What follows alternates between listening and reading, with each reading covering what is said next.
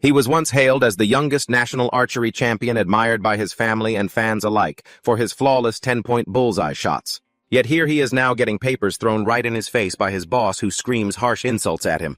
As he bends down to pick them up, his thin, frail hands suddenly start to tremble. His boss scowls in disgust and sneers at him, calling him a nepo baby, a spoiled brat. But they have no idea that every night, Sang-hyun sits all alone in front of his monitor, replaying his old glory days over and over without ever getting tired of it. The reason he lives such a secluded life now is because 15 years ago, archery was his entire world. But archery is an expensive sport. Living alone with his grandmother, Sang-hyun had no choice but to fight for scholarships, practicing tirelessly day in and day out. Hoping to excel in every aspect of life, he truly believed a bright future was waiting for him. Until a horrific accident changed everything. It left his hands constantly trembling, just like they do now. But even so, Sang-hyun refused to just sit around and become a useless slacker. Thanks to his coach, who recommended him for his current job, he managed to secure a quiet, ordinary life. Whenever he has a little free time, Sang-hyun likes to tune in to game streams. Watching games became his escape after the accident. Today he's checking out a full dive game, a virtual reality experience that makes you feel like you've actually stepped inside another world. To play, you need to log in using an expensive gaming capsule, but the price is way too steep for a regular office worker like him, so he can only watch online. Seeing a streamer who plays an archer but is absolutely terrible at it, yet still has crowds of people flooding his channel to watch and chat, makes Sang-hyun feel a bit envious. No matter how bad the guy is, so many people, including Sang-hyun himself, still enjoy watching him. It makes him think back to his own past. He used to give his absolute all just to be recognized, but now it has all gone down the drain. Frustrated, Sang-hyun turns off the screen and goes to sleep, only for the same routine to repeat the next day. Going to work every day just to get yelled at by his boss. Eventually reaching his absolute limit, Sang-hyun decides to hand in his resignation. Without a moment's hesitation, his boss shoves the resignation papers right in his face. To rub salt in the wound, the boss sneers that Sang-hyun only got hired because of connections and that literally everyone else in the company is leagues ahead of him, essentially calling Sang-hyun completely useless. That night he lies sprawled out on his bed with his head in his hands, restlessly dwelling on his past glory. The youngest national champion. But for someone who only graduated high school with an empty resume, those memories are useless now. No matter how much he reminisces, he can never go back to being 18. While agonizing over his future, his phone suddenly buzzes, notifying him that a game live stream is about to start. Suddenly he remembers what that streamer said, that absolutely anything is possible in this full dive game. He wonders if his past archery skills would translate there as well.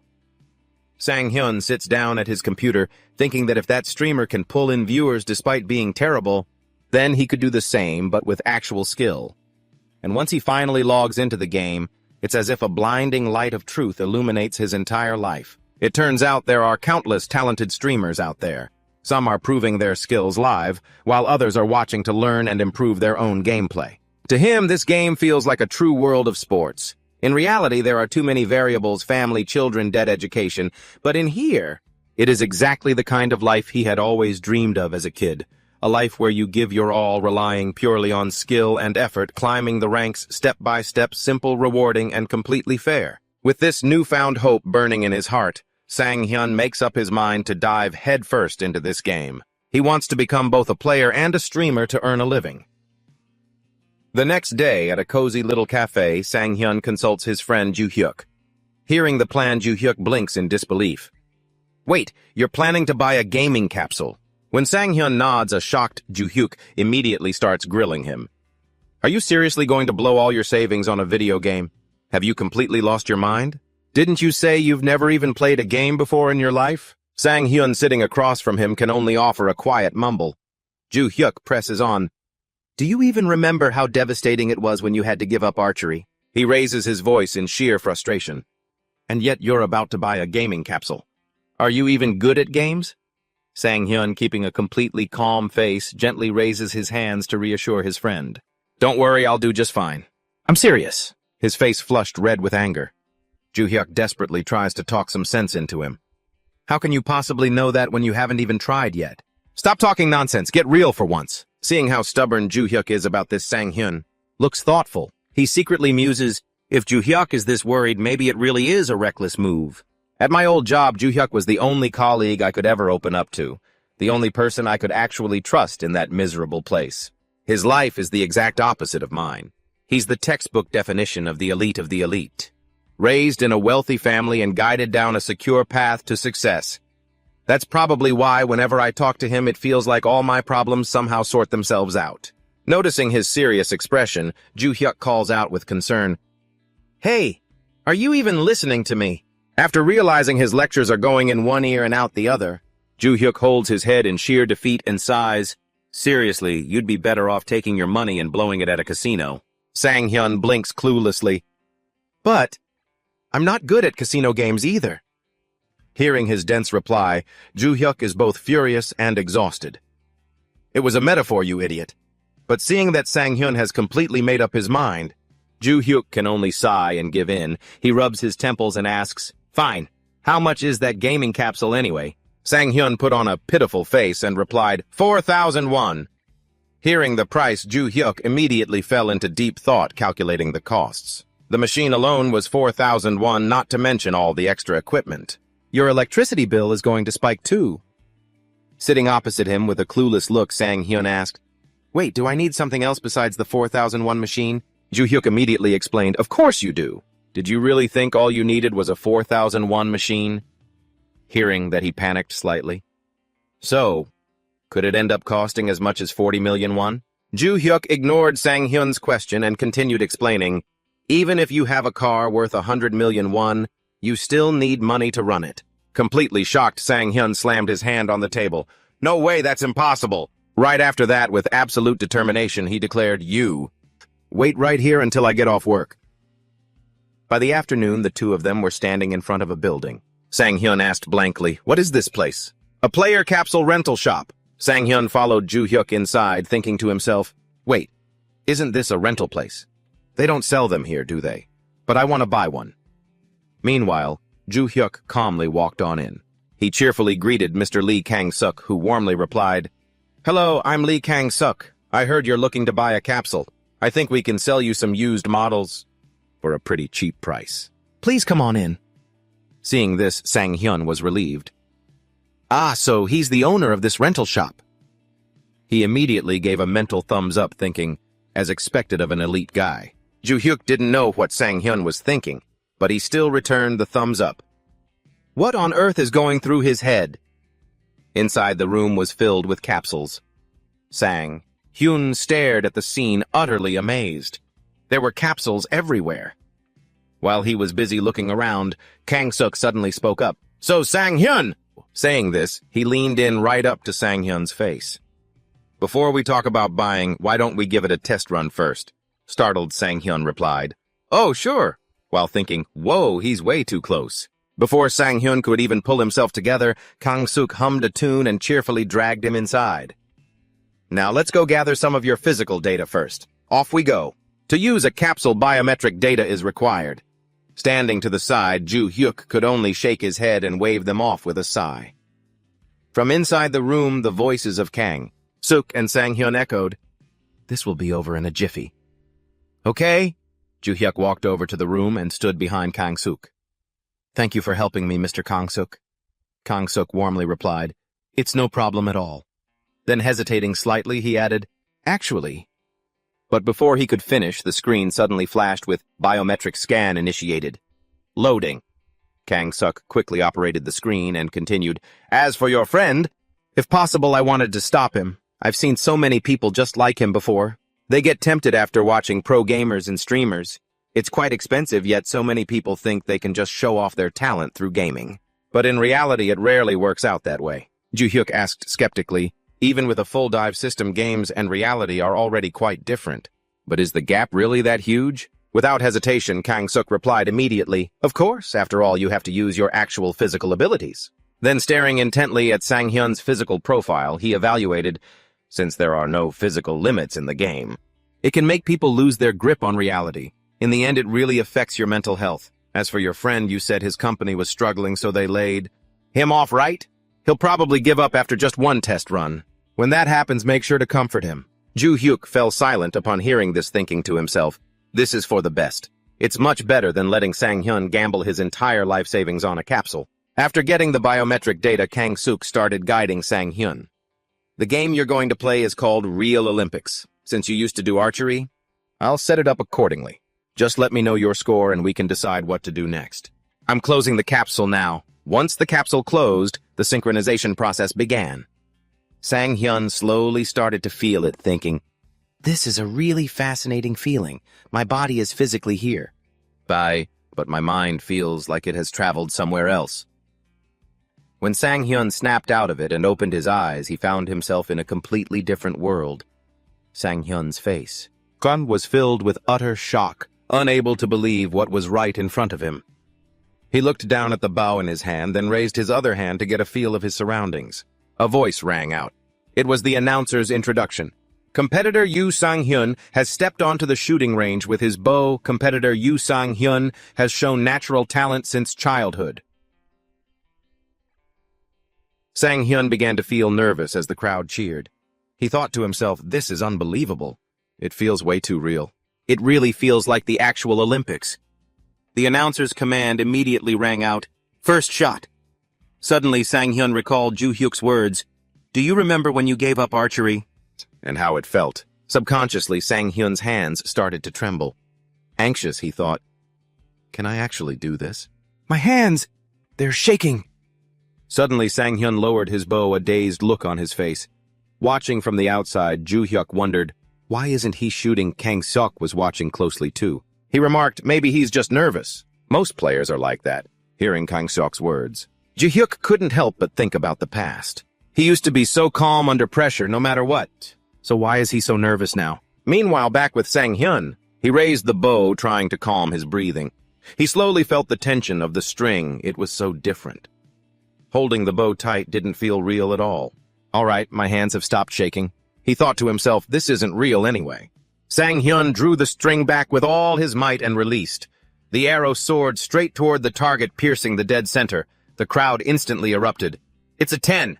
Outside the booth, Kang-suk and Joo-hyuk. Watching the screen, they both shouted in unison, a 10. Just then, the commentator's voice boomed over the speakers. Player Yoo Sang-hyun has drawn his bow incredibly fast, and it's a 10. Before the commentator could even finish, Sang-hyun fired again, hitting the bullseye once more.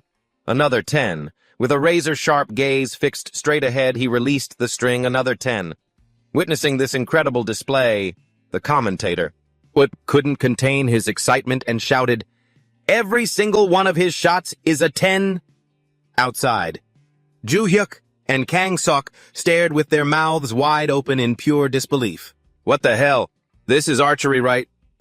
After witnessing this unbelievable sight, Joo-hyuk turned to him skeptically. Bro, didn't you say playing in here is completely different from reality? Still in deep shock, Kang-suk replied, it is. I thought he just adapted quickly, but... Suddenly, Kang-suk stared intensely at Sang-hyun. Wait a second. I don't think that's the only thing. He seems... different somehow. Full of curiosity, he turned to Joo-hyuk. Who exactly is this friend of yours? Before Joo-hyuk could even answer, the system's voice chimed in. You have completed the game. Slowly, Sang-hyun began to return to reality. Kang-suk and Joo-hyuk stood in front of the capsule, speaking excitedly. Man, that was insane! You're incredible! It would be such a waste if he only bought second-hand gear like this. What do you think? Awesome job. Sang-hyun. Seeing that Sang-hyun wasn't responding, the two of them asked with concern, Hey, what's wrong? Are you okay? Do you have motion sickness? Why do you look so exhausted? Sang-hyun hesitantly raised his trembling hand to gently massage his temples. Seeing him like this, Joo-hyuk's face grew pale as he asked anxiously, Sang-hyun, are you okay? Meanwhile, Kang-suk kept pressing for answers. Seriously, what is his real identity? Only then did Joo-hyuk decide to reveal the truth. He was the youngest gold medalist. Dumbfounded, Kang-suk repeated, the youngest. Joo-hyuk nodded. Yeah. Honestly, he might have been the best archer in the entire world. As he spoke, painful memories flooded back into Joo-hyuk's mind. With a heavy heart, he continued, until he got into that accident. Hearing this, Kang-suk asked gently, So, that's why you really wanted to do something to help him? Choking back tears, Joo-hyuk replied, Yes, He truly loved archery. After sharing the story, Ju-hyuk turned to Sang-hyun and asked softly, "Do you even remember the last time you shot an arrow? Do you remember when it was a, 'You don't do you'?" But how could Sang-hyun ever forget? He immediately replied, "How could I possibly forget? It feels like it just happened yesterday." The sudden accident, the cold, indifferent face of the doctor, and the dream he had to abandon. Sang-hyun relived the most agonizing memories of his life. Ju-hyuk stepped closer and gently called out, "Sang-hyun." Sang-hyun kept his head low, stopping him. "Don't come over here, damn it!" He wiped away the tears pooling in his eyes and muttered, "This is so embarrassing." Standing nearby, Ju-hyuk's lips twitched slightly as he watched Sang-hyun closely. In the end, Sang-hyun decided to buy the gaming capsule and bring it home. The system's chime rang out announcing, "Capsule connection complete. Pre-installed programs are ready." Right in front of Sang-hyun's eyes, countless screens flickered to life. Astonished, he murmured, "Oh, it's starting." Inside the capsule at that moment, Sang-hyun cheered with immense excitement. "It looks like I can finally start streaming today. This is going to be a real challenge," he thought to himself. Fortunately, Kang-suk helped me get a great bargain. I just hope the shop owner didn't take too much of a loss on this. With that thought, Sang-hyun immediately got to work. All right, let's start the stream. The screen instantly displayed, "Ready to broadcast. Category settings." By then, he had already decided on his game. I've already chosen the game I'm going to play. It's a game set in the medieval era focusing on the life of a mercenary. It's filled with intense, realistic battles. It might not be a widely popular game, but it has its own dedicated fan base thanks to its unique charm. Usually, popular games have plenty of streamers playing them, so Kingdom S is only moderately well known. Because of its high difficulty, not many streamers choose to play it, making this a great choice for a rookie. After a few setup steps, while his game is loading, a notification pops up, "Character customization complete, entering the game in 5 seconds." Sang-hyun looks at the screen with absolute astonishment. Suddenly, a flash of light bursts out, followed by a harsh shout. "Hey! Wake up, you idiot!" Sang-hyun opens his eyes in a daze. He is lying in a completely twisted position. Looking around, he slowly sits up, utterly confused. "Where am I?" "Inside a carriage." He looks outside. It is complete chaos out there with the sounds of brutal fighting echoing everywhere. Sang-hyun has a bewildered look on his face. Are we right in the middle of a battle? Before he can even gather his thoughts, another shout rings out. "Still slacking off, you worthless insect! Do you want another beating to wake you up?" The man points his sword at Sang-hyun, his face full of rage. "That is Roman, the mercenary captain." Sang-hyun slowly steps down and says hesitantly, "I'm sorry." He thinks to himself, "So he's the one who beat me. Man, that hurts." Roman growls at Sang-hyun, "You useless piece of garbage, bandits are attacking, grab a weapon." Right after that, the screen freezes and a notification window pops up again. "Choose your weapon." Sang-hyun looks closely. Oh, it paused. So now is the time to choose. Let's see. Spear sword. He scrolls but can't find what he wants, so he wonders, why isn't there a bow that should be an option, right? Suddenly a comment pops up in the chat. An archery challenge. Sang-hyun is completely bewildered. Wait, when did these viewers even join? 5 people. Looks like I chose the right game. He reads the comments and wonders, an archery challenge is using a bow that bad. If it were actually good, they wouldn't call it a challenge. Is this your first time playing? One of the viewers explains to him, bows can hit allies' arrows, bounce off armor, and you have to manage your arrow count. It's going to be pretty tough for you. Hearing this, Sang-hyun says in awe, so that's how it works. Thanks for letting me know. The comments keep pouring in. Is he really a newbie? Look at his ID state Admiral. June is amazing. Suddenly, a helpful comment pops up. If you're a beginner, a sword is definitely your best bet. Sang-hyun quickly makes his decision. I'll go with the bow. The system pops up. You have chosen the bow. Seeing Sang-hyun's choice, they get triggered and start furiously smashing their keyboards. This newbie is such a cute puppy. He's triggering us with pure talent. I can smell the capsaicin right through my screen. Capsaicin is extracted from chili peppers. That's why rookie streamers are always the most fun to watch. Looking at those comments, he thinks to himself, they seem really welcoming to newbies. Still, I already chose the bow. But where is it? Right then, a bow falls from the sky and lands perfectly in Sang-hyun's hands. The system announces, you have received a bow. You have received 20 arrows. The viewers seeing this burst out laughing in amusement. And so the newbie's journey begins. You just killed him. This always happens when someone picks a bow. Right at that moment, Roman drags Sang-hyun back to reality. Hey, rookie, snap out of it, you bastard. Pick it up and attack. Viewers chime in, he's so stupid. Stop picking on the newbie. Man, that guy is harsh. Even if you are awake, you couldn't hit a single soul anyway. As soon as Roman finishes his sentence, the viewers try to comfort Sang-hyun. Newbie, don't listen to him. It's been a while, but Roman is as toxic as ever, huh? He raises the bow, his eyes full of determination as he aims straight ahead. The arrow pierces straight into the enemy's head. Seeing this, the viewers are completely astonished. It hit a headshot. That was pure luck. Sang-hyun rests his chin on his hand, thinking, the feeling is kind of like the actual Olympics. It is a bit different from traditional archery, like a mix between traditional and modern bows. Sang-hyun asks the viewers, do arrows always kill in one shot like this? A viewer named Ruby Squad explains, no, they only die if you hit a vital spot. This game is pretty realistic, so it simulates actual organ locations. It has a headshot mechanic. So if you hit the head, it's usually an instant kill. The mechanic makes it so aiming for the head takes them down immediately. Drawing his bow, he speaks confidently. All right. Thanks for the explanation, Ruby Squad. I'll take them down one shot at a time. A few people comment, this newbie is way too confident, it's so cute. Seeing this, Sang-hyun thinks, they don't believe me. Well, I'll just have to let the results speak for themselves. And this is sportsmanship. There are about 20 bandits and I have 20 arrows. I need to hit every single one of them accurately. This will be quick. Let's keep going. Sang-hyun takes down the bandits one by one. Hiding behind a fence to observe, he thinks, unlike fixed targets during practice, the enemies can move. I might miss them, but it is actually easier than I thought. Next, there is only the boss over there. Sang-hyun analyzes the situation. A shield that makes things tricky. Should I just shoot anyway? But if I do that, the arrow might just bounce off. Luckily, right at that moment, Roman steps forward to attack him. Sang-hyun saw his opening. He raised his bow, drew it back with all his might, and let loose. The arrow flew straight toward the enemy, burying itself right in his temple. Sang-hyun lowered his bow and carefully scanned his surroundings. It looked like there weren't any bandits left.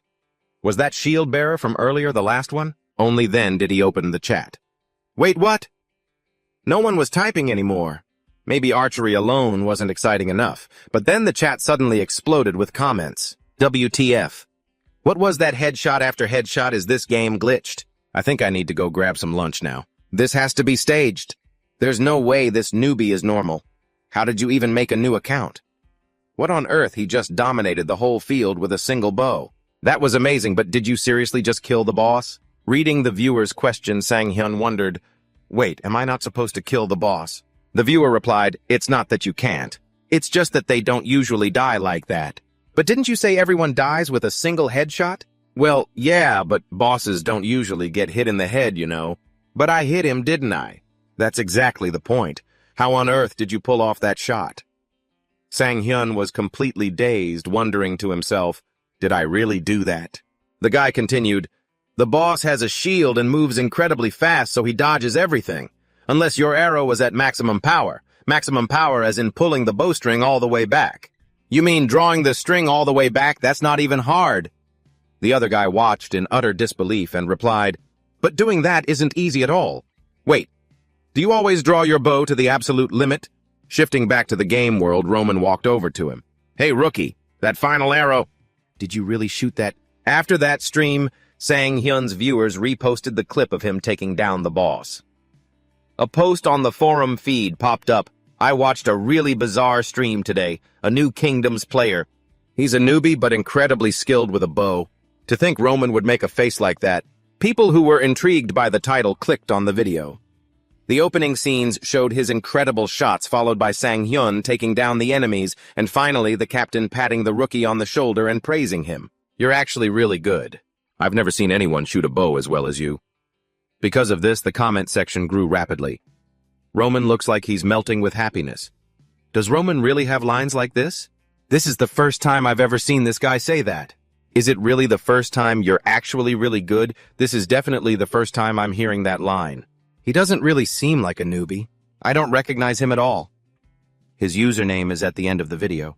Curious someone skipped to the end of the video. Roman's voice could be heard asking, What is your name? I truly wish to know so I may report back to the commander. Sang-hyun replied with a bright smile. My name is Almond. On Google's search bar, everyone was frantically searching Almond. Kingdom's Almond Right. Streamer Almond, I'll remember that name. The community for Kingdom S was just as stagnant as the game itself. Even though most players were die-hard combat fans, people still wondered, are there seriously still people playing this game? Countless posts and thousands of comments popped up. Is this Tier 23 gear any good? The lack of exciting moments and interactions had left the community completely stagnant. Conversations about the exact same topics kept repeating constantly until a post appeared and changed everything. A complete newbie got praised by Roman. Some random dummy got praised by Roman post number 153. Go watch this video, it's real. Here is the information about his capsule below. Roman genuinely praised and highly rated him. And besides, who on earth kills a boss and then just logs off immediately like that? Below the post, the comment section was filled with reactions. What is this? At first I thought it was just clickbait, you know, those sensational titles designed to lure you in, only to disappoint you with worthless content. But did Roman seriously praise him? Am I dreaming or what?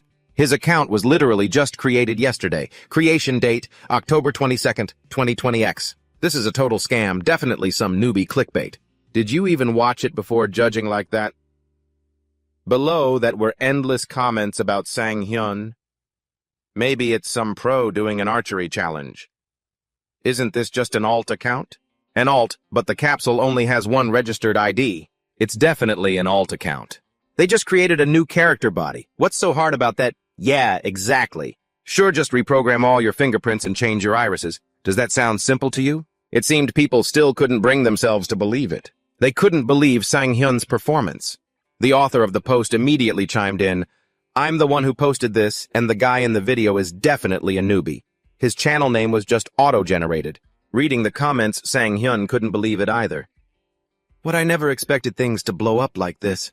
Comments wondering about him keep rolling in. Wait, this streamer doesn't even have a name yet.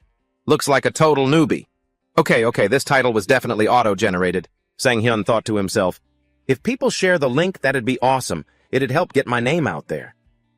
But as he was scrolling through the comments to see what everyone was saying, one particular comment caught his eye. It immediately grabbed his attention.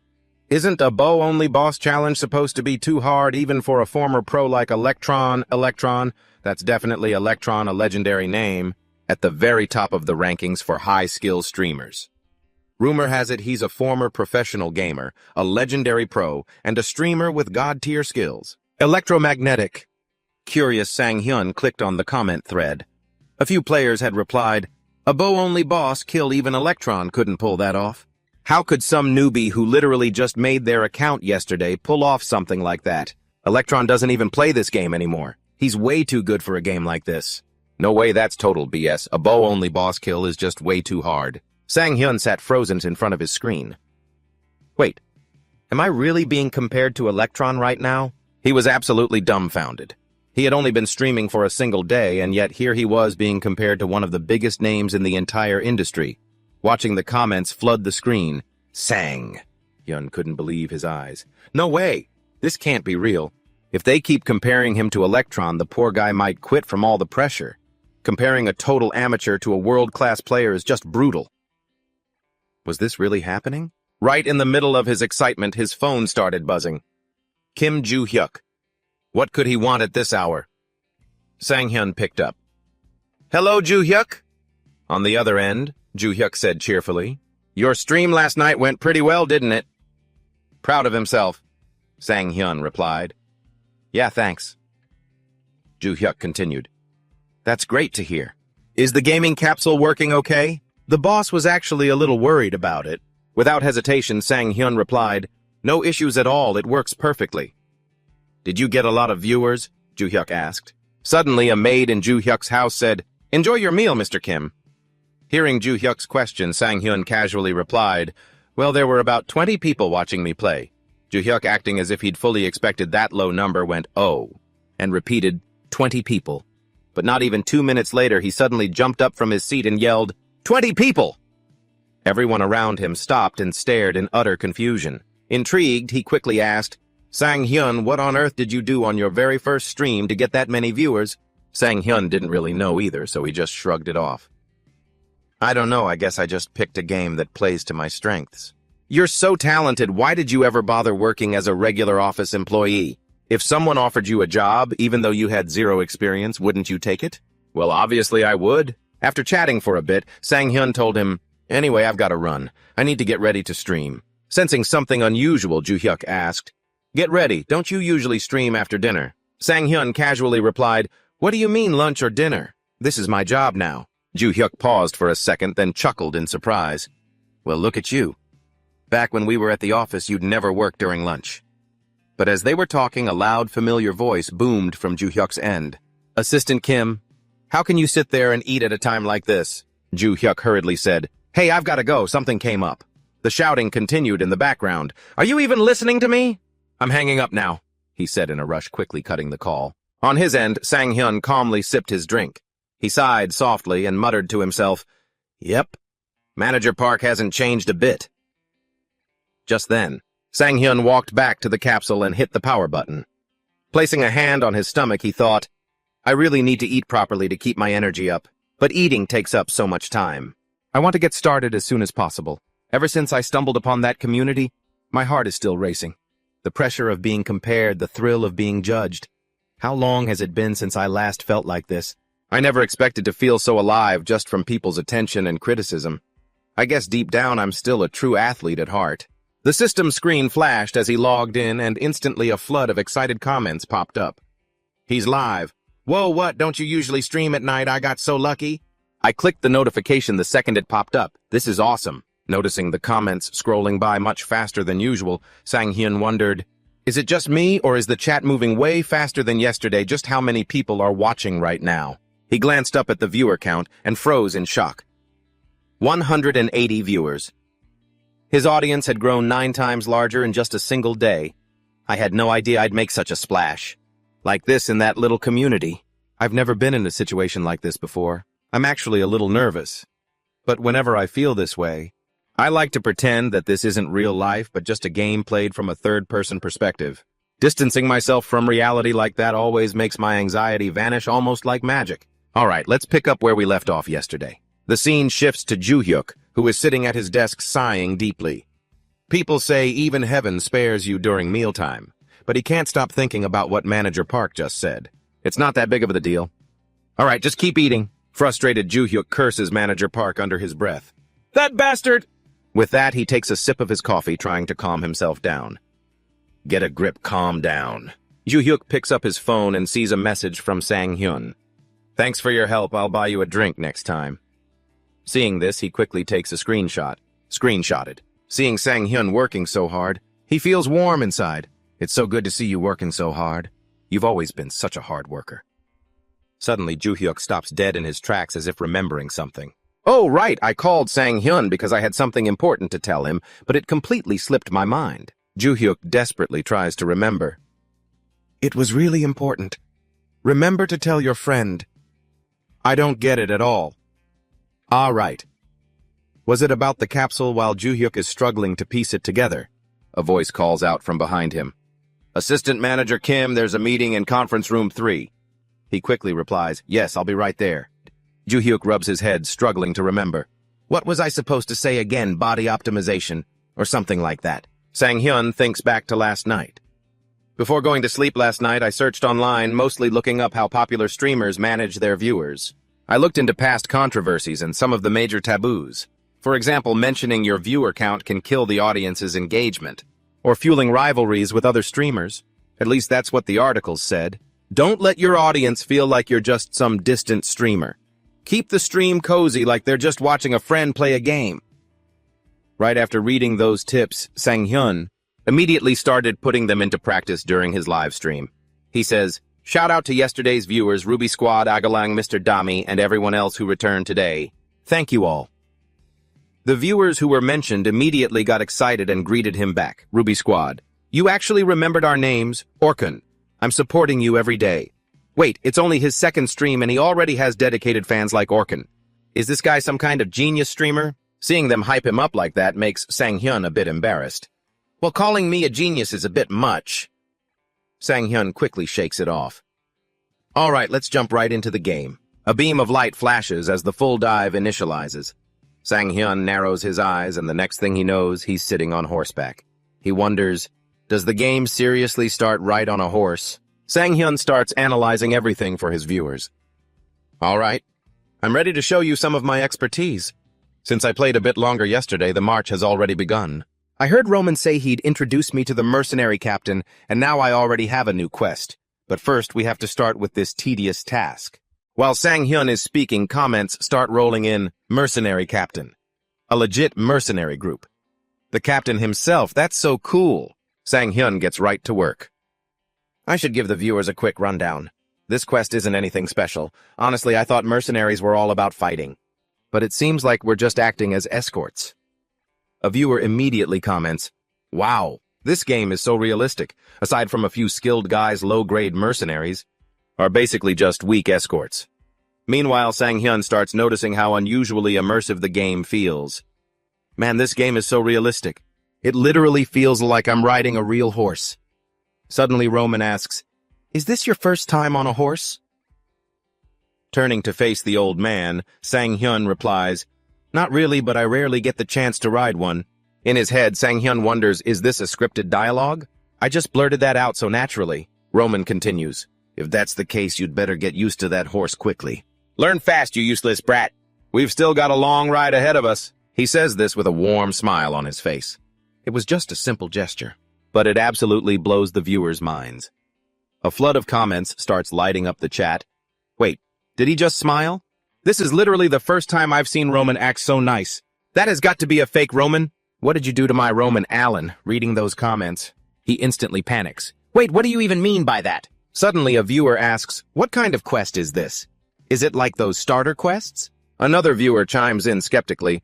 Wait, isn't this the area where bandits usually spawn? Looks like they're about to show up. Reading this, Sang-hyun gasps, bandits. Suddenly, the atmosphere around them grows chaotic, catching him completely off guard. Everyone screams in unison, bandits, it's the bandits! Roman barks out an order, mercenaries attack. A fierce-looking bandit charges forward, quickly cutting down several of Roman's men. Roman shouts in a panic, the front line has been breached, protect everyone, hurry, cover the rear. Right as everyone falls into deep peril, Sang! Hyun, completely dazed, says, they're actually here. We're in big trouble. Seeing this, the viewers get excited, commenting, is that Barack? Is the first quest seriously fighting off horse bandits? How many quests did you skip to get here? Looking at those comments, Sang-hyun thinks to himself, these guys are pretty generous. The chat keeps flying by, finally pulling out the bow. This video's about to get good again. The Legend of Archery. How to shoot a bow in a virtual battle. Seeing them talk like that, Sang-hyun thinks, are these guys doubting me? Are they hoping I fail? In the sports world, this kind of attitude is totally normal. I'm used to it. It's easy to shut them up. Just let the results prove my skills. Sang-hyun speaks up. They're moving way too fast, about 50 bandits. He draws his bow while assessing the situation. They didn't even set up an ambush. Why is this mercenary squad still losing? The viewers agree with him. Spamming, so true, exactly. With eyes full of determination, Sang-hyun says, first let's deal with the one right in front. As soon as he speaks, an arrow flies straight out. It pierces right through the leader's head, killing him before he even realizes what hit him. His underlings fall to their knees, crying out, how is this possible, Chief? The viewers are absolutely stunned, asking, wait, what just happened? It's too far, I didn't see a thing, no way. Burn is dead, that's insane, no way. I didn't see a single thing, he got shot once and just died. What on earth did I just witness? Sang-hyun looks puzzled and responds to the viewers, what's wrong with everyone? In the chat, the viewer count has spiked to 213. Other comments pop up, you literally just one-shot the boss and now you're asking us what's wrong. Laughs. So the video was actually real. Theoretically, you could pull this off by maximizing range and power, then landing a headshot. Meanwhile, Hyun was only thinking, I only shot him first because he was leading the pack, but I guess he was the bandit chief. The chat is flying by. Who said this was fake? Step forward. This is actually legit. Feeling happy, he says, everyone is so hyped, I'm honored. Not wanting to keep them waiting, Sang-hyun draws his bow again. All right, next target. The battle isn't over yet. I'd love to walk away from this battle as the winner. Next target? One after another, before long, he has completely wiped out the bandits. The chat is flooded with praise. That was so cool, and here I thought the video was fake, but now we're literally watching it happen live. The remaining bandits turn pale, screaming to one another. No way, retreat. Fall back. One of the viewers jokes, honestly, who's the real villain here, Sang-hyun's sharp eyes lock onto the remaining bandits. I'm not letting any of you escape. Sorry about that. The viewers get super hyped, cheering, let's go. Right after he speaks, an arrow instantly pierces a bandit's head. The chat goes wild, and he's down. Awesome. This is so intense I can barely breathe. Suddenly, a viewer notices something off. Wait, his posture looks different now. Back in the game, Roman shouts, the enemy is fleeing, hunt them down. A system notification rings out. Quest updated. Quest pursue and eliminate the bandits. Sang. Hyun's eyes widen in surprise. The quest updated. Let's hurry up, give chase, and wrap this up. On an online forum, posts about Sang-hyun are taking over the spotlight. Is this for real? On his second day, a newbie unlocked the bandit extermination quest. Someone reading it gasps in shock. What? A bandit extermination quest? Is there actually a way to instantly take out those bandits? No clue. I've never heard of anything like that. Let's stop and see if anyone is talking about me. A young guy browsing the forum looks confused when he sees a name trending on the front page. Almond. Who on earth is Almond? Does he use a bow? On his screen, a title pops up. Streaming right now. Come check it out. Seeing this, he muses. Looks like some kind of archery challenge. Honestly, I'm curious what kind of clueless streamer would choose such an unpopular playstyle. Let's see if he's actually got any skills. The man who just spoke was none other than J-Muck, better known to everyone as the game streamer Acorn Jelly. He says with excitement, maybe he's just like me. But after watching the video, his expression completely changes into utter shock. What is this? All those bandits were taken down with just a single arrow to the head. A normal headshot shouldn't be enough to kill someone instantly, but on the contrary, they died right away without even having time to react. This has to be a perfect shot. J-Muck couldn't sit still, shocked to his core. That's a perfect shot in Kingdom Age if an opponent's vital point is struck. They will die instantly, but this only applies to opponents of a certain level. In other words, if the enemy is a boss-level monster, you can't kill them instantly, even if you hit their weak spot. That's what everyone says, but actually this game has a hidden mechanic. The only skill that can bypass defense, and is even more precise than a headshot known as a perfect shot. But most players don't even know that the perfect shot exists. Stop joking around, is that for real? Prove it. Even among veteran players, opinions are divided on whether it actually exists, because no one has ever pulled it off. Ryomuk looked gloomy but pretended not to care. Well, life goes on anyway. Believe whatever you want. He was so shocked that he slumped down. How can anyone satisfy those insane trigger conditions? You have to land your first strike within 1.5 seconds of drawing, hit the dead center of the target's vital spot, and that's supposed to be normal. Moreover, this streamer didn't just pull it off once, but it seems like every single one of his attacks is a perfect shot. Moments later, Ryomuk rested his chin on his hand and leaned back in deep thought. Is this guy hacking? Not only that, unless he's an idiot, why would he even do that in a dead game like this? Does he only play Kingdom Age? What on earth is he doing? Is he an Olympic gold medalist or something? Ryomuk was even more shocked to learn the truth. He's a newbie. Back to Sang-hyun. He was on horseback chasing the bandits. Roman shouted, chase him, quick, catch him, and kill him. Riding alongside him, Roman spoke up. Hey, Almond, are you planning to shoot while riding? I think a spear or a mace would be much easier to attack with. The viewers agreed with Roman. Yeah, shooting while riding is insanely hard. I don't think it's easy at all. Sang-hyun appreciated his good intentions. He's right, but I prefer using my bow. Then he replied to Roman, I'll be fine, you know how it is. Roman nodded. Understood. Roman smiled warmly. If it's you, I'm sure you can pull it off. The viewers went wild, spamming the chat. Oh my god, the favoritism is real. I feel like I just watched a girl spit in my face only to turn around and smile brightly at the popular guy. What a crazy comparison, lol. Meanwhile, Sang-hyun reached for an arrow while riding. He thought to himself, I've never ridden a horse before and this is my first time. Trying to hit a moving target, but I know I can do it. Yes, no matter how many times I try to picture it. And my hand still shakes. But I can't just give up because of that. Right after that thought, Sang-hyun fired an arrow that pierced the neck of the fleeing bandit ahead. The chat exploded. "This is insane, a horse archer." Horse. Is he a Joseon horse archer? Sang Hyun analyzed his previous shot. I aimed for his head, but it hit his neck. This won't do. I need to adjust my body movements to the horse's rhythm faster and sharper. An arrow zipped through the wind, landing a perfectly accurate shot right into the next bandit's head. The poor guy. That headshot was insane.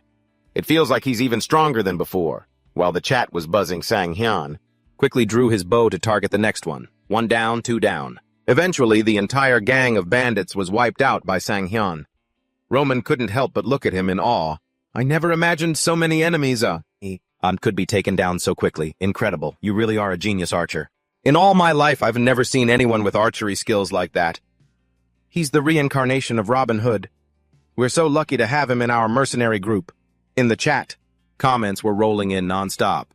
Are these guys for real? This is the first time I've seen them like someone this much LOL. If my teammates were like this, it would just annoy me. He read the comments and smiled happily. He's so good. This is amazing. Why would someone so talented play Kingdom Age? Why is he even interested in this niche game? Then a notification popped up surprising Sang Hyun. Acorn Jelly donated 100,000 won. Every single shot was a perfect shot. Is this for real? An in-game notification popped up. You have successfully defeated the devil. A nobleman approached him and said, Almond, I will certainly remember your name after this. The man kept talking on and on, but Sang Hyun didn't seem to care much. He was only focused on the notification that had just popped up, the donation message. Wow. This is the first time I've ever received a donation. Acorn Jelly has donated 100,000 won. The other viewers were completely shocked too, reacting with, wait, why are you here? Is it really you? Are you really Acorn Jelly? This is insane. To think he actually turned on the stream to watch this newbie. Sang Hyun was highly skeptical. Judging by the viewers' reactions, this guy seemed incredibly famous. But if so, why would he tune into a stream with only 200 viewers? Seeing the donation, Sang Hyun just stood there frozen. The curious viewers started asking, hey, why aren't you reacting? Others chimed in, he's probably in shock from getting 100,000 won. Come on, give us a reaction already. Only then did Sang Hyun clumsily react, asking, what? What should I do? The viewers guided him, saying, just do a reaction like when you shoot your bow. Do your shooting reaction. A light bulb finally went off in Sang Hyun's head. He thought, a reaction like when I shoot. Well then, I'll just do exactly that. A crazy idea popped onto his head. He drew his bow aiming straight up at 90 degrees, adjusted his alignment, and said, all right, I'll show you my reaction right now. With that, the arrow shot straight up into the sky. The viewers watched in utter confusion while Sang Hyun calmly stared up in the direction of the arrow and muttered, all right. The chat instantly went wild. Wait, is that his donation reaction? At least explain what you're doing before you shoot. This is driving me crazy. He literally just shot an arrow into thin air. Then he turned to the viewers and said, it disappeared. But a split second later, the arrow he had just shot into the sky came plunging straight back down, right onto his own head. What a mind-boggling debut reaction that left everyone utterly speechless. The game over screen popped up. In the chat, the viewers were absolutely losing it, cracking up. The shock of that self-inflicted headshot is killing me. I'm laughing like a maniac. Oh my god, he literally died for 100,000 won. Sang. Hyun sat there looking at the viewers' reactions, thinking to himself, back when I was a pro player, I used to play like this. Thankfully, everyone's reaction was really positive after that. Suddenly, his gaming capsule disconnected and he was ejected from the chamber. What's going on? Was the capsule forced open? Well, whatever. I did just get a game over anyway. Drenched in sweat, he opened the capsule door and grumbled, is it because this capsule is such an old model? Or maybe not. Plus, it doesn't even have a cooling system. Holding his phone in his hand, Sang Hyun wondered how his live stream was doing. Fortunately, people were still chatting away. Wait, did the stream just end? What just happened? Did the stream really just cut off like that? What was up with that reaction? Is technology actually this advanced nowadays? Sang Hyun posted a comment, I got kicked out of the game because my capsule is too old. Seeing this, the viewers expressed their disappointment, saying, wait, you got disconnected. Please come back. You're an absolute legend. Staring at the screen, Sang Hyun thought, their reaction is even better than I expected. One viewer left a compliment. You've got real talent. Completely dazed, he muttered to himself, talent. Maybe for a streamer, this isn't a bad thing. After all, even on variety shows, I always loved it when unexpected accidents like this happened. Is this a perfect moment for a one-shot? I got really lucky. That's perfect. No, I actually did that on purpose, adjusting the arrow's speed to hit the target.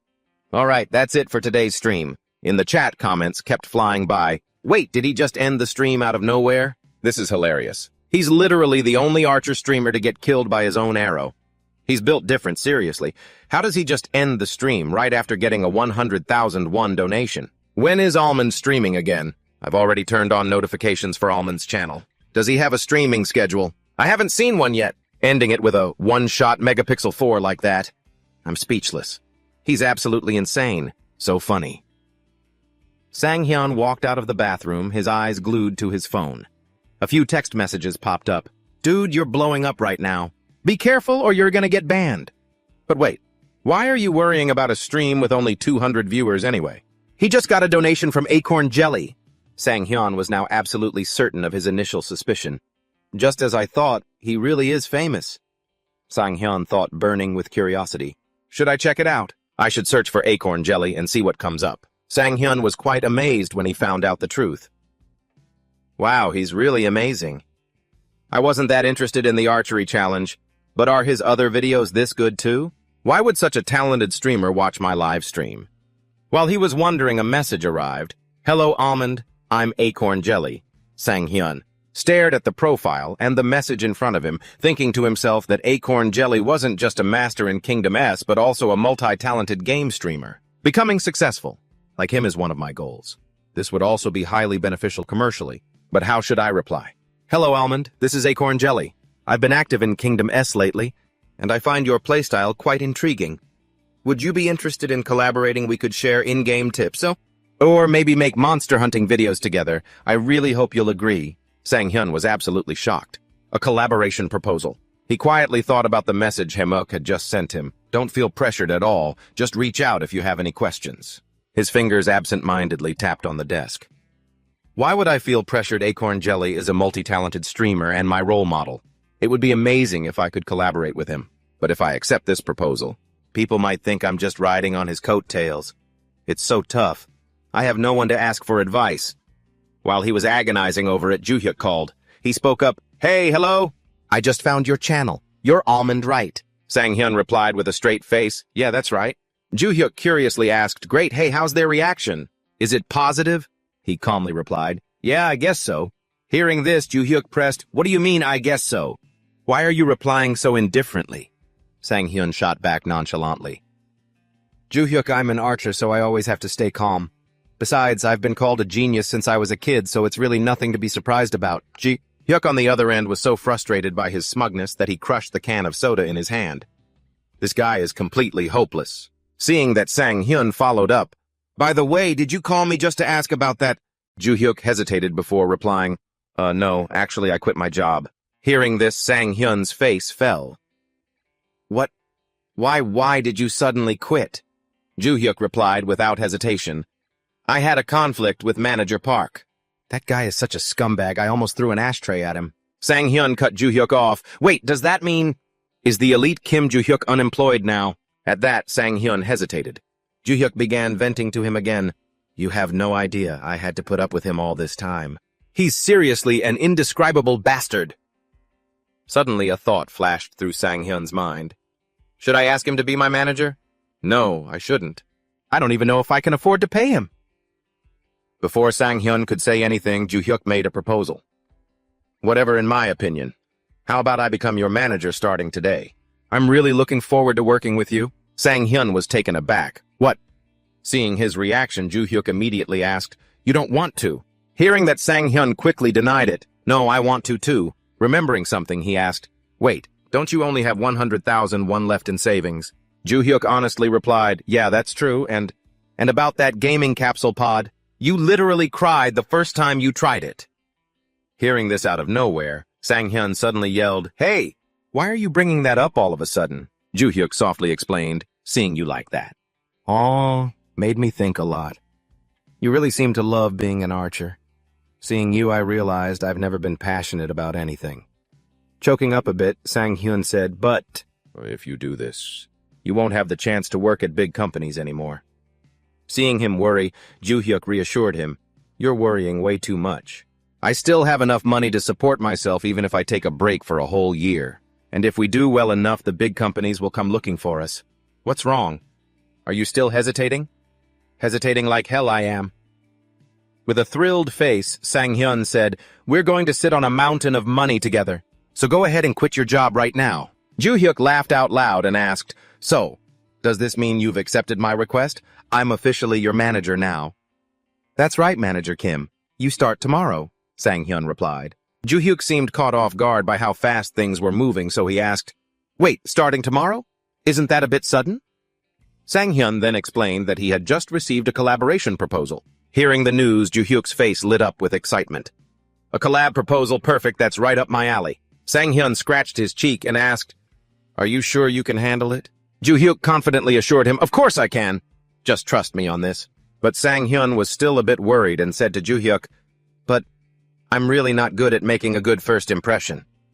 Ju-hyuk smiled warmly to comfort him. "Don't worry, I'll take care of everything. I've already got a few tricks up my sleeve. Just show them what you're capable of. That's all you need to do. That alone is more than enough." Meanwhile, inside a cafe in a building, someone was scrolling through their phone, looking up info on Almond. The girl rested her chin on her hand and sighed. "Is it really okay to meet him in a rundown place like this? Meeting him in a cheap place like this? I don't know." That girl was none other than the manager of Acorn Jelly. Dujamuk Acorn Jelly himself was sitting next to her. Scratching his head, he spoke up. "I chose him because he's got insane talent, but come on, I'm still a big star, you know." His manager looked at him skeptically and said, "Oh, please, last time your channel almost went under because you did collabs with those sketchy streamers." Having his past brought up out of nowhere, he immediately whined, "Ugh, why do you have to bring that up now?" Jamuk insisted, defending his own judgment. "Look, first of all, his physical abilities are easily the best in the entire country. Teaming up with someone like him is a highly strategic investment." Hearing him say that, she held her cheeks and sighed, "You only ever look at their skills. Do you even know anything about his personality?" When she asked him that, he froze, averted his gaze, and mumbled a brief no. Hearing that, his manager panicked. "What? Are you seriously supposed to be a professional? What if he has some hidden agenda? By then, all you'll be able to do is sit there and cry about it." Just then, a figure appeared and spoke up. "Excuse me, are you Acorn Jelly?" He turned around in surprise to look at the person in front of him. "Ah, yes, hello." Sang-hyun quickly introduced himself. "Hi, I'm Almond. My real name is Yu Sang-hyun. Nice to meet you." Seeing Sang-hyun, the manager's face flushed red, her eyes sparkling as she whispered to herself, "Wow, he's so handsome." Meanwhile, Jamuk's jaw was still on the floor in pure shock. Quickly regaining his composure, Jamuk stood up and politely replied, "Ah, yes. Nice to meet you, too. I'm Do Jamuk. Hello there. And who might this be behind you?" Realizing he was being addressed, Ju-hyuk quickly introduced himself. "My name is Kim Ju-hyuk, manager for Yu Sang-hyun. Here is my business card."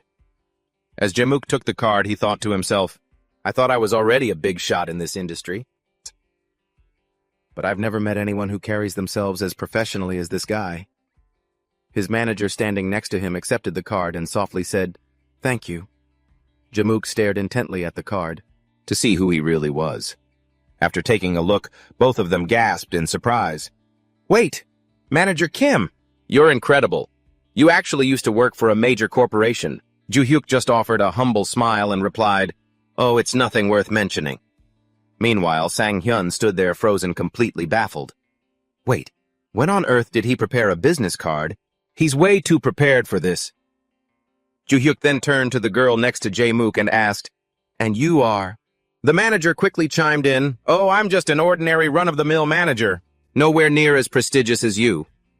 She then bowed deeply and said, "I look forward to working with you." Jae-mook, watching from the side, muttered under his breath, "Hey, you don't have to overdo it like that." Afterwards, Do Jae-mook spoke up politely. "Well, shall we get down to business? Please, both of you take a seat." Ju-hyuk got straight to the point. You can find the streaming schedule and order of events in this chart. If there are any parts that need adjusting, just let me know so we can discuss them. He double-checked.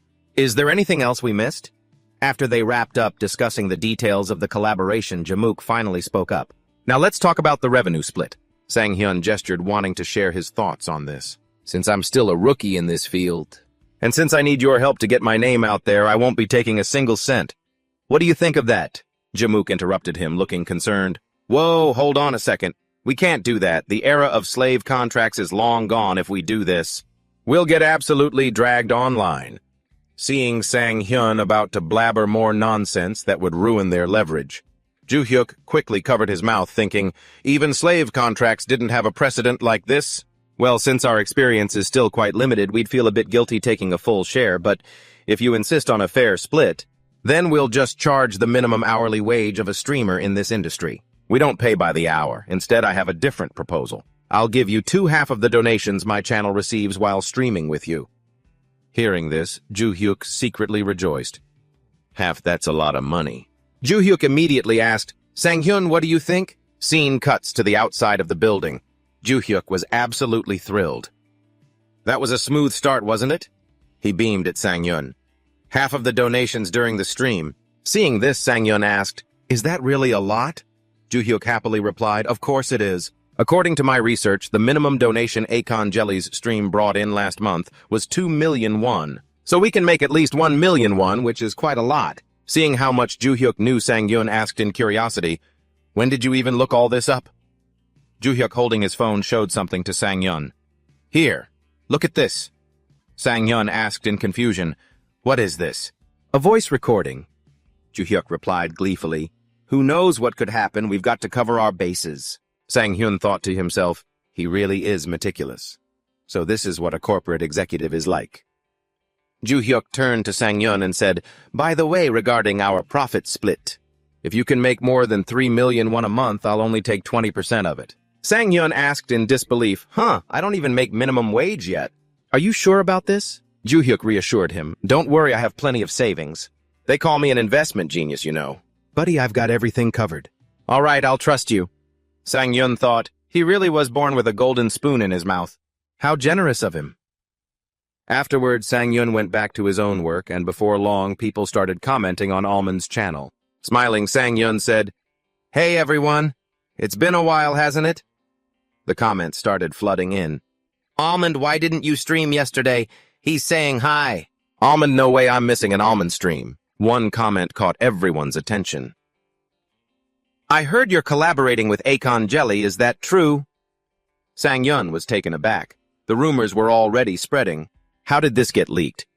Akon Jelly is collabing with Almond. That's huge. He's already teaming up with a top-tier streamer that's insane speed. Since there were way more viewers than usual, Sang-hyun decided to play dumb. A collab, what could a small fry like me possibly do? Then he quickly changed the subject. Today, we're going after the bandit leader. I'll try to take him down with a single shot. The system notification popped up, logging into Sword Rush. The viewers didn't buy it and commented, one-shotting a boss, no way. How can a boss die from a single headshot? What a newbie. Reading the comments, Sang-hyun was confused. A single shot won't work, but the last time I fought DK, he went down in one shot. The viewers immediately explained, it's BK, not DK, and seriously, that's enough celebrating. Boca was just an elite mob, not a boss. Real bosses are way bigger. Once you see them, you can tell the difference between a mid-boss and a real boss instantly. Now that it finally clicked for Sang-hyun, he thought, so he wasn't a boss, I get it now. But then, he started to regret it. Uh-oh, this is bad. I shouldn't have bragged about one-shotting the boss. Suddenly, a notification popped up. Ruby Sword has donated 10,000 won. Quest one-shot the boss to receive 100,000 won. Accept decline. Seeing the amount, Sang-hyun was shocked. 100,000 won. I have to accept this. He actually accepted it. Well, who could say no to 100,000 won? You have accepted the quest. Reward, 100,000 won. Objective one-shot, the boss to receive 100,000 won. Looking at the notification, Sang-hyun suddenly realized, wait. Bosses can't be one-shotted in this game? But even if it's an impossible quest, this is actually a good thing.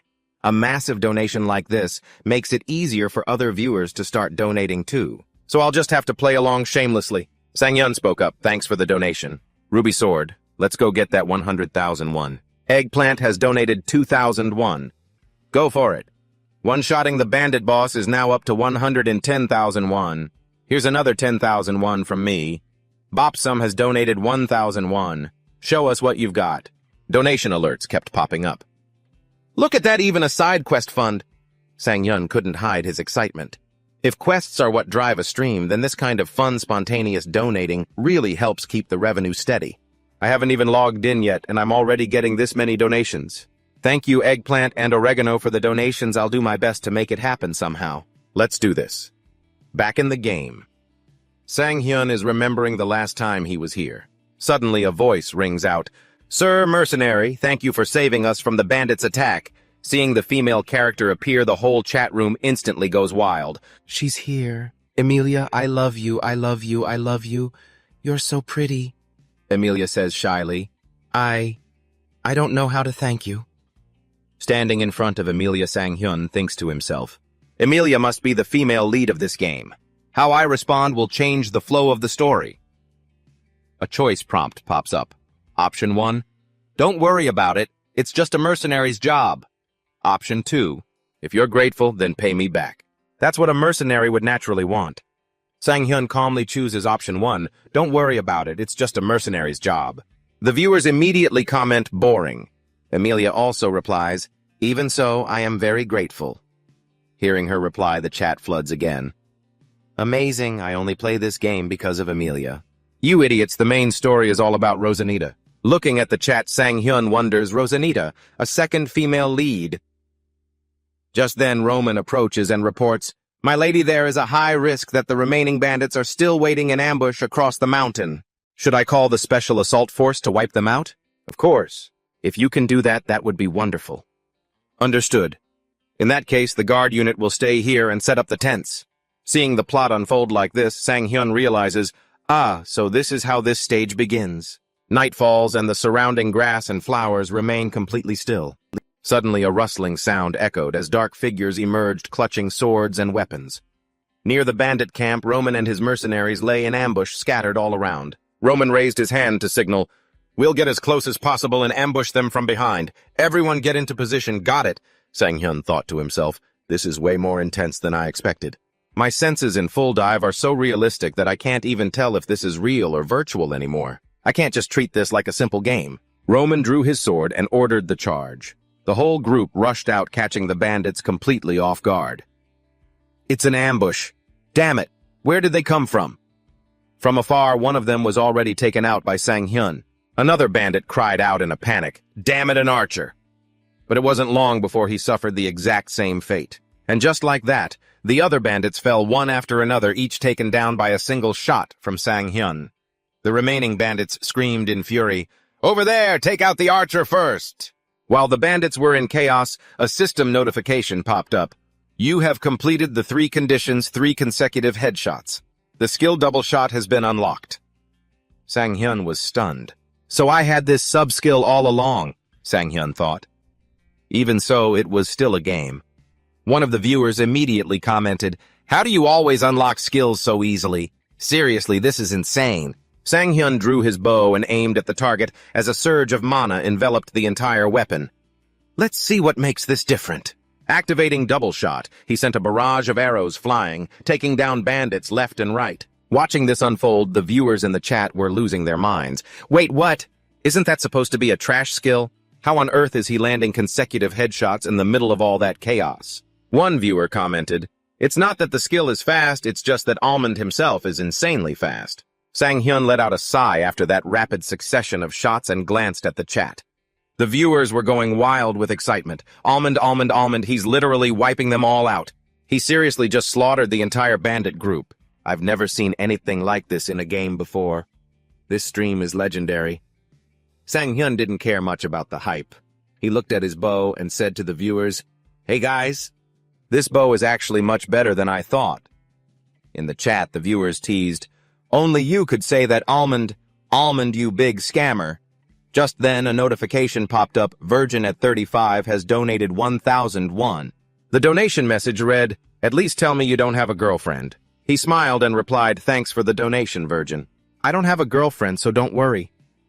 Watching everyone's reactions, Sang-hyun thought to himself, this is actually so much fun. It's not just about the money, the realistic sensation of full dive, and in everyone's reactions and support. It's really addicting. As he was soaking in the joy, Roman walked over, patted his shoulder, and praised him. Almond, you're amazing. At this rate, you could easily become the greatest in the empire. You're overpraising me, sir. Just then, a viewer named Chill Slim donated 5,001 with the message, "Wait, is it over already? What about the boss?" Reading the comment, he finally realized, "Now that you mention it, I just noticed too." Suddenly, a soldier called out, "Captain, I think this is the boss's corpse." A system notification popped up. The bandit leader has been defeated. The viewers in the chat began to panic again. No way. Wait, just one headshot. No way. How could a single headshot take him down? What kind of boss is that weak? At this point, Sang-hyun scratched his head, confused. So does this mean the 100,001 mission failed? But he's already dead. Something isn't right. How could a boss die from a single headshot? The donation sound rang out again. Acorn Jelly donated 100,001.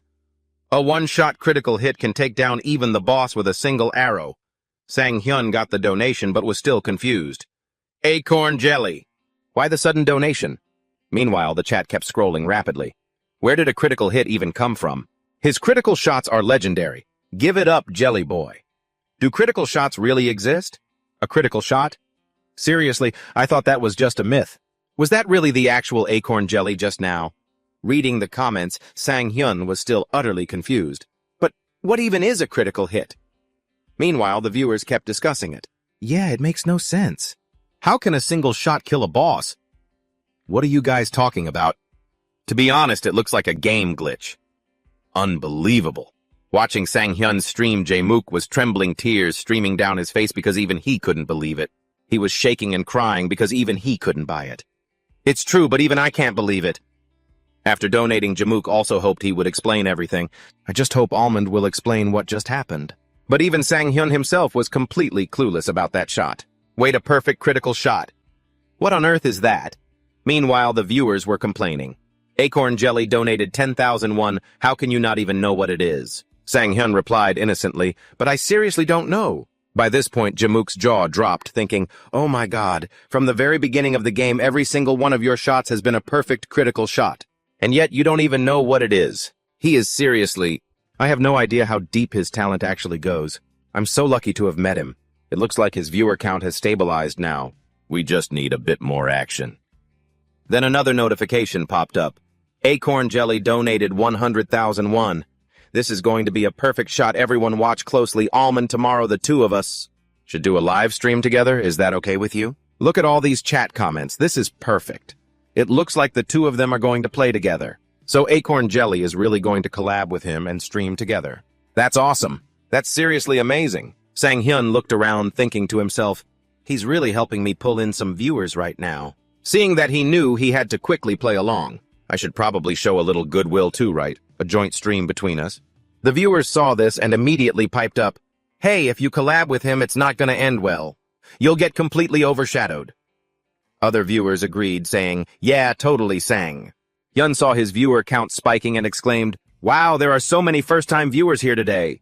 The chat was flying by at lightning speed. So he's actually joining forces with Acorn Jelly. He's totally going to steal the spotlight from Almond. Wait, Acorn Jelly and Almond streaming together, this is going to be wild. Almond, you better show us what you've got. It looks like everyone is really looking forward to this collab stream. Nothing beats moments like this. A notification popped up. Ruby Blade has donated 10,001. If you do well in the collab stream, I'll drop another 10,001. Drenched in sweat, Sang-hyun forced a smile and replied, thank you so much. Of course, I'll be joining the stream with Acorn Jelly. It's going to be great playing with you, Acorn Jelly. Another notification popped up. Acorn Jelly donated 10,001. I'll be waiting. He looked at the chat saying things like, have fun and wait for me, Acorn Jelly. He smiled to himself, relieved. Wow, everyone's reaction is actually pretty positive. I wonder if all of Almond's viewers are going to get snatched up after this. Well, we'll see about that. Sang-hyun quickened his pace. Honestly, I'm pretty excited. He said he'd show everyone a perfect shot during our collab. But that puts a lot of pressure on me, too. A top-tier streamer really is on another level. Just one little move and the whole community goes wild. Meanwhile, the viewers were buzzing. Wait, has he already donated 120,001 to Almond? And is that it? No other reaction? Looks like he logged off already. No wonder it went quiet. Oh man, this is going to be so fun to watch. Don't log off yet, Almond. We're still watching. Sang-hyun drew his bow. I managed to defeat the boss and I even shot down the bird. Alright, those were some pretty good first steps. Now it's time to log off and rest. Thanks for the generous support, Acorn Jelly.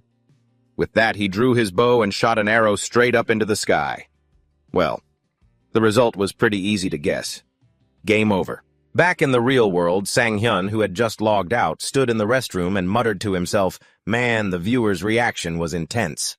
Still logging out right after dying like that should be fine, right? The game just feels way too realistic." Suddenly, Joo-hyuk texted, "Let's meet up tomorrow." Sang-hyun texted back, "But can't we just meet online?" Joo-hyuk immediately shot back, "Don't you remember what you said last time? We agreed to do an in-person interview and then stream together in the game. Only then did Sang-hyun rub his head as it clicked. All right, I completely forgot.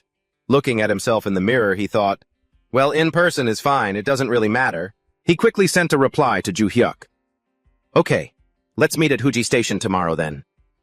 Sang-hyun headed back to his room. All right, let's see how everyone's reacting. The discussion was still going strong. That shot was seriously hilarious. Almond died again. Wait. Acorn Jelly actually showed up today and set up a collab stream with Almond.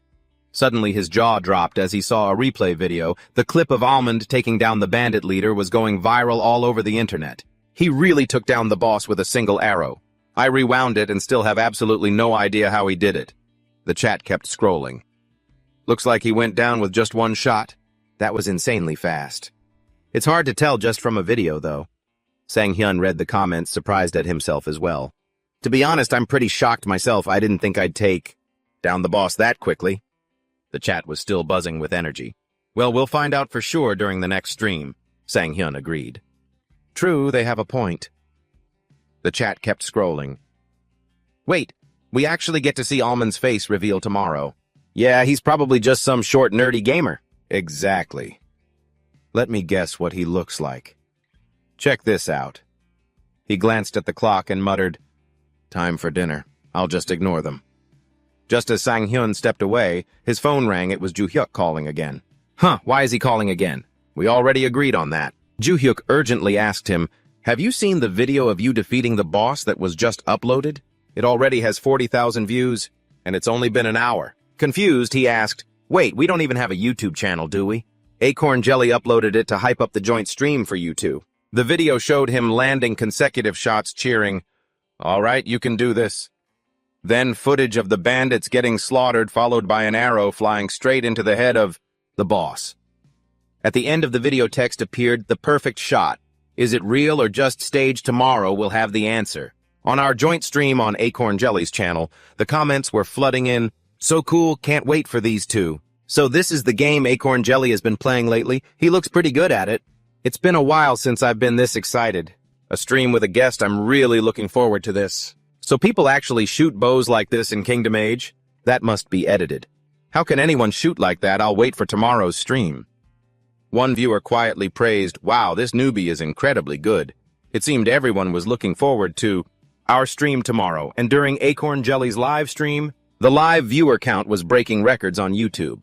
At Acorn Jelly's streaming studio, he reminded him, "Almond, we're going to show them your face today. It'll probably start with around 3,000 to 4,000 viewers, so keep that in mind. So get yourself ready." Almond replied, "All right. Let me go fix my clothes and tidy up a bit first."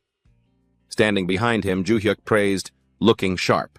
Joo-hyuk walked over to his seat silently, wishing Sang-hyun luck. "Good luck, Sang-hyun." And then the broadcast started. "All right.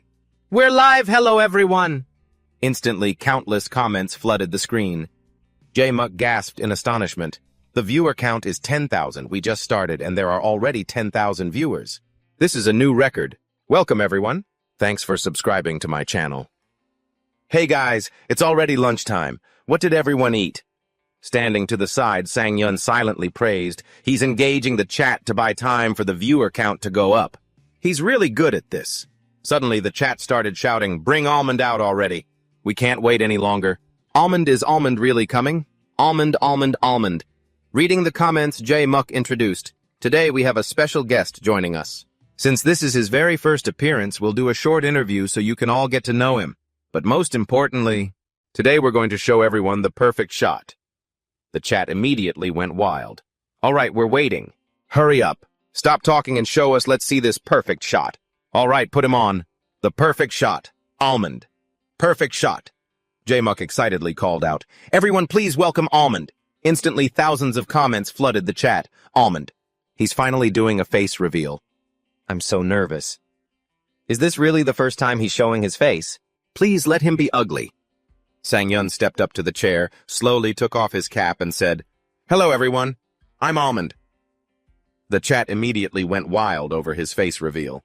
Whoa, this is insane. Donald Enium has donated 1,001. You're way too handsome.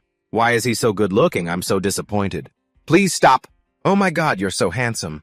Please let me see your handsome face has donated 1,001. Seriously, his face is a national treasure. The worst streamer on earth, Almond, taking advantage of the hype. J-Muck chimed in. So what do you think, isn't he handsome? I was really surprised when I first met him too. The viewers immediately shot back, no way that's real. That's definitely a filter. Did you change your face to look handsome? J-Muck asked for their opinion. Should we do the interview first or just play the game? The viewers started voting, just play the game. Go King, wait, no, I just want to keep staring at his face. The True Investigation team donated 1,001. I want to see the perfect shot. Just start the game already. Is this Acorn Jelly's judgment? Are you seriously bringing in a newbie to carry him? Seeing how excited the viewers were, J-Muck smiled with delight. Now I know everyone is super excited, but we have a guest here. So everyone please mind your manners. The chat was moving so fast that Sang-hyun just stared at it completely dazed. It's moving way too fast, I can't read a single thing. J-Muck turned to Sang-hyun and spoke. All right, I've heard your feedback. Shall we start the game then? Sang-hyun replied yes. At that moment, J-Muck asked, What's your optimization code? Hearing this, Sang-hyun was confused. What's that? J-Muck froze when he heard his question. He quickly explained that it was the code used to optimize his capsule adjusted to synchronize his brainwaves and body. Hearing these strange terms for the first time, Sang-hyun was completely clueless. I have no idea what that is. Is it that important? J-Muck was skeptical. Does he really not know about it? No way! Has he seriously been playing games this whole time without optimizing it? If so, playing must have felt like dragging sandbags around. How is that even possible? At that moment, Ju-hyuk suddenly realized in horror, remembering his conversation with Kang-suk. The important thing is you have to tell your friend. What does that even mean? I don't get it at all. Never mind, I get it. I completely forgot about it. He rushed over to J-Muck and whispered, Hey, Acorn Jelly. Sang-hyun really doesn't know anything about it. I forgot to tell him. J-Muck was shocked upon hearing this right in front of the live stream camera. What? Oh, I see. I get it. Sang-hyun heard them talking but still couldn't understand what the issue was. The viewers were also curious. Is that Almond's manager? Why, just tell us already. I don't want to listen to this whispering. Seriously, what's going on? Is there an issue with the stream? Let us know. He really doesn't know about the optimization code? That's a bit too much. What happened to Almond? Seriously, is that for real? Is this going to be okay? With a helpless face, J-Muck explained, I feel so embarrassed, guys. Almond bought a used capsule and has been playing without knowing anything about this. The viewers were shocked once again. Wait, what? He's an absolute legend. How do you even play without optimization? Wait, is that why he always suddenly logs off? Reading the comments, J-Muck turned to Sang-hyun and asked, Did you really log off like that before? Sang-hyun replied, Ah, yes. That's what I did every time I died. J-Muck was shocked once again. What? Then how did you keep playing after dying? Then Sang-hyun explained it to everyone. The viewers were amazed once again. Seriously, if you die in this game, do you have to start all over? Well, just don't die then. Actually, he's never even died. He just shoots himself in the head. Is that his power button? Hearing the answer, J-Muck was full of admiration. So you really are a genius. Sang-hyun smiled confidently and replied, I think so too. At that moment, J-Muck now had to see Sang-hyun in a whole new light. Oh my god, he's definitely not someone to be underestimated. He's the classic genius type that everyone loves. He's so calm, definitely a pro. Of course, he's a genius, and on top of that, he seems to have experience dealing with people. He's perfect as a streamer. Why am I feeling so excited about this? All right then, let's get your optimization code set up first. Sure, let's do it. Shortly after, Sang-hyun was quickly taken to get his optimization code. Sang-hyun thought to himself, Is it already done? I thought it would take a while, but that was surprisingly fast. On the screen, the system displayed the optimization code Z102.938. Jae-muk asked, "Looks like you're done. How does it feel?" Testing it out. Sang-hyun replied, "It feels great, so this is what virtual reality is like. It almost feels like I don't even have a body." Jae-muk explained, "Of course, because this is our world of consciousness after all. All right, now that that's out of the way, let's go pull off a perfect shot." Jae-muk excitedly suggested while the viewers eagerly egged them on, saying the moment had finally come. "Hurry up, all right, let's go." A notification popped up as Kingdom S booted up, and Sang-hyun started worrying if he should show off his skills here. Once inside the game, Captain Roman spoke up. "I'll explain today's mission. Lady Amelia has handed us a different task." The viewers watched intently, buzzing with excitement. "Oh, are you syncing up with Almond's progress? No way it's actually starting. Let's go wreck this boss." Roman announced to the squad leaders that there was a goblin cave nearby, and the creatures had been terrorizing the local farmers. "We're going to find that cave and wipe them out. It's been a while since we got a quest with a payout this big, so we absolutely must deliver results. Got it?" Sang-hyun and Jae-muk shouted "understood" in unison, and the mercenary band set off. While riding in the carriage, Jae-muk spoke up. "So you need to know exactly when to use the perfect shot." He started breaking it down. "In this damn game, even weak points are categorized by a point system. Just picture a circle on the forehead with smaller circles surrounding the center. The first condition is to hit it dead on, just like in archery." Sang-hyun's eyes widened as he asked, "That really is just like archery. So what's the second condition?" Jae-muk sighed. "The second condition is brutal. You have to nail it on your very first try while meeting that first requirement. You only get one shot." Hearing this, Sang-hyun replied with a completely straight face, "I see. So that's why they call it..." "Why, the perfect shot." Jae-muk stared at Sang-hyun's reaction, thinking to himself, why is he so calm? It's like these rules are nothing to him, as if he can actually pull off a perfect shot whenever he wants. So maybe it really isn't that hard for him. Then out of nowhere, Roman marched over and smacked Jae-muk right on the head. The viewers cracked up, commenting, "Roman's acting up again." Roman barked at him, "What the hell do you think you're doing? We just got here. Don't talk back to me. You want to be sliced in two?" Jae-muk had no idea what he did wrong, but sheepishly muttered, "I'm sorry, sir." His face was incredibly tense as he glared. "Jae-muk, where on earth did you even come from?" But then his face instantly softened into a warm smile as he turned to Sang-hyun. "And Almond, let's do our absolute best on this mission, okay?" With an utterly dejected face, Jae-muk grumbled, "Why am I the only one getting singled out like this?" The viewers got another good laugh. "That is so typical of our Roman. Roman carries the comedy so funny." Right outside the goblin cave, Jae-muk whispered to the camera, "Is everyone ready to witness the perfect shot? Then let's..." Before he could even finish, Roman smacked him again. "If you actually want to help, then shut your trap." The viewers were rolling. "Wait, is this Roman's stream now?" Roman continued. "Almond, you take the lead. Show this rookie how it's done." Sang-hyun complied. "Understood." Jae-muk looked completely defeated. "Seriously? Why does this always happen to me?" Crouching in a bush from a distance, Sang-hyun held his bow and thought, "Now that my character has been optimized, moving around feels so much easier. That awkward lag is completely gone." Sang-hyun murmured, "All right then." Meanwhile, Jae-muk watched closely from the bushes, thinking, is he really going to shoot from that posture? Even if it looks impossible, if it's Almond, he'll definitely make it happen. And with a precise shot, the first goblin went down instantly. Witnessing this, Jae-muk was stunned and the chat went wild. Seeing it live, that shot was on a whole different level. Sang-hyun drew his second arrow, taking down the second and third goblins in rapid succession. Watching him eliminate the enemies so effortlessly, Jae-muk was completely awestruck. Incredible! He's gotten even better. He's even adjusting his shots to muffle the sound, perfectly matching the ambush. He's the real deal. Beyond his insane physical talent, his quiet confidence and presence make him stand out completely, like he was born to be under the spotlight. He's the absolute star of this show. In front of the cave, goblins lay scattered everywhere, their heads pinned with arrows. A system notification popped up. "You have defeated all normal goblins." A curious viewer asked in the comments, "Are we even going the right way?" Roman turned back to look at him, smiling warmly. "Great job, Almond. All right, let's move out." Everyone else chimed in with praises. "I seriously can't believe this. This was supposed to be a stage where the entire mercenary group had to work together to defeat the monsters, but he wiped them all out by himself." Another viewer in the chat commented in awe, "Man, this place should have been covered in human blood by now." Meanwhile, Sang-hyun, absolutely beaming from the compliments, cheered out loud. "You guys all saw that, right?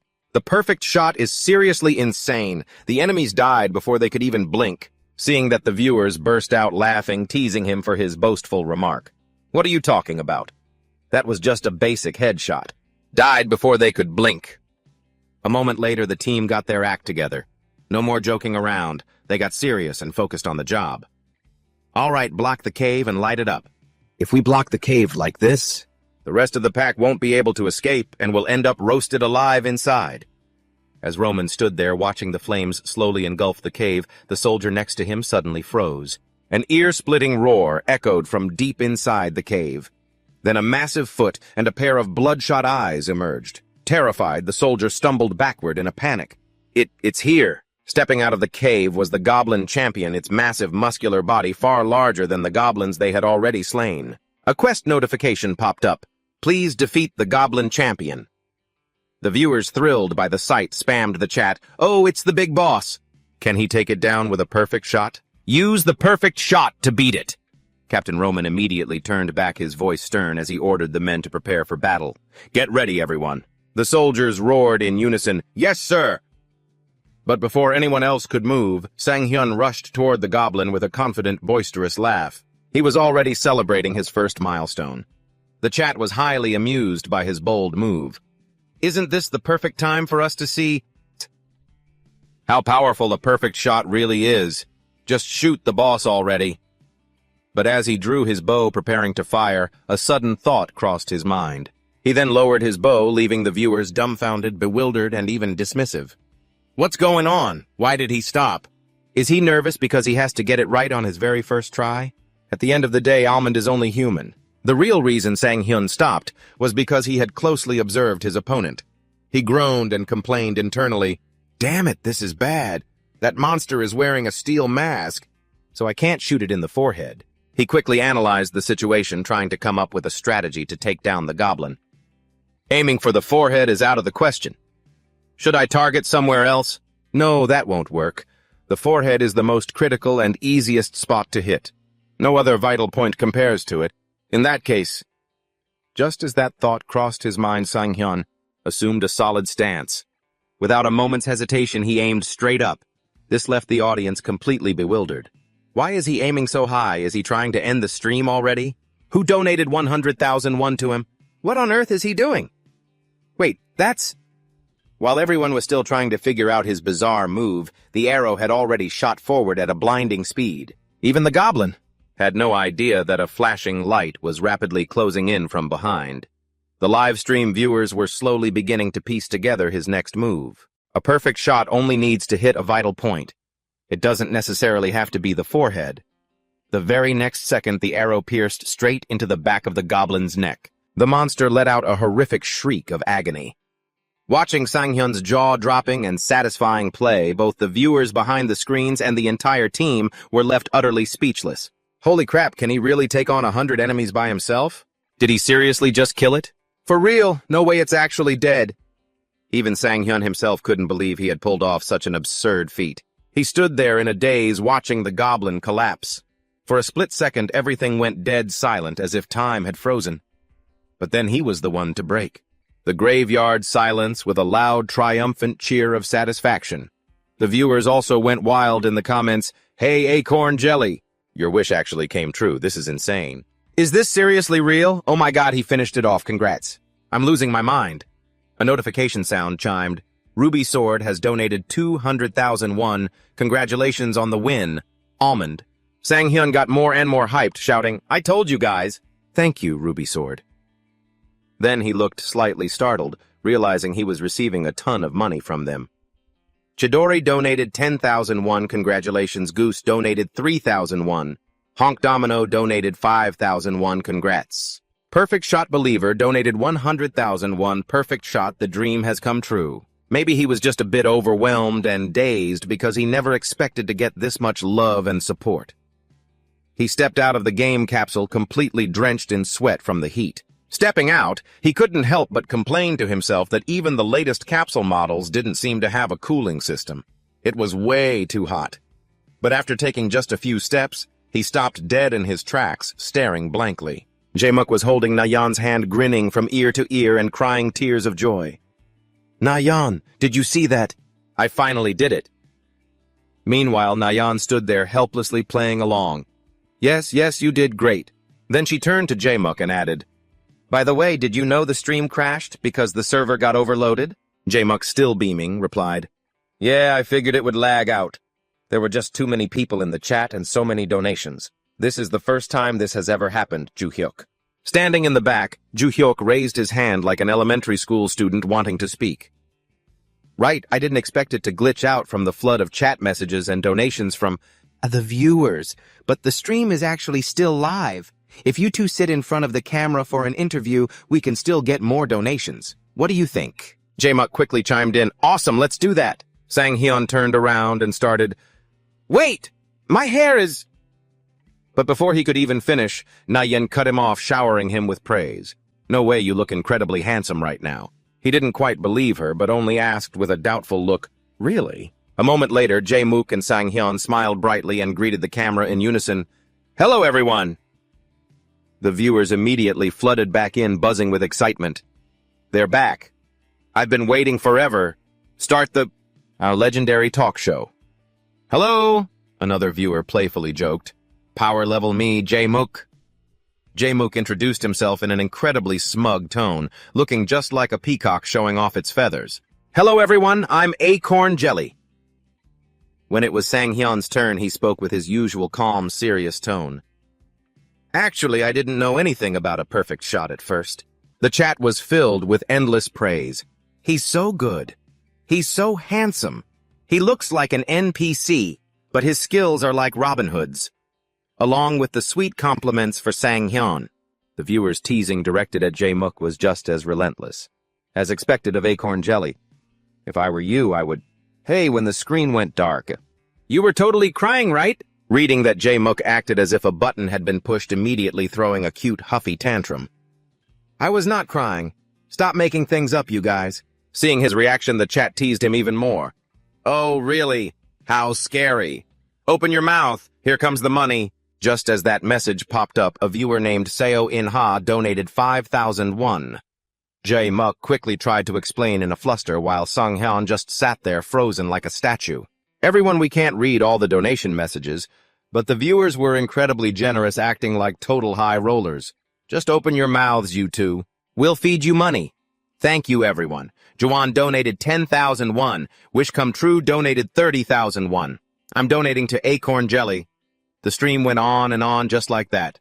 While Jae-muk chatted away warmly and cheerfully, Sang-hyun sat beside him as quiet and still as a statue. "Thank you, Doran Seo In-ha marinated crab Juwon and Wish Come True." Despite his silence, Sang-hyun's heart was beating like a drum. "Over 40 people have already donated. Just how much money did we make?" Everyone in the room froze in shock. Even he became completely bewildered. Seo Ji-ah has donated 1 million won. Seo Ji-ah just donated 1 million won? Even Ju-hyuk shouted in pure shock, 1 million won? The viewers were also astounded. That is an insane amount of money. This is crazy. Meanwhile, Jae-muk could no longer control himself. He jumped to his feet in excitement and shouted, "This is the first time I've ever seen this, oh my God!" But a second later, his face fell and he slumped back, looking completely drained. The message says, "Almond, you are so handsome, please keep up the good work." Yep, that's what it says. But he still had to speak up and acknowledge the truth. Of course. The notification rang out once again, exactly like the last one. Seo Ji-ah has donated 100,000 won. Almond, you are so handsome, please keep up the good work. This drove Jae-muk absolutely crazy, and he screamed, "Are you serious? She donated to you twice. Is her family just made of money?" Meanwhile, he simply bowed deeply in gratitude. "Thank you so much, Seo." Ji-ah. The chat exploded again like a flowing river. Everyone was donating to Almond. It's all for Almond. Almond is the real deal. This is no joke. Please keep up the good work. He's so handsome. This is hilarious. Jae-muk was utterly helpless, crying silent tears in his heart before speaking up with a pitiful voice. "All right, let's wrap it up. Let's start the interview now." He cleared his throat and said, I've compiled a list of questions based on the poll results from my channel. On the screen, the questions displayed were completely baffling. Questions like, what is your skincare routine? What lip tint do you use? Do you have a girlfriend?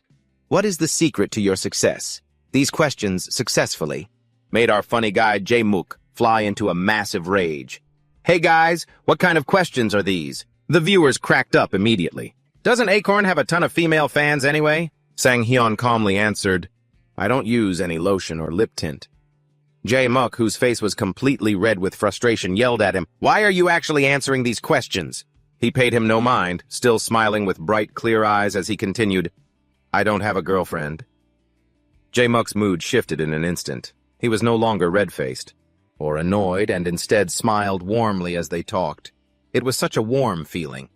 Perhaps this was the true charm of live streaming. But playing games while streaming was even better. By the end of the day, someone outside called out, Thank you for your hard work, everyone.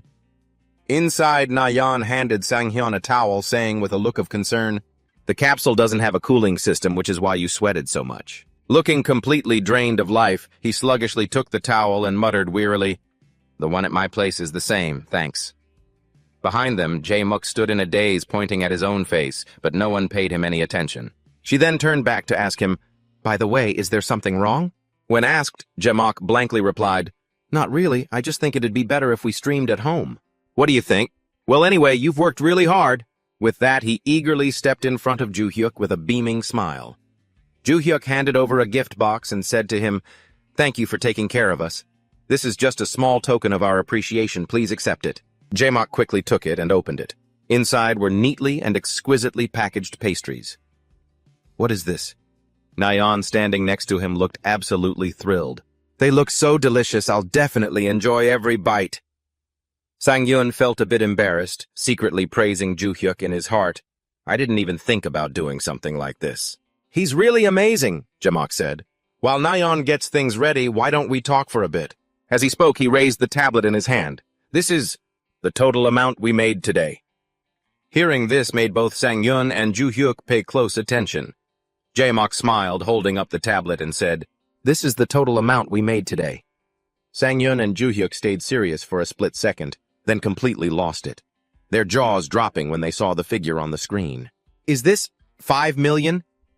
Sang-hyun was stunned and asked J-Mook in disbelief, Do you always make this much? J-Mook looked a bit embarrassed himself. No, actually, this is the first time I've ever made this much. Nayeon brought over some drinks and said with a smile, So if we split this exactly in half, it'll be almost 3 million. Hearing that, both of their eyes, Sang-hyun and Joo-hyuk's immediately lit up. Joo-hyuk bowed deeply, even pushing Sang-hyun's head down with him, and sincerely said to the two opposite them, Thank you so much. J-Mook quickly waved his hands, stammering, No, please, I'm the one who should be thanking you. Honestly, even 500,000 won is considered hitting the jackpot for a collab stream. Joo-hyuk sharply picked up on this. So donations aren't the main source of income. With that thought, he immediately asked J-Mook, Could I ask how you generate your income? J-Mook wasn't bothered by the question at all. He happily replied, Of course, if we look at ads as the main source of income, the ad revenue from Chibi is directly tied to the number of viewers. It's kind of like a basic salary. On top of that, and have also brought in third-party advertisers. That's the manager's job. Nayeon added, worrying he might find it hard to understand. It's basically like game promotions or sponsorships. For example, things like outfits, streaming gear, and gaming capsules. Even this outfit J-Mook is wearing right now is sponsored. Joo-hyuk was enlightened, his eyes widening. So it's similar to celebrities then, Nayeon gently added. Exactly. For those with good looks. About 90% of their income or even more comes from donations. But because this guy looks like this, she pointed at J-Mook again, he has no choice but to earn money like a traditional celebrity. Hearing himself being roasted, he quickly blushed and protested, Hey, what's wrong with the way I look? Besides, in this industry, being funny and having decent looks is already the biggest advantage. Nayeon teased him even more. Oh, so funny. I'm laughing so hard. Watching them, Joo-hyuk could only sigh and pinch the bridge of his nose while Sang-hyun sat there like an innocent child, completely oblivious to what was happening, blankly sipping his drink. After a moment, Nayeon spoke up a bit shyly. Sang-hyun, this is just my personal opinion, but I think you could actually become really famous, like a star. Jamak, sitting next to her, looked incredibly sulky, his face darkening as he grumbled, "Why does that sound completely different from what you just said to me?" Sang-yun put down his glass and replied softly, "Thank you, but I really want to be a game streamer." Nayeon wasn't surprised by his answer and smiled. "Of course, I'm just suggesting a way to make some extra income." Jamak chipped in as well. Along with game streaming, expanding into other activities is also really important, just like the streamer Shogi Ramion, who used to be a webtoon artist. Alongside streaming games as his main content, he also participates in entertainment, like appearing in mainstream media, as a celebrity, for example. For reference for people like that, YouTube is their main source of income.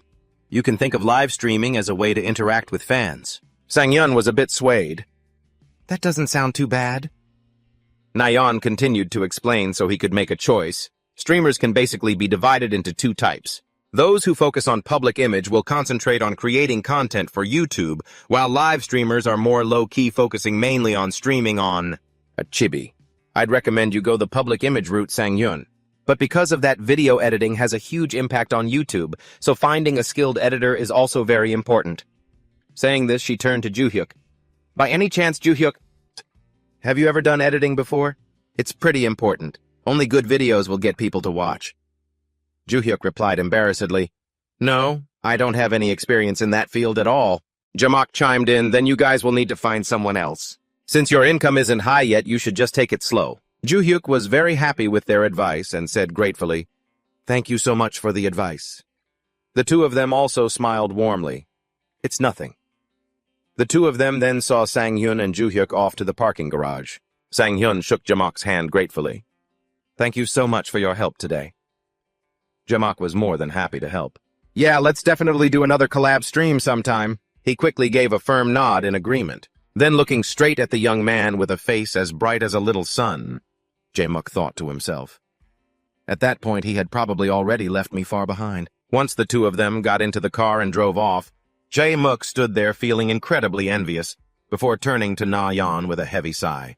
"But what can we do? His talent is simply out of reach." Na-yeon had no idea what he was muttering about and asked, "What's with you all of a sudden? It's freezing out here, let's go inside." The scene shifts to Sang-hyun's neighborhood. Getting out of the car, he sincerely says to Joo-hyuk, "Thanks for the ride, Joo-hyuk." Joo-hyuk replies, "No problem," as Sang-hyun turns to head home, but he has to turn back when Joo-hyuk calls out to him. "Hey, Sang-hyun, you still seem pretty worried about YouTube and streaming, huh? Don't rush it. From what I've seen, you're incredibly talented, so no matter what you do, you're bound to succeed." To hear such heartwarming words at the end of the day, it instantly brightens Sang-hyun's mood. He smiles at Joo-hyuk and says, "Thanks, man." As he walks back home, he murmurs, "The weather's getting chilly. Once winter comes, these steps will be completely frozen over." And then he remembers his grandmother. She used to walk right beside him on these very steps. But now he's all alone. He recalls the time he insisted on carrying the groceries for her, helping her up. "Let me carry those bags, Grandma. It's slippery, so please be careful." But his grandmother, always caring more about her grandson, had replied, "Oh, I'm fine." A wave of sadness washes over him as he speaks, but anyone watching would know he isn't just talking to himself. He's sharing his day with his grandmother. "I used to worry so much about you slipping and falling. Grandma, I made about 2.7 million won today. Joo-hyuk didn't even take a single one for helping me out. The money is great, but honestly, it was just really fun. I'm thinking about keeping this up." He pauses, staring quietly at his clenched right hand before slowly continuing, "And my right hand didn't shake at all. It was completely steady." Memories of the past flashed through his mind. The car crash remained a horrific trauma, not just for him, but for his grandmother, too. He could still picture her eyes, so wrinkled, as she secretly cried all by herself. That was why his right arm was more than just a painful memory. It was a hateful curse, the very thing that had brought her so much sorrow. Yet at the same time, it was the one thing that had been with him through everything. His right arm had always been a dark, frustrating shadow clinging to him ever since that day. But now with this very hand, he could finally draw a bow again. Sang-hyun looks up, taking a deep breath, and forces a smile as he speaks. "Isn't it amazing, Grandma? You'd probably faint from joy if you saw me now. If only you could see me. And right now there are so many good people around helping me out. It almost feels like you sent them down to me yourself, Grandma." For some reason, the walk home tonight feels longer than usual. As he continues down the path, he thinks, I don't even know how to repay them, but I'll do my absolute best. But is it already too late? A tear suddenly trickles down his cheek. He remembers the times his grandmother would playfully smack and scold him. You wouldn't want me to say it's too late, right?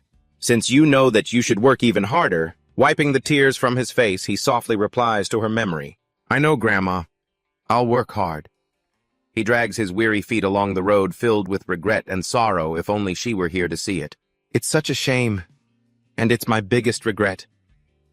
Meanwhile, viewers and fans who watched Sang-hyun and Acorn Jelly's live stream are posting absolutely wild, hyped-up comments. If you missed Acorn Jelly's stream today, you literally missed out on half your life. And who on earth is almond people who don't know him are missing out on their entire lives? Are they living under a rock or something? A genuine perfect shot actually happened. The boss literally got taken down in just one shot. And that was against the undefeated Goblin King. Is Almond the savior of Kingdom C? Just watch that insane video Acorn Jelly uploaded and pretend it's a teaser trailer. This is insane. Can you really pull off something like that in this game? I'm logging off and getting a refund within 2 hours. This talent gap is just ridiculous. Seeing all these comments with his own eyes, his spirit, Shaemuk goes from slightly panicked to incredibly excited as if he's struck gold. As expected, the reaction is wild. Is this the first time a Kingdom S post has made it into the top 10 on the community boards, sitting nearby and working?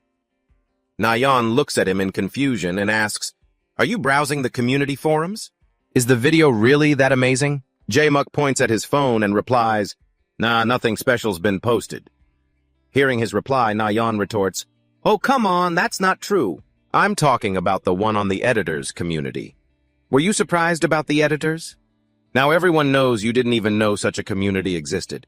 Let me send you the link so you can check it out. As soon as he opened the link, Seojia sent Sang-hyun's eyes widened in shock and cold sweat began to break out on his face. It was as if heaven itself was lending him a hand. At this moment, Sang-hyun, who had just finished showering, stood in front of the mirror drying his wet hair. Let's organize what needs to be done based on what we heard yesterday. MyTube live streaming has two main revenue models, viewer donations and ad revenue, which is directly proportional to the number of viewers. This is the main concern of streamers. In another live stream, Jaemuk told everyone that if they received advice, they should show their appreciation through donations. It's just give and take, honestly. And speaking of video editors, during another person's live stream, they also talked about whether everyone knows how to choose headphones when buying a PC. Getting a lot of ads and sponsorships is what people mainly focus on MyTube. Recalling that Sang-hyun thought to himself, among those, the one that suits me best. This is probably the so-called celebrity style on MyTube. Joo-hyuk had said something similar before. At that time, Joo-hyuk said, I think both of them are right. You're definitely not like Acorn Jelly. You're more like Onramen. Then he remembered Joo-hyuk. Joo-hyuk was so hyped up he was even aiming for CFs. At that time, he could only stand by helplessly thinking, slow down, just slow down. Then he thought, but Onramen's streaming style is completely opposite to mine. What Joo-hyuk was referring to must be his revenue model, stable revenue from ads and sponsorships. Then, as if waking up, he screamed in his mind, I need to find an editor fast. Sitting in front of his computer screen, he muttered blankly, the revenue is stable, but I need a skilled editor. Should I search for talent through popular game videos? Looking at his computer screen, he saw a post titled, A Compilation of the Legendary Archer of Kingdom. Age. He murmured absent-mindedly, I can't believe this is trending. I'm so lucky. He gasped in utter shock as he realized the protagonist of the post was himself. Wait, is this me? Reading the author's name made him even more dazed, because the person's name was CEO_Gia. He sat in silence, recalling, Wait, isn't CEO_Gia the one who donated 1 million won last time? Inside the post was a video with audio and visuals of Sang-hyun playing the game during the mission to eliminate the bandits. At that moment, Roman spoke up, My lady, there is a high risk of bandits roaming this entire mountain region. Should we send a special strike force to subdue them? Following that was a scene of horseback riding and intense sword fighting, causing Sang-hyun, who was watching, to jump up in surprise, unable to believe his eyes. The background music, the color grading, and they even weaved a story into it. This is just like a real movie. He couldn't believe that repetitive battles could be presented in such a thrilling way, making even him amazed by his own gameplay. Is that really me? His jaw dropped in delight as he stared at his cool self on the computer screen. Reading the comments made his joy multiply even further. Honestly, no one can play like this guy. Seriously, it's just a waste of money. Needless to say, if you log in and lose just once, you'll quit immediately. Anyway, the video quality is absolutely insane. The original gameplay was already amazing, but this video took it to a whole new level. He was incredibly thrilled, thinking, all the comments are positive. I should contact Ju Hyuk right away. Then, as he picked up his phone to call Ju Hyuk, he saw a message from him containing the link to the post. Along with this text, I found an amazing person. I'm going to contact them directly through the comments, okay? He gasped in surprise. What? He's watching it too. Sang-hyun immediately texted Ju Hyuk back, wait, but what about the money? We don't have a stable income yet. I haven't even paid you back yet. Ju Hyuk, on the other hand, ignored his panic and replied calmly, don't worry about it. This is a manager's job, so I'll handle it. You just focus on the game. We have to strike while the iron is hot. He was deeply amazed by Ju Hyuk's message, then took a deep breath to refresh his mind, reminding himself, since I have such a reliable manager, it would be so disrespectful if I didn't focus on the game. All right, then. Saying this, he stood up, stretched his limbs, and sat in his gaming capsule, thinking to himself, I'm confident in my archery, but physically I don't stand out compared to other streamers. If I want to keep streaming based on skill, I need to train to learn how to aim, develop my spatial awareness, improve my reflexes, and enhance my dynamic vision. Training is essential. A notification popped up. Please select training difficulty. He paused for a moment. Difficulty. Let's go with the highest level. After a long while, he stepped out, let out a sigh of relief, and headed to the fridge for some food. It took 3 hours to finish. I'm starving, and it's time to start the stream. Sang-hyun poured some dried food out and muttered, no other choice, guess I'll just have a quick snack. Eating, he thought. Besides, it's almost time to check the reactions to the collaboration. And the YouTube video, right? What will the first live results be like? Suddenly, I'm a bit nervous. The notification showed that the live stream would start in 5 seconds. Cut to another location where a man was sighing deeply. Resting his head on his desk, he groaned, did I really make this fantasy game for absolutely nothing? Outside at the country's largest domestic game publisher, the man who was working just now thought, I knew this genre wouldn't be very successful. Commercially, but to think sales would be this abysmal. That man felt like crying right now, but things would get better, wouldn't they? The reviews from the critics were so positive. Resting his forehead in his hand, his eyes were heavy, as if he hadn't slept for days. If we host an event to attract new players, would it make any difference? No way. Only in my dreams would they promote a flop of a game like this. If only a star player would just fall from the sky. He sighed again, looking up with a sorrowful expression. What am I saying? This isn't even an esports game. Where on earth would a star player come from? How do I revive this flop of a game? Tired of sighing, he browsed the web for recent gaming news and a video caught his eye. It was a trending video by Sang-hyun. Intrigued, he clicked on it. What kind of video is this? After watching it, the man couldn't help but marvel. The quality is amazing and the editing is solid, but his gameplay, his skills are what's truly mind-blowing. Is there really a streamer like this? Oh my god, this account was only made a few days ago, a rookie. He was stunned to find out Sang-hyun was a complete rookie in the gaming stream scene. He sat there in silence thinking, it's not just his skills, he actually has a talent for broadcasting too. He read the comments praising Almond. That headshot was literally out of this world. A reaction worth 100,000 won from a stream clip. Almond's stream ended. When is Almond's next broadcast? Turn on notifications for him. After praising him once more, it felt as if a wild beast was waking up and roaring furiously inside him. And he's really handsome too. This is definitely it. He jumped to his feet in excitement. He's a rookie, so his rating won't be high, but if we give him a proper push... He immediately clicked follow on Sang-hyun's account. Afterward, he grew even more thrilled, as if he had just been injected with adrenaline. When a notification popped up right after that Sang-hyun had started broadcasting, he was overjoyed, feeling incredibly lucky. I just followed him. And the stream notification went off instantly. Talk about perfect timing. I need to see his gameplay with my own eyes. Without a moment's hesitation, he clicked on the live stream and froze when he saw the viewer count of over 1,000 on Sang-hyun's channel, which was rapidly climbing. staring blankly like he'd lost everything he thought in a daze. Was his viewer count always this high? The monitor showed over 1,000 viewers. Sitting in front of the screen, Joo-hyuk was so shocked, he just sat there blankly. Are there really this many viewers right now? Right when the stream started, thousands tuned in and it wasn't stopping. Perfect camera angles, great editing. Either way, once you break through the wall of 1,000 live viewers, you can become a full-time streamer. Kim Joo-hyuk was so thrilled he jumped up, but suddenly the surroundings went pitch black and digital text appeared asking a question. What's going on? Then another line of text popped up complaining and cursing. We're live, you idiot, followed by a flood of other chat messages appearing all at once. The chat was pure chaos. If the people behind those messages could meet face to face, they'd probably be at each other's throats. Yoo Sang-hyun thought of his two friends, Nadeon and Dojimuk. They managed everything so well even when the viewer count hit over 50,000. They were absolute pros at this. Yoo Sang-hyun sighed, but now he was completely on his own. But it's fine, I'll do great. After taking a deep breath, he cheered up, pumped himself up, and turned on the mic to welcome his viewers. An energetic voice rang out. A warm welcome from the start. Thank you, everyone. After the opening greeting, Yoo Sang-hyun introduced today's stream topic. Good evening, everyone. Tonight we'll be continuing with Kingdom. The chat immediately started demanding a face cam, complaining, a main stream with no face cam. The messages, kept repeating the same demand for a face reveal, flustering Yoo Sang-hyun.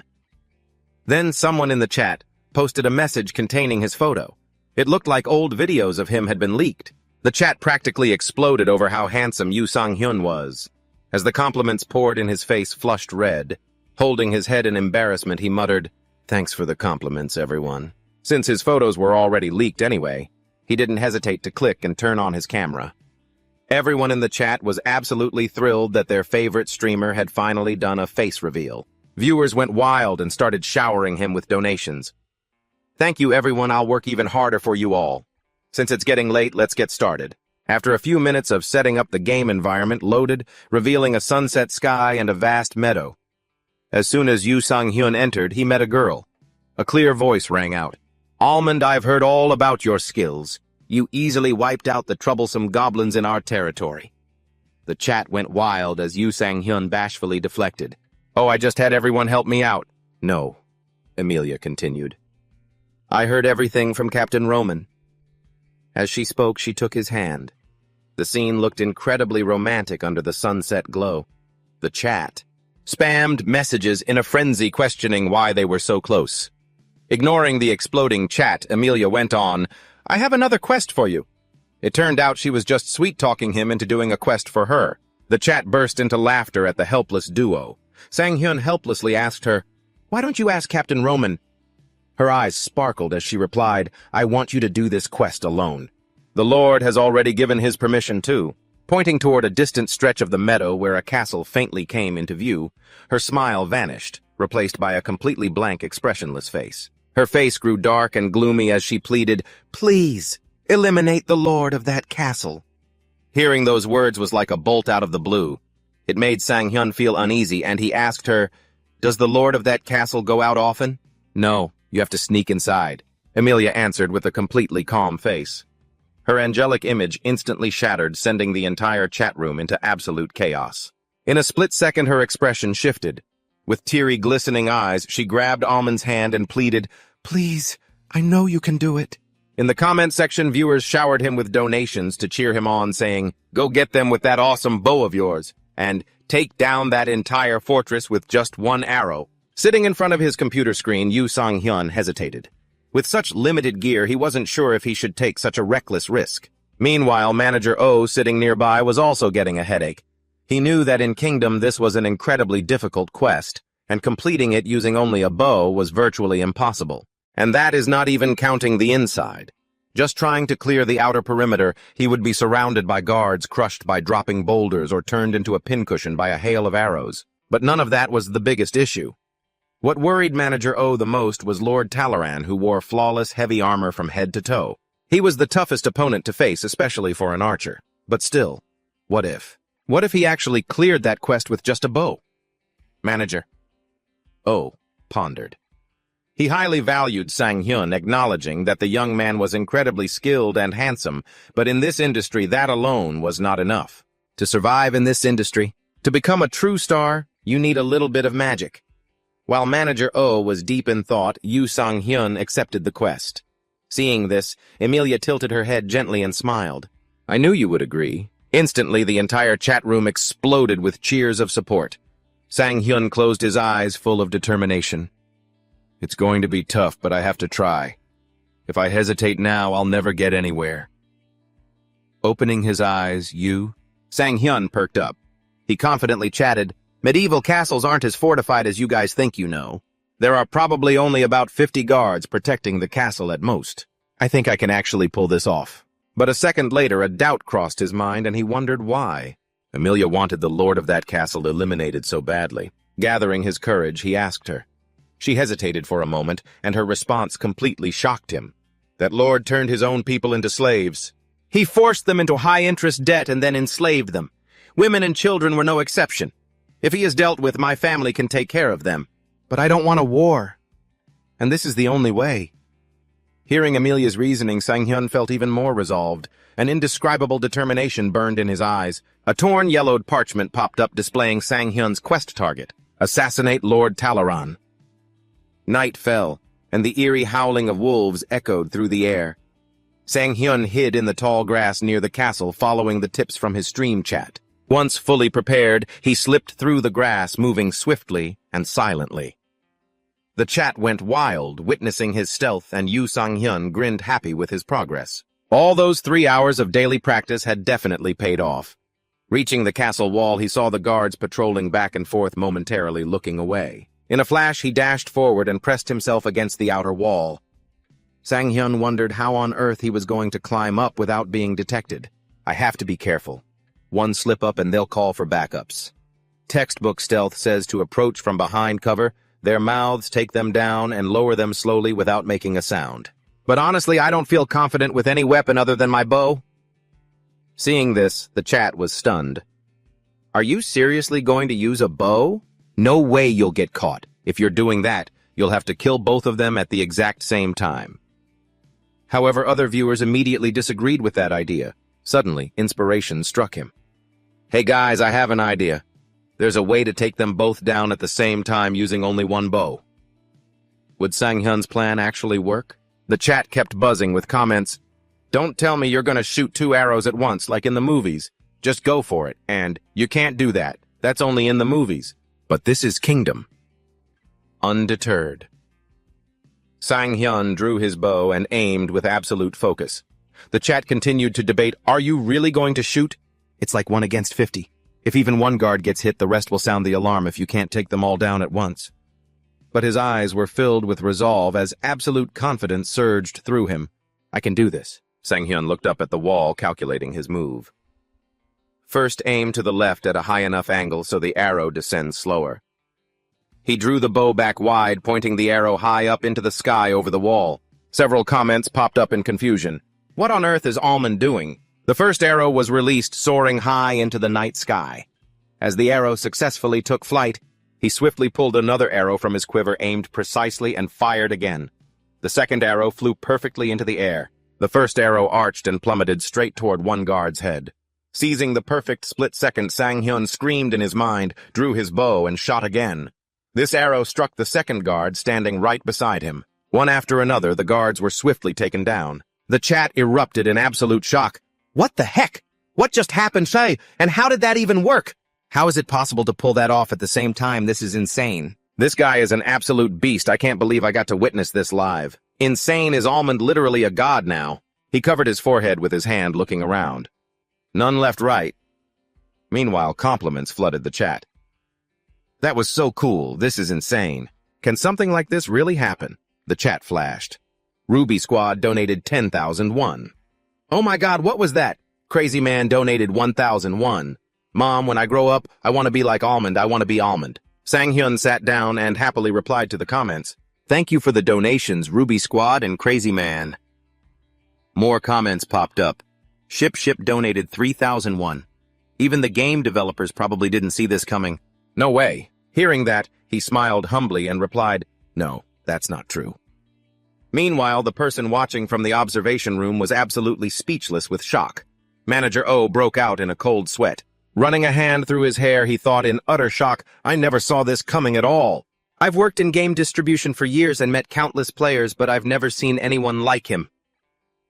Then he quickly reached for the phone on his desk. He called Director Mao and instructed him. Director Mao set up a meeting for tomorrow. I'll text you the details of a streamer. We must recruit him at all costs. In the game at the deserted and lifeless fortress wall with the wind howling, a hand struggled to climb up. Sang-hyun was exhausted. Struggling to climb up, he leaned against the wall and groaned, Damn it, this is way too hard. Aside from the archery, the rest of this game is absolute garbage. Around him were 2 eliminated soldiers. The comments started chiming in again. But that's the hardest part. The fact that he made it over the wall is already impressive enough. Normally, people have to try 2 or 3 times. Really? You practiced this beforehand, didn't you? Wiping away his sweat, Sang-hyun chuckled to himself, thinking, well, I actually did practice beforehand. And on the highest difficulty, too. I ran through this section countless times. Repetitive practice is basic for athletes after all. Then he spoke out loud to himself. First, I've got to clean up these bodies. When he suddenly noticed something. Not far away, a guard was approaching.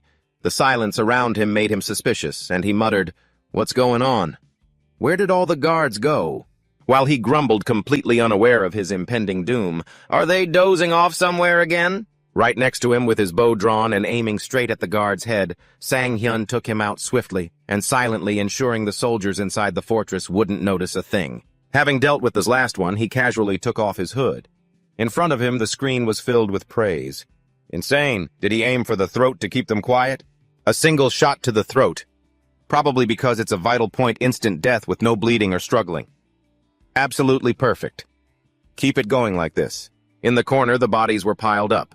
Next to them, a comment marveled, just piling up the bodies like that. This mission seems way too easy for Almond. He's just breezing through it now. But there will be way more enemies inside, so it's bound to get harder.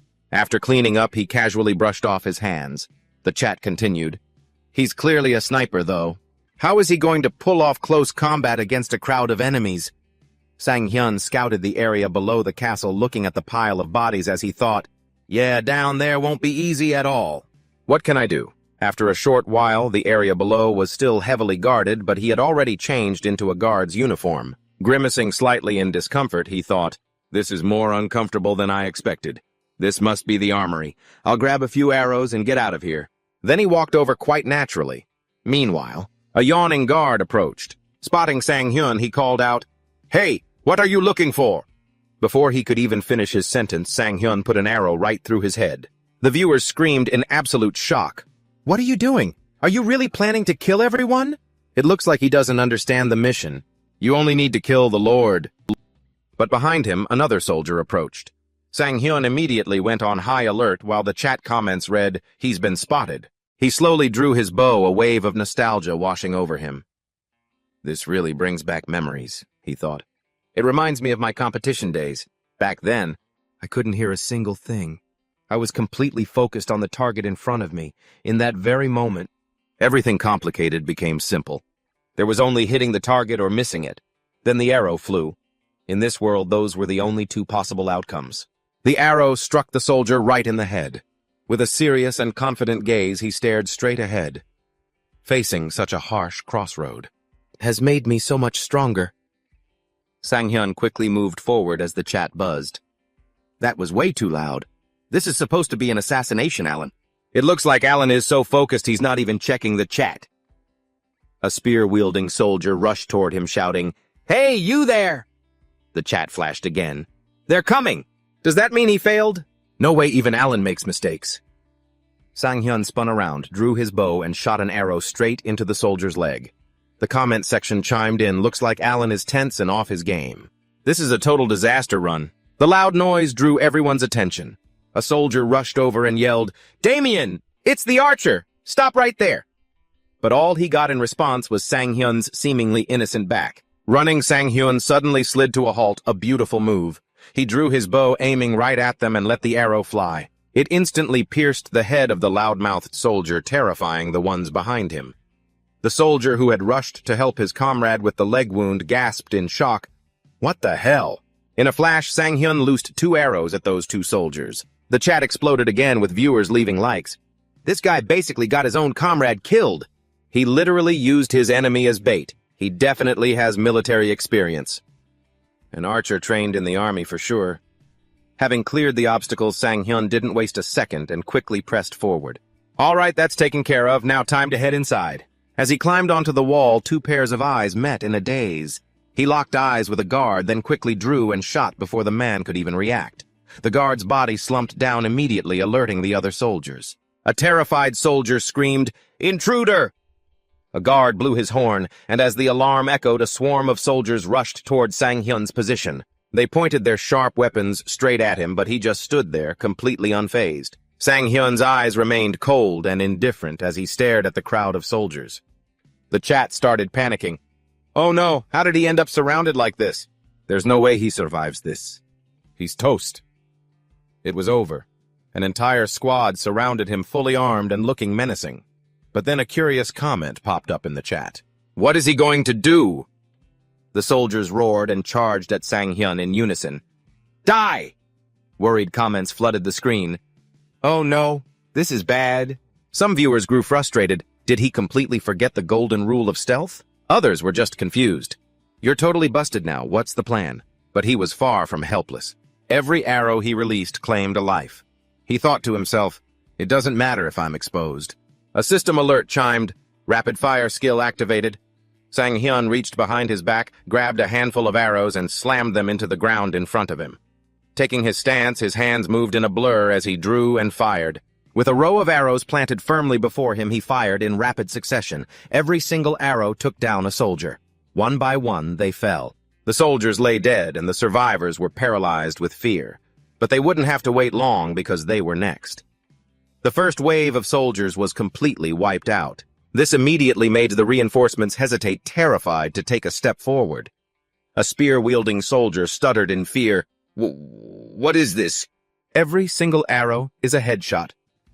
Looking down at the corpses of his comrades, he trembled and whispered, "He's a monster." He then shrieked in absolute terror, "He's a monster! Run for your lives!"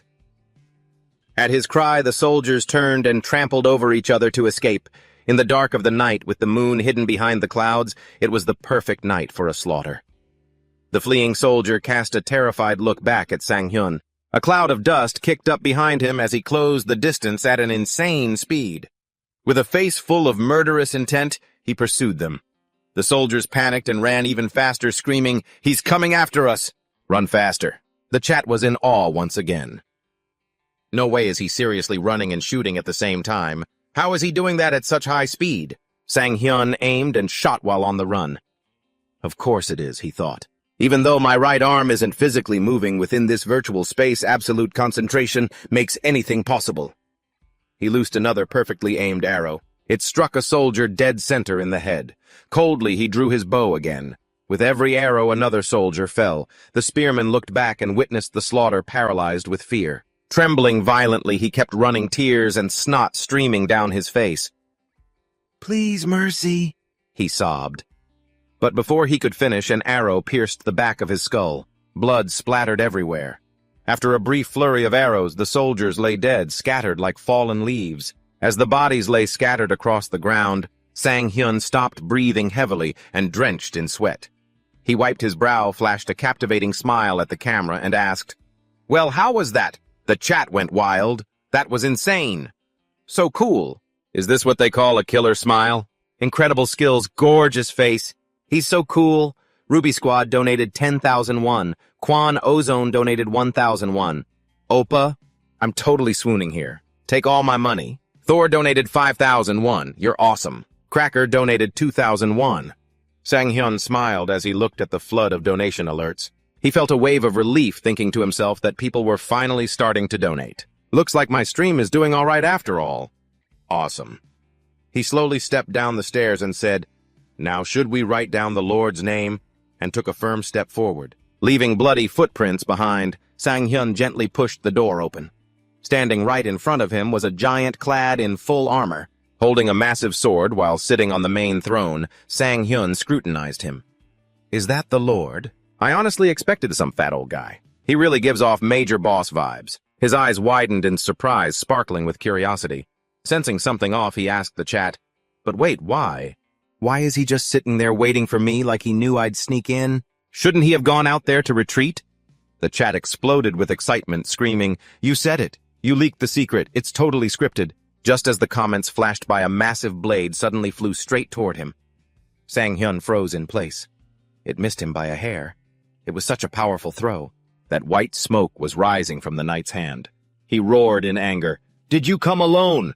Sang-hyun quickly composed himself, drawing his bow as he got ready to fight. To throw a greatsword that easily, he's incredibly strong.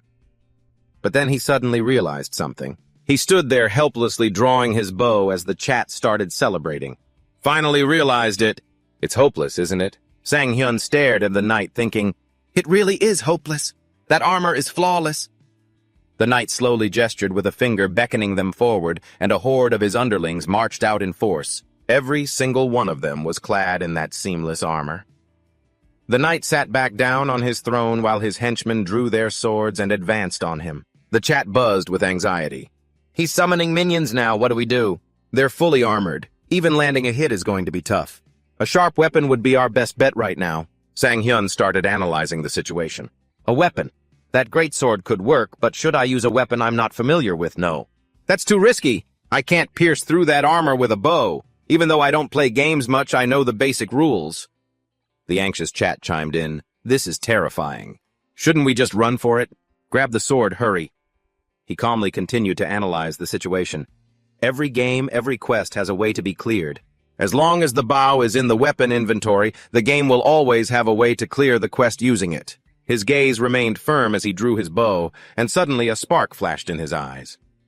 Sang-hyun scanned the room carefully, observing the minion still gripping his sword tightly, waiting in silence. The knight also silently watched the situation unfold. Then Sang-hyun smiled as if he had just found the key. One of the minions finally lunged, swinging his sword toward Sang-hyun. He swiftly dodged to the side, spun around, and coldly drew his bow, aiming straight at the minion. In a flash, the minion's helmet was knocked clean off. Sang-hyun had skillfully shot the arrow right into the ring on top of the helmet. The chat was completely blown away. He knocked the helmet off with just one arrow. Holy shit, is that even possible? As the first helmet hit the ground, the other minions froze in terror. Sang-hyun quickly released 2 more arrows. The chat erupted. "So that's how you do it this time? Yet are you even human?" Each arrow had precisely knocked off the remaining 2 helmets. The first minion, now helmetless, clutched his face in rage. "You bastard!" he roared, lunging straight at him with his sword. The soldier closed in, executing a horizontal slash. Sang-hyun quickly leaned back, dodging it effortlessly. He released the bowstring, and the arrow flew instantly, pinning straight into the minion's forehead. In the next split second, he pulled out more arrows, aiming at the other 2. Sang-hyun thought with cold disdain, too late. 2 arrows shot out, hitting the other 2 before they could even react. As he lowered his bow, the 2 minions collapsed to the ground with a thud. A chilling silence fell over the game. Meanwhile, the chat exploded with excitement. "That bow was literally made for you. He's the Korean god of archery. This is insane. The bow is so OP." Sitting on his throne, the lord gripped his greatsword tightly. He offered a word of praise, not bad, but the chat was already starting to panic again. But what about the lord himself? He doesn't even have a ring on his helmet. He stood up, swinging his sword to warm up. The chat practically screamed, "He's coming," but Sang-hyun remained calm, thinking, 3 arrows to the head. The conditions are met. Now I just need to test my theory. A blue energy surged into his bow. His gaze grew sharper and more serious than ever. "Let's see if I'm right." The system voice rang out, "Rapid fire activated." Sang-hyun prepared to unleash the skill once again. A flurry of arrows rained straight down, pinning into the ground. The chat chimed in again. "I totally forgot he still had this skill. But what on earth is he trying to do with that?" He drew the bowstring taut, a surge of energy pulsing through his body as he aimed the arrow straight at the lord. An overwhelming pressure radiated from the boss as he slammed his massive blade into the ground with a resounding crash. How pathetic. An arrow like that won't ever kill me. The chat panicked once again. We're screwed. He literally just said arrows won't work. What's the point of even using a bow then? Despite the NPC's official warning not to use a bow, Sang-hyun remained confident. He focused solely on his arrow, thinking it would be fine. I've got a plan. He then shot an arrow straight at the Lord's heart, but as expected, it didn't leave a single scratch. The Lord sneered, "Did you not understand a single word I just said?" Then flying into a rage, he roared, "I already told you! It's useless! I'm going to grind you to dust!" Taking heavy steps toward Sang-hyun, he snarled, "How dare you turn my castle into such a mess!" Another arrow flew, hitting the exact same spot. The Lord barked, "What do you think you're doing?" Yet another arrow struck the same spot. He laughed mockingly as the arrows kept coming. "How utterly foolish! What do you honestly think you can accomplish with this?" This time he drew 3 arrows at once and let them fly. The Lord gasped at the sheer speed of the arrows, but Sang-hyun coldly kept firing, thinking to himself, "Faster, sharper." Right at his heart, sparks flew from the impact of the arrows hitting the armor. The chat went wild, screaming, "Oh my God, there are actual sparks! This guy is a monster! Is he a welder or what? Just how hard do you have to shoot to make sparks fly like that? Did you guys see that?" Almond saw a crack in the armor. Sensing the danger, the Lord quickly went on the offensive, but Almond kept firing. The chat screamed, "That arrow was so close!" Behind Sang-hyun's back, his quiver was running dry. With eyes as sharp as a predator, he loosed another deadly arrow, thinking, "No, this is more than enough." The arrow soared, piercing straight through the already weakened spot. It cleared the path, completely shattering the final layer of defense on the Lord's armor. Shocked and utterly bewildered, the Lord stammered, How is this possible?" Just as the final arrow hurtled toward him. It pierced straight into his chest, delivering the killing blow. Blood splattered, staining the arrow crimson as the Lord's life force drained to 0, and he collapsed to the ground with a heavy thud. Seeing this, the chat exploded. They cheered wildly while Sang-hyun collapsed to his knees, letting out a heavy sigh of relief. Almond, Mom, when I grow up, I want to be just like him. This is absolutely insane. Bro, I love you so much I think my heart's gonna stop. Almond is incredible. He literally gave him a heart attack. A final boss dying of a heart attack, what a shock. Lord Talaran just had a heart attack and died because of Almond. Full Body donated 5,000 won. You deserve to be my ally. This Way donated 10,000 won. You had to hit the exact same spot over and over just to break that armor right. Clenching his fist with pride, he thought, I actually did it again. 3 hours of training followed immediately by a high-difficulty quest. It was a grueling schedule, but the sweet taste of victory kept giving him the strength to push through time and time again. After a brief rest, Sang-hyun stood up and thanked his viewers. Thanks for the donation This Way. Thanks, Full Body, but what do you mean by ally? Thank you so much. I didn't count exactly, but I think it took about 40 shots. It seems like if you keep hitting the same spot continuously, it'll eventually break. The chat chimed in. Streamer Almond is officially a pro now. You're not going to quit gaming again, right? LOL. He's not a kid anymore. He's really leveled up. As Sang-hyun kept talking, a special comment caught his eye. Now let's go check out Amelia's shocked face. The comment read, CEO Gia donated 300,000 won. You're seriously cool. The chat exploded yet again. Oh my God, shut up. I'm trying to celebrate here. Damn, isn't that the person who donated 1 million? One during Almond's collab stream last time. For a rich kid, 100,000 won is already enough to end the stream, so what's going to happen with 300,000? Is he going to do a backflip and shut down the stream right now? So we all agree that this stream is officially over, right? Reading the comments, he couldn't help but feel a twinge of envy. Man, I'm so jealous of this rich kid. Meanwhile, outside the game at a city subway station, crowds of people were squeezing onto a train. A girl wearing a striking red hat stood among them. The PA speaker announced, "The exit is on your left." As she tried to push her way out, someone in front of her snapped, "Hey, people are trying to get on, stop pushing." Angered, she thought, I just need to get out of here. After an exhausting struggle, she finally made it out. Catching her breath, she thought of the grating noises and the suffocating crowds. How much longer do I have to let myself be swept away by all of this? Trudging through the dark, she thought, instead of diving headfirst into these fierce waves, how nice would it be if I could just lay my head on a vast, empty sea? Gia stared sadly at her cold, tiny apartment. Dropping her bag to the floor with a thud, she muttered, "Has it already started?" Suddenly, her face lit up with a bright smile. Let's see what we have here. On the TV, a gaming show was playing. Thank goodness I made it just in time, she said, opening a bag of snacks to munch on as she watched, thinking. His stream is the only joy left in my life. Honestly, I only started watching because of his name. But the moment I tuned in, I was instantly hooked. Watching a certain scene unfold, Gia muttered, "This quest is so bizarre. How is anyone supposed to clear this?" Then, caught off guard by the sudden turn of events on screen, she gasped, "Wait, he actually accepted it. Is he really going to try and clear it?" A replay of Sang-hyun's incredible plays filled the screen. Gia sat there completely absorbed and smiling as she watched. The shot of him drawing his bow looked incredibly cool and crisp.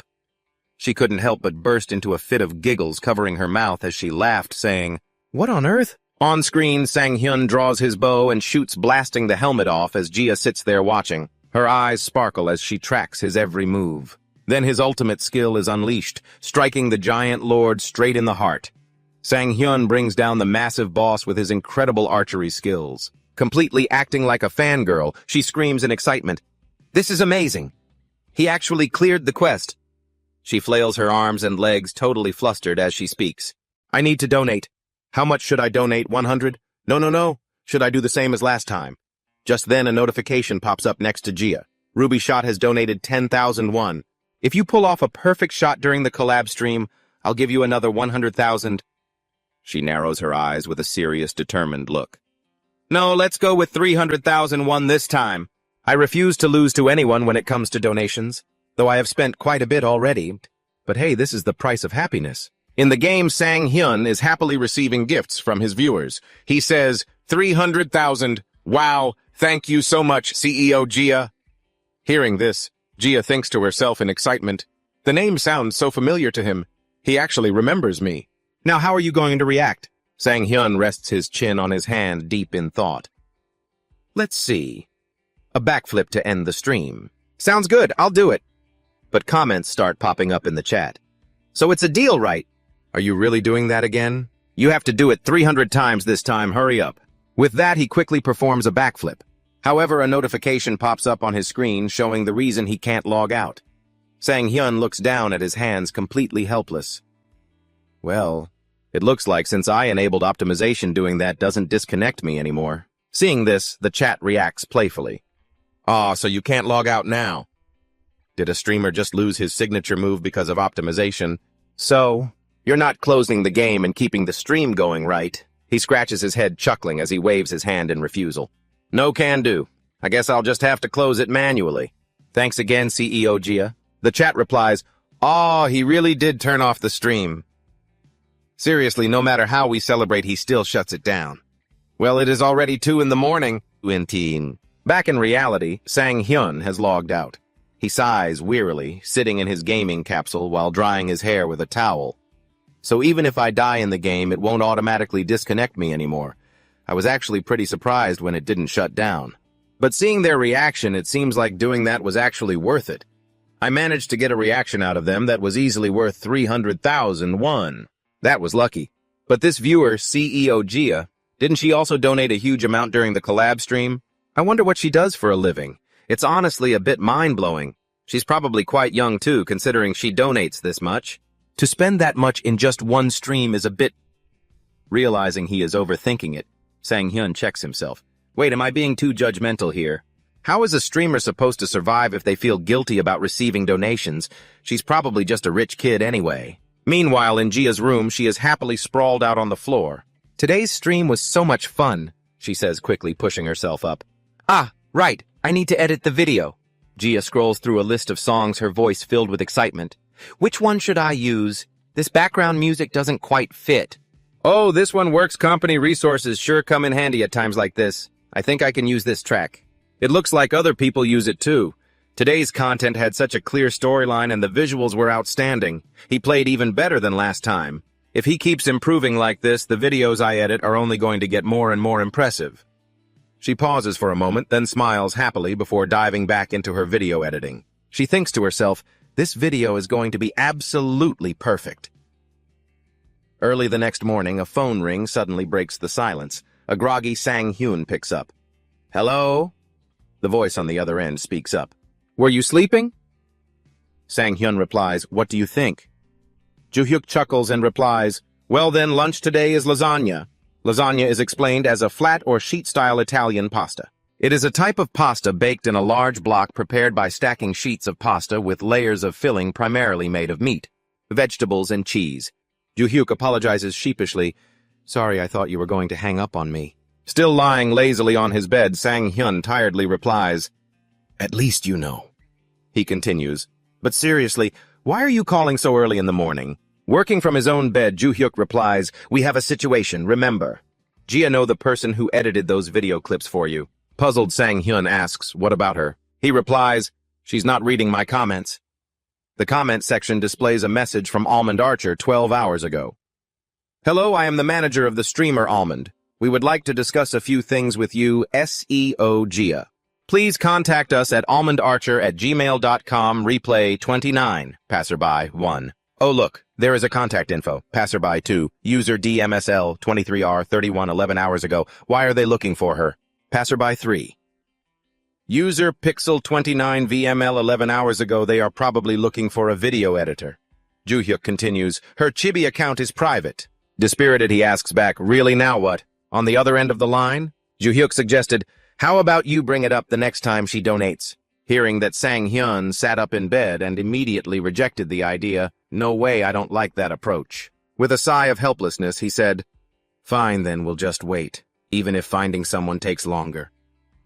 Sang-hyun playfully replied, Sounds like a plan. In the end, he was the first to compromise and replied, All right, I only called to let you know. Hang up now. Sang-hyun scratched his head, his mind a bit jumbled. After a moment of conflicted thoughts, Sang-hyun grabbed a coat and went outside carrying a large trash bag. Staring down at the trash bag, he thought to himself, Cleaning up is the best. But even though I go up and down these stairs every day, I can't help but sigh each time. Exhaling a cold breath, he muttered helplessly, Whatever, let's just count it as exercise. I'll get used to it soon enough. As he was walking leisurely, someone suddenly opened a door and bumped hard into him. The person panicked. I'm sorry, I'm so sorry. While Sang-hyun sat flat on the ground in agonizing pain, Gia anxiously stepped forward and asked, Are you okay? Are you hurt? Looking up with his incredibly handsome face, Sang-hyun grimaced slightly and replied, I'm fine. I'm okay. She suddenly went dead silent, even dropping her phone on the ground. Gia covered her mouth, utterly astonished. Confused, Sang-hyun thought, What's up with her? And asked, Are you all right? If you're okay, I'll be on my way. Feeling a bit awkward, he finally threw the trash bag away. A text message popped up. Checking it, he thought, Sweating it out really does make me feel much better. Sang-hyun picked up the call and asked, What's up? The person on the other end said excitedly, It's uploaded. Confused, he asked, What's uploaded? Joo-hyuk, who was happily eating breakfast, replied, Have you seen Sel Gia's YouTube video yet? This video is absolutely amazing. It just premiered and already has 30,000 views. The screen showed a cool image of the archer celebrating after taking down a castle all by himself. He continued, And there are over 100 comments. Joo-hyuk kept rambling on. It's trending at number 78 in the gaming category. At this rate, it'll reach 200,000 views within 24 hours. Sang-hyun found it hard to believe. That's incredible. Joo-hyuk continued, I left our contact info as soon as the video went live, so now we just wait. Gratefully, Sang-hyun replied, All right. Thanks, buddy. Gotta go. The call ended. Suddenly, a voice called out from behind, Excuse me. Gia ran up to him, panting. Seeing her, he thought, It's that girl from earlier.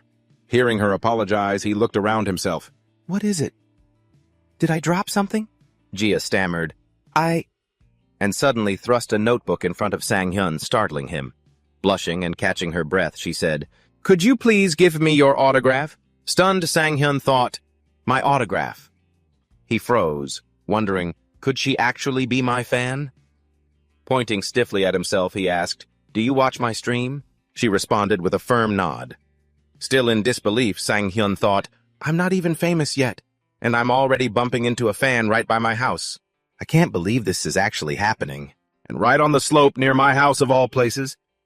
Seeing him silent, she asked anxiously, Is it not okay? Snapping out of it, he signed it gently and replied, No, of course you can have it. What's your name? Gia quickly and happily replied, Thank you. My name is Gia. Hearing her name, his hand froze mid-signature. Standing up straight, she happily repeated, I'm Sel Gia. At a busy cafe, Joo-hyuk asked warmly, "So you've edited videos before?" Gia replied a bit nervously, "Yes, it's my major and also my hobby." Dropping his playful attitude, he said seriously, "That's really impressive." She replied nervously, "Yes." Joo-hyuk said cheerfully, but Gia felt a bit worried. "To be honest, we were actually looking for you." Gia thought, "Why? I can't believe we crossed paths like this." Puzzled, she asked, "Why were you looking for me?" Joo-hyuk happily rummaged through his briefcase. "It's nothing serious." He then placed 3 contract agreements on the table and with a confident professional look in his eyes handed her a pen. "Would you like to work with us?" Sitting next to them, Sang-hyun thought skeptically, "I called him right after I heard her name. Where on earth did he find the time to prepare all this?" Gia stammered, "Work with you." Joo-hyuk quickly caught on and noticed Gia's hesitation. His voice turned cool as he asked, "Do you know something?" She looked up and replied, "Pardon." Joo-hyuk's gaze grew cold. With a serious expression, he said, "The video you just uploaded actually seems to have a monetization issue." Gia stammered, What kind of issue?" Then with a casual smile, he replied, "Legal stuff like copyright and content usage. Basically, fan channels can't be monetized." She stammered, "Monetization, but I already donated to him." A notification popped up. What? Gia donated 1 million won. She spoke with an innocent face, leaving the two of them with no choice but to nod in acceptance. "That's right." Her eyes sparkled, each word cutting deeper into Joo-hyuk. "It seems you don't realize these videos aren't meant for making money. In fact, they haven't made any profit yet." He spoke up flusteredly. "Of course I know. What I'm suggesting here is, why don't we make profitable videos together?" Seeing that Gia didn't seem fazed, he thought in surprise. Normally, when someone gets a collaboration offer like this, others are usually curious about the profits, but she doesn't seem to care at all. Is making money not her goal? Actually, I used to think she was from a wealthy family, but that doesn't seem to be the case. So those massive donations were probably just because she really loves Almond's streams. And the videos are purely out of fan love. If that's the case... He finally spoke up. Joo-hyuk thought of a way to convince her. He said bluntly, shocking the other two, "I need help from the editor Selja and only Selja." Hearing that, Sang-hyun quickly turned to whisper to Joo-hyuk, "What on earth are you talking about?" He replied, "Just watch." She stuttered, "You mean, he needs you?" Gia shyly pointed at herself. An explosion went off in his head. It worked. Then Joo-hyuk happily dragged him into it. "You have no idea how long he's been looking for you, Gia. Right, Almond?" His actions left Sang-hyun flustered, making him hesitate. "I really want to work with you. You can make the videos however you like. I really truly need your help." Gia choked up and muttered, "Help." She fell into deep thought. How long had it been? Since the last time someone said they needed my help, I've always been so lonely by myself. She happily replied, "Then let me think about it," much to the delight of the man opposite her. "Awesome." Suddenly, Gia interrupted. But there's a problem." She looked straight at them and said with a hint of worry, "There is one issue. My current company. It doesn't allow me to sign 2 contracts at 2 different places at the same time. If I sign a contract as an official editor, I'll have to quit my current job. But I need money to make ends meet, and my current salary isn't too bad. Besides, relying solely on profits from making videos feels too risky." She thought to herself, "In short, right now, I really need a steady salary." Under the table, Sang-hyun clenched his fists. He thought, "It's already been a week since I last streamed. Now I can't even afford to buy Joo-hyuk a drink, let alone pay his salary." Anxiously, he turned and whispered to Joo-hyuk, "Hey, maybe we should think this through a bit more before we—" But the man next to him just smiled confidently. He slowly pulled a laptop out of his bag and said, "Coincidentally, I just received this in my email." Important content appeared on the screen. He said, "An offer to become a partner streamer with Pang." The screen read, "Hello, this is Kim Yi-gong from the marketing department of game publisher Pang." Joo-hyuk said, "As you can see, the subsidy clause includes the costs for hiring an editor." Sang-hyun sat next to him, his mind in a tangled mess. Damn, a huge publisher like Pang wants me. After a moment of thought, she quickly agreed, "Yes, okay, I'll sign the contract." He silently observed Gia. He thought, since it's a matter of making a living, she should have hesitated a bit, but she was willing to sign from the very start. Maybe she just couldn't stand that company anymore. I totally relate. Yoo-hyuk then started to discuss the salary. "Your base salary will be 25 million won a year, and on top of that, the company will give bonuses. It plus 40% of the profits from your YouTube videos. Of course, you could also opt for an equal split of all the profits. But if you do that, you won't get a base salary. Gia quickly replied, her hand moving smoothly to sign, I prefer having a stable base salary. He smiled and replied, sounds like a plan. In the end, they left on good terms. Joo-hyuk smiled and said to her, so when Pang gets back to me, I'll get in touch with you. I'm counting on you. Suddenly, Gia remembered and asked, what about the videos I already posted on my channel? He generously replied, you'll probably need to re-upload those videos to the official channel. She happily replied and turned to leave. Okay, just let me know once a decision is made. After she walked away, he nudged Joo-hyuk with his elbow. Hey, is that partner streamer thing for real? You aren't lying to me, are you? Hearing that, he replied with a hint of annoyance, who are you calling a liar? How could I lie about something like that? Hearing that, Sang-hyun asked in disbelief, seriously though, a company like that actually wants me? He smiled brightly and said, I was pretty shocked when I saw it this morning, too. You're going to sign it, right? He quickly replied, of course. With terms that good, how could I possibly pass it up? Then the two walked home together. Joo-hyuk said, by the way, Gia was really cool and straightforward today. Since she's your fan, I thought recruiting her would be a breeze. Sang-hyun quickly countered, no way. Being a fan is one thing, but signing a contract with your idol is another. Joo-hyuk scratched his face, hesitating. No, but if she donating that much money, it means she must really like you, right? But she seems pretty serious and cold. I was surprised, too. I mean, she didn't even smile once while talking to us earlier. But anyway, if she's that professional, it'll be great working with her in the future. He sighed. Well, you're right. Meanwhile, as soon as Gia got home, she quickly changed out of her clothes, hopped onto her bed, pulled the covers over her head, and rolled around in pure bliss. She held her face, unable to contain her excitement, thinking, I can't believe this. Just meeting Almond in person makes me feel like my dream has come true. But actually becoming Almond's editor is on a whole other level. Holding the contract, she thought it was just too good to be true. But it's not a dream. I'm finally out of my slump, she whispered to herself. Then she remembered her past when her colleagues mocked her, hey, what can a community college graduate even do? If you don't work here, where else would you go? She wondered if there was any other place out there that would treat me as well as this place did. Gia thought, I really thought I'd be stuck in that dead-end place forever. Who would have thought someone would actually recognize my talent? She scrolled through the comments below the video. The video quality is no joke. The genius archer is like a god, on descending to earth.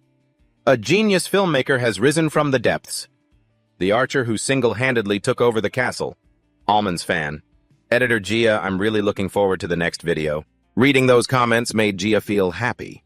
A smile played on her lips as she thought, I don't know why, but I have this strange feeling. Sang-hyun had also gotten home. He thought, I should start a bit early today. I'm going to stream at a random time, but it should be fine since I stream almost every day anyway.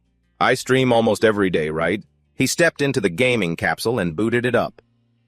A stream of messages popped up. Here is the video and the intro song, Gia intro video.zip.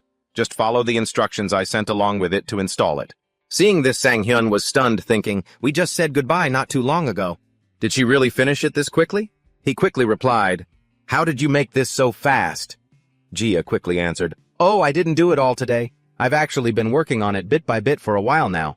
He stared at the screen in amazement, thinking, I never would have guessed her hobby was making things like this in her free time. I'm really looking forward to seeing what she can do when she puts her all into her work. Sang-hyun quickly sent a thank you message. Thank you so much, I'll make sure to put it to good use. The system notified everyone that Almond was starting his stream. Eager viewers tuned in immediately as if they had been waiting for this exact moment for ages. Today, he was starting early. The chat started buzzing. No way, I'm not the first one here. What is this? He has an intro now. Even the intro looks like a movie. Wait, did editor Gia make this LOL? This is totally her vibe. Don't tell me he actually hired her. The viewer count rose rapidly, 1,005, 1,208. Sang-hyun appeared and greeted everyone. Hello. The chat exploded again. LOL, Ruby Squad donated 1,001. Are we finally going to get to see Amelia's surprised face today? Eslank donated 1,001 saying, hey, Almond. Teleporting into the game, he thanked his supporters. Thank you, Ruby Squad and Eslank, for the donations. Let the Kingdom Age begin. The comments started rolling in. The corpses from yesterday are still there today. While he was taking a break, things didn't get any better at all. The man who single-handedly destroyed that castle. No witnesses, so this is technically an assassination, right? Sang-hyun spoke, pointing behind the door. Now I need to report to Amelia, but before that, honestly, since I cleared this stage all by myself, it should be fine if I take a few items as loot, right? He boasted happily. The chat replied, Holy crap, honestly, you could take everything and still be innocent, LOL. Sang-hyun stood there, hesitating over which bow to choose. Which one should I take? The chat chimed in with advice. What kind of bows are those? The middle one for sure. Definitely the one on the left. Left. Sang-hyun opened the golden chest. It was blindingly bright, glowing intensely. The chat redirected him, exclaiming, That looks so badass! Over there was a new set of armor, and Sang-hyun stared in awe. Taking slow steps toward it, he quickly put on the new gear. He looked much more handsome now. The chat showered him with praise. That looks so sick. Can you take some more? He replied. I think because of the weight limit, I can only take this much. The chat was filled with disappointment. Damn weight limit. If this were any other game, you could have just hoarded everything into your inventory. What a shame. Sang-hyun chuckled and walked toward the stable. But hey, at least I won't get one shot by anything anymore. All right, let's go finish the quest. He rode majestically on horseback. The next day, standing before a new castle, Sang-hyun spoke, It goes back to that day. Fortunately, time doesn't move in real time. That comment was spot on. In the distance, someone recognized him and called out, Is that you? He was relieved to see Amelia.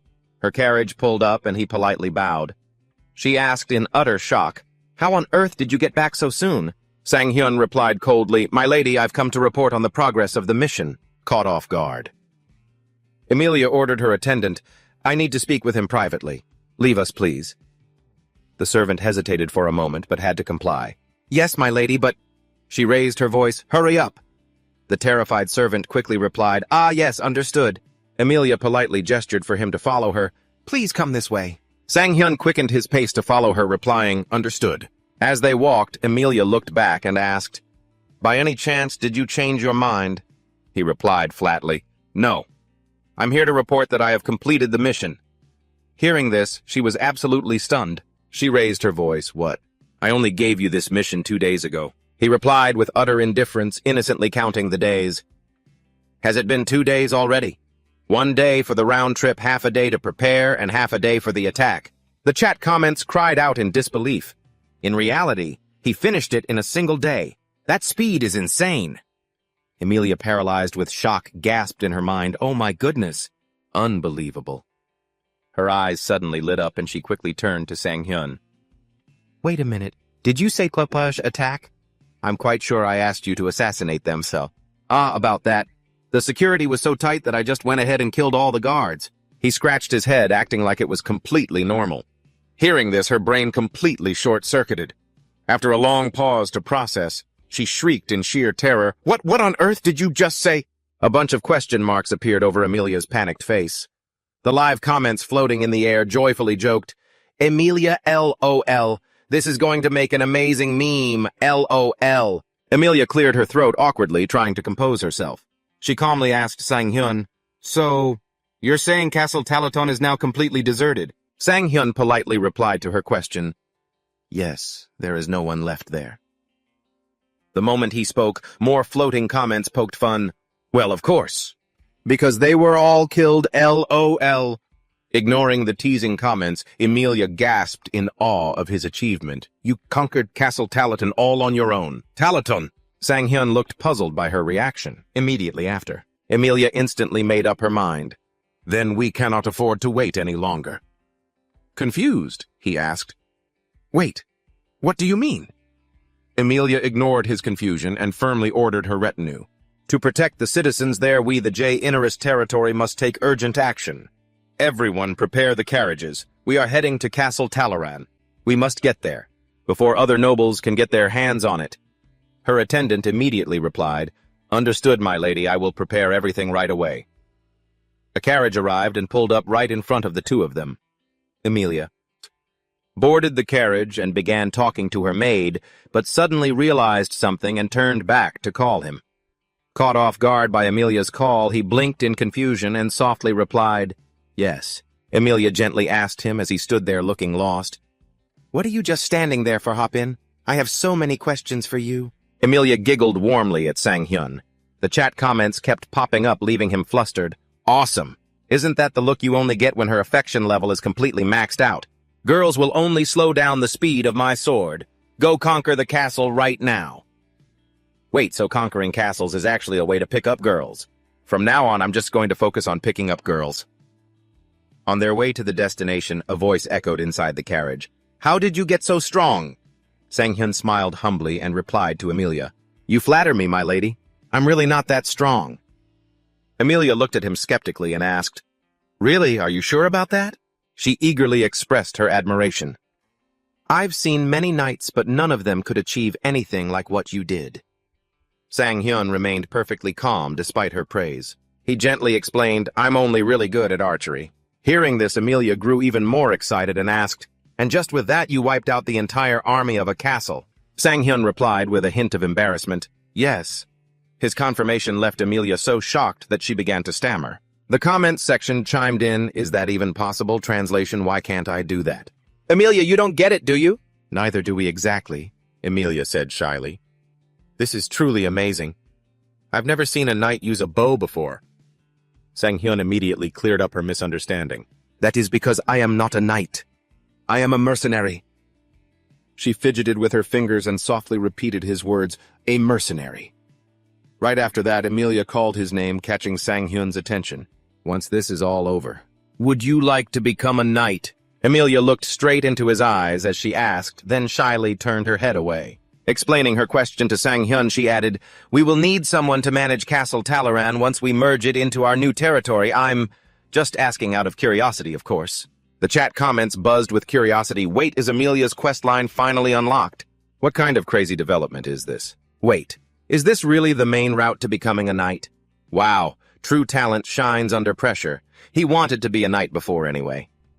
This is insane, right? I wonder how Almond's gonna reply. I'm so curious. Without giving the viewers a chance to ask more, Sang-hyun immediately answered Emilia's question. No matter what, I'm just a mercenary. How could I ever become a knight? His answer left her speechless for a moment. Then Emilia got straight to the point. My father said he wants to meet you. It seems he highly appreciates how you handled the situation. Just like that. The chat erupted in surprise and started asking questions. Wait, what? Sang-hyun felt a sudden wave of suspicion, thinking to himself, the Count. But didn't he leave right after talking with Emilia? Right! He quickly tried to explain himself to Emilia. The Lord probably doesn't even know what I did yet. Before he could finish, her finger gently pressed against his lips. Sang-hyun froze completely, caught off guard by Emilia's sudden gesture. Her cheeks flushed red with embarrassment, yet she spoke with confidence. It's a woman's intuition. Just trust me on this. Seeing Sang-hyun's bewildered look, Emilia quickly changed the subject. I think we've arrived. The chat went wild again. Oh my gosh, LOL. Didn't she basically just say she wants to see him again? Is he really going to go meet her father? Is he actually going to become a knight? Unbelievable. Emilia, you are so cute. Oh my God, Almond, how are you so lucky? The massive city gates creaked open, revealing the villagers working together to clean up after the chaotic battle. Someone noticed the change just as the group entered, and whispers began to spread. Who's that? Could they be from Talaran? Then a woman's boot stepped forward.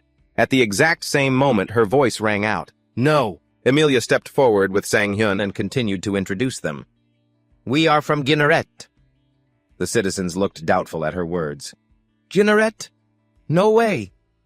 She and Sang-hyun stood on the city wall listening to the villagers' chatter.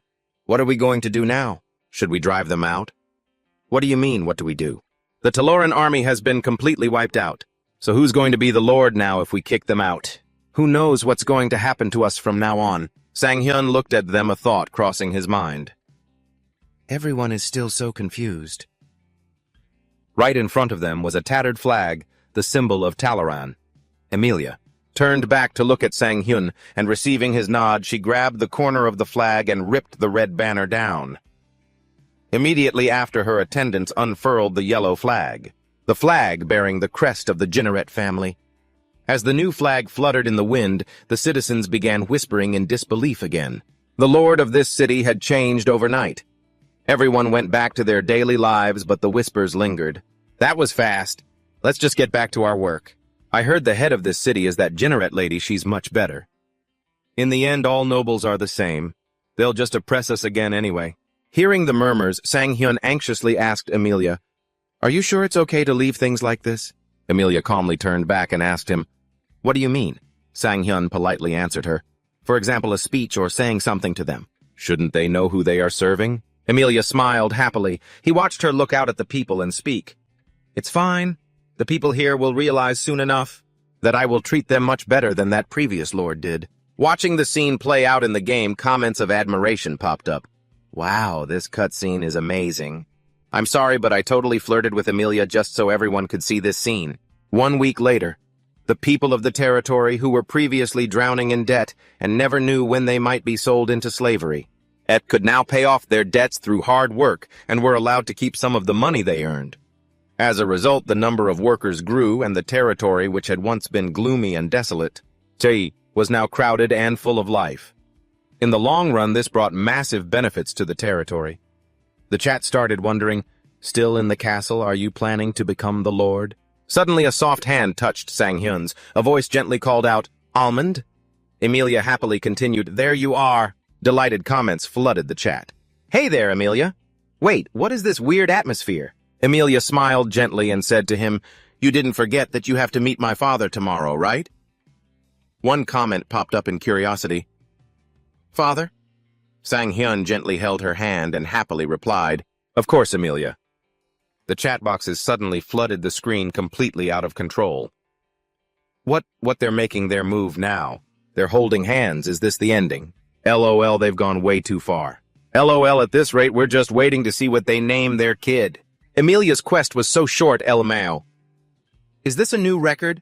Sang-hyun and Emilia stood by the window, bathed in the warm sunlight. He blurted out, "What a happy ending." But right after he said those words, a comment seemed to realize something and quickly typed, "If you say it like that, then predictably." Suddenly, a horn blew. Instantly, the sound drew Sang-hyun's attention. Hyun and Emilia. Recognizing it, she quickly said, "This sound? Out on the distant steppe, an army comes charging in. The enemy commander leads the march, standing tall and cold like a silent declaration of war." Sang-hyun looks toward the army and asks in doubt, "Could they be Talaran's allies?" Emilia, standing beside him, speaks up to explain, "Yes, it looks like they want to take back the castle." He looks resolutely at the chaos below and says, "I can stop them." Emilia gently takes Sang-hyun's hand, anxiously praying, "Amen, please." Banners bearing the Zingaris family crest flutter in the wind. The commanding general of the battle roars, "Form ranks!" Raising his sword high, he rallies the soldiers. "Today we stand here to defend Talaran Fortress for Lady Ginaris, our master." At his words, the soldiers shout in unison, roaring for victory. Sang-hyun looks up to where Emilia is watching him anxiously. Sang-hyun closes his eyes. He calms his mind, steadying his breathing. A golden scroll unfurls with a quest message. "Lead the battle to victory." The pumped-up soldiers chant in unison. "We will definitely win this battle." A flood of excited comments pops up on the screen. "A massive war like this. Now this is the real Kingdom S. No way this feels like the #1 game. I only played for a few days before quitting, so I never got to experience anything like this." Sang-hyun has made it this far in just a few days. Right at the climax, a few comparative comments pop up, catching his eye. Even the symbol of persistence. Symbol of... Bubblegum couldn't even do this. Seriously, Almond did what Bubblegum couldn't, LMAO. He seriously cautions his viewers. Please refrain from mentioning other streamers. As soon as he speaks, the viewers in his chat agree. True. Yeah, we should be careful. Exactly. Almond's stream quality has seriously improved. Sang-hyun takes a step forward and says, "That's it for today's stream." Having said that, he gives a thumbs up and smiles brightly, leaving his viewers utterly confused. What? It just got started. Why would you end it right at the climax? Ignoring his viewers' protests, he continues, "Thanks for watching, everyone." The chat continues to beg, "Are you seriously ending it now?" Please no. Sang-hyun says a quick, decisive bye. Their pleas keep flooding in until the screen goes black. "No, don't go. Please come back to his normal self." Sang-hyun happily looks down at his phone. Sang-hyun reads through the comments left by his viewers and thinks, judging by their reactions, it seems like ending the stream. Right at that moment was the perfect choice. Among the flood of comments, there are all kinds of reactions. I can't believe it ended like that. Holding my breath, waiting for Sang-hyun to come back. He grins and says to himself, knowing when to log off is crucial. At the same time, Sang-hyun recalls Liger Musk's advice, you have to know when to end things. The pacing of the stream's story is extremely important. Even if it disappoints the viewers a bit now, it will be highly beneficial in the long run. Sang-hyun intently scrolls through his phone and marvels. There are so many interesting posts. The screen now displays a new search query, how to maximize Amelia's affection. Post number 145, just conquer the castle by yourself. Easy right. The comments under the post exploded. That's insane, I feel so bad for Amelia, she's always suffering, lol. Easy right. Look at what they're saying. Is this an information post? Yeah, something like that. But please, someone tell me how to clear this game. I don't accept this. Just face reality, bro. Exactly. Sang-hyun looks at the comments on his phone in disbelief. Is my playstyle really that difficult? He lies down on the bed, getting into his most comfortable position, muttering as he rereads a comment. Sure, normal people can't do it, but a professional archer definitely can. Are there other skilled archers playing Kingdom S Sang-hyun wonders? Or maybe a memory of his conversation with Liger Musk comes back to him. Sang-hyun, your ability to focus must be in the top tier, among everyone I've ever seen. Those words make him reflect. Could I actually have a natural talent for virtual reality games? Sang-hyun dives deeper into his thoughts. Is it because of my concentration? It's true that archery requires extreme focus, but that doesn't mean it's exclusive to archers. Accepting the thought, he happily swings his legs while browsing his phone. Let's see if there are any other trending posts. By chance, Sang-hyun comes across a post. He murmurs in curiosity, what's this? An analysis of Almond's archery skills. The post is written with great professionalism, dissecting Sang-hyun's marksmanship, standing in a posture identical to that of a professional. Archer. The bowstring rests right at the center of his lips. His right hand doesn't shake at all when releasing, and he always maintains his follow-through. After reading the post, he thinks in awe, wow, this is incredibly detailed. Is this writer an expert in the field? Judging by the content, they're definitely no amateur. Before he can even finish his thought, something catches his eye. Sang-hyun sits up in shock as a certain post jumps out at him. I watched the video and compared to professional archers, maybe it's just my imagination, but I feel like Almond is slightly better than them. The comments under the post agree, too. I agree with the poster. Another person noticed the skill gap. Personally, as the poster, I agree. Honestly, professional archers might not like hearing this. But since I'm a former competitive archer myself, I think I can say this with confidence. Former competitive archer. A huge question popped up in Sang-hyun's head. A former pro. His hands trembled, filled with anxiety. Who could it be? If they were a former archer, it might be someone he knows. In the end, Sang-hyun decided to let it go. He put his phone down, trying to reassure himself. Why should I even care about that? It's nothing special. Sang-hyun's eyes slowly closed as his thoughts drifted.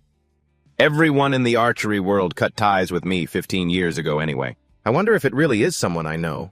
The reason I gave up my archery career was because of an injury from an accident. No one knew about it except my coach. In his dream, Sang-hyun went back to when he was a student. Someone called out, making him turn around. Hey, you Sang-hyun! Jia angrily confronted him. Do you really want to end things like this? Sang-hyun avoided her gaze and replied, archery isn't fun anymore. Her blood boiled at his answer, and she pressed on. Fun? Was this just some game to you? Game? If you don't do archery anymore, who are you going to be? Do you have any idea how many people were following your lead? At that, Jia's emotions boiled over, and she screamed in anger. And now you want to throw it all away just because it's not fun anymore? Are you serious? Sang-hyun simply gave a quiet single-word reply in agreement. Jia turned on her heel and walked away, muttering, fine, I get it. Just go then. She burst into tears, feeling utterly powerless to change her friend's mind.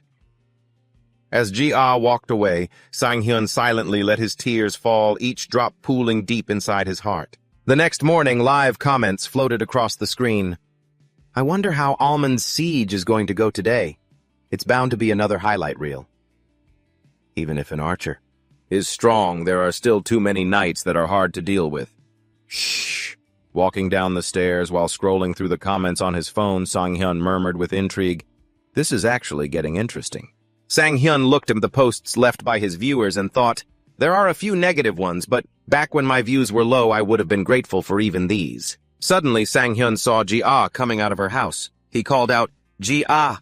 Stunned, she looked at him and replied, "Sang-hyun." She walked over and asked, "Are you out for a workout?" Sang-hyun politely asked back, "Are you heading somewhere?" "Yes, just nearby." Hearing her polite reply, Sang-hyun offered, "Want to walk together?" Ji-ah happily accepted, "Yes, I'd love to. I actually have something to show you too." Down by the river, Ji-ah sat resting on a bench while Sang-hyun brought over drinks for both of them. He handed one to her. "Here you go." Taking the bottle, Ji-ah politely said, "Thank you." Taking a sip, Sang-hyun asked curiously, "So, what did you want to show me?" Blushing slightly, Ji-ah nervously pulled out her phone to show him. "Oh, it's nothing major. I just finished some videos to upload to the new channel. Do you want to take a look?" As the videos appeared on the screen, Sang-hyun exclaimed in excitement, "You're already done!" "Of course. Am I the first one to see this?" Ji-ah hesitated before replying, "Yes. I mean, it is going to be uploaded to Almond Farm after all. I mean your channel." Seeing Sang-hyun's eyes sparkle as he watched her work, Ji-ah was so embarrassed she felt like steam was rising from her head. The video opened with a classic introduction. Season 1, Episode 1 is a newbie not allowed to choose a bow, an ID created just one day before his first stream. Creation date, October 22nd at 11:13. Staring at the familiar screen, Sang-hyun thought, "This was my very first live stream." The options for spears and swords appeared around the character, but he chose the bow. "Is it that bad?" In the live chat, viewers flooded the screen with comments, "It's insanely hard to use." "Yeah, you'll probably end up shooting your teammates," Sang-hyun confidently declared, "I'm choosing the bow." The viewers didn't believe him. This newbie is so cute. He's making it hard on himself. He's done for. But when his very first shot hit the mark, the chat instantly changed. He actually did it. A clean headshot. Sang-hyun watched intently and analyzed the video. Is this a hologram effect? The fast-paced cuts matched the shooting speed perfectly, keeping it engaging while highlighting the excited reactions from the chat. Seriously, this is... The video ended with a close-up of the character celebrating, which left Sang-hyun with only one thought. Simply insane. Ji-ah asked sheepishly, What do you think?" Sang-hyun pointed at the screen and marveled, "This is an absolute masterpiece." He then showered her with non-stop praise. "Honestly, it's incredibly impressive. You captured every single highlight, added the CG, and made it so even first-time viewers can follow along easily. It looks clean and beautiful. The pacing of the chat, the ending. Everything is perfect." Stunned, Ji-ah stammered, "Really?" Blushing, she quickly added, "Thank you, Sang-hyun." Handing the phone back to her, he said with sudden eagerness, "Wait, actually, can we upload this to YouTube right this second?" Hearing him say that, she stammered, "Not yet," and then quickly explained, "I heard it's best to release at least 3 or 4 videos at the same time." "I see," he replied. Sang-hyun happily replied, "Really?" Ji-ah nervously asked for Sang-hyun's opinion. "If you're okay with it, I'll keep editing in this style." He happily agreed right away. "Let's do that then." Exhausted, Ji-ah leaned against the wall and groaned, "Gosh, I'm so tired." She recalled the look on Sang-hyun's face when he praised her video, calling it a masterpiece. Ji-ah felt happy, thinking to herself, he liked it. Feeling appreciated made her feel so useful. Suddenly, her phone buzzed with a message notification. Looking at her phone, she wondered, who could that be? But as she picked it up, she got excited. Who else would be texting me at this hour? Maybe we're celebrating. Jia's eyes suddenly froze and the air around her grew heavy. Staring silently at her phone, she let it slip from her hand. Her lifeless voice broke the dead silence. "Time for a shower. Still got a lot of work to do." Her phone screen lit up with a new notification. New message from that psycho jerk. Meanwhile, on the stream lobby of Kingdom S, viewers flocked to Sang-hyun's channel. The comments section was buzzing, "Whoa, this is getting crazy. The first archer in the world to attempt the siege challenge, I can't wait. I'm definitely watching right after class today. Count me in, I'll probably have to watch it on my commute home." Suddenly, the Go Live notification went off. Almond was live. The early start caught everyone off guard. "What, right now? He's streaming 4 hours early. I'm doomed, help me. I'm literally at work right now, but I'm definitely tuning in." Sang-hyun greeted his audience cheerfully on stream. "Hello, everyone!" The chat exploded with all kinds of reactions. "What's going on, bro? We were waiting for you. Oh, so early today. Looking good as always." One particular comment caught Sang-hyun's eye. Reading it, he thought to himself, "I was a bit worried since the timing is off, but there actually seem to be more people than yesterday. This is a great start." He interacted with his viewers. "I started the stream early today because of the in-game challenge. I figured it might take a while." The viewers got excited. "A longer stream today. Awesome. Let's get it, Sang-hyun." He stood with his allies facing the army ahead. His fans hyped him up in the chat. Let's go, Jumong." Behind him, Roman spoke up teasingly, celebrating. "Well, your path to success is practically set, isn't it?" Sang-hyun replied, confused. "Pardon, what are you?" Ramon pointed at a shadow on the castle wall and teased, "Are you really going to play dumb?" The shadow belonged to Amelia, who was watching them nervously. He awkwardly tried to explain, "No, there's nothing going on between us." Roman kept teasing him playfully. "Ah, I'm so jealous." Seeing Roman's reaction, the viewers commented in surprise, "Wow, Roman actually has a side like this. He's actually a very emotional guy, but I never noticed because I was always getting yelled at. The two of them are so close now. Is that just Roman's way of getting close to people?" Sang-hyun looked at the smiling Roman and thought, "That's true. Before, he was friendly, but we were never this close." Next, he looked over at the enemy army and observed, "Their commander's style is to lead from the back. We just need to take him down." A cold voice replied, "Got it." The war horn sounded, and Roman led the charge. The chaotic battle began. Positioned in the rear, Sang-hyun commanded the archers. "Fire!" he bellowed. A volley of arrows rained down on the enemy. Every single arrow hit its mark, taking down the enemy officers. On the ground, bodies lay fallen with blood pooling everywhere. A system prompt popped up. "Do you want to issue commands to the non-player characters? Otherwise, the army will automatically engage in basic combat." After a few quick inputs, Sang-hyun cheerfully addressed the viewers. "You all heard what Roman said, right? Now I'll go take down that guy in the golden armor and come right back." Suddenly, a system notification chimed. Sinopolan has donated 10,000 won. Quest 1 kill equals 10,000 won. The notice left everyone stunned. LMAO? That is insane. Sang-hyun stared at the alert and then at the enemy army, his eyes wide in disbelief. 10,000 won for every single kill, 10,000! The donor Sinopolan replied confidently, "That's right." Someone laughed in the chat. Sinopolan is seriously underestimating Almond. But others pointed out the catch. Wait, in a chaotic battle like this, isn't 20 kills the absolute limit? Sang-hyun asked hesitantly. "Are you sure about this?" "You must be loaded." Still slightly dazed, he accepted the challenge, and the viewers immediately started teasing him.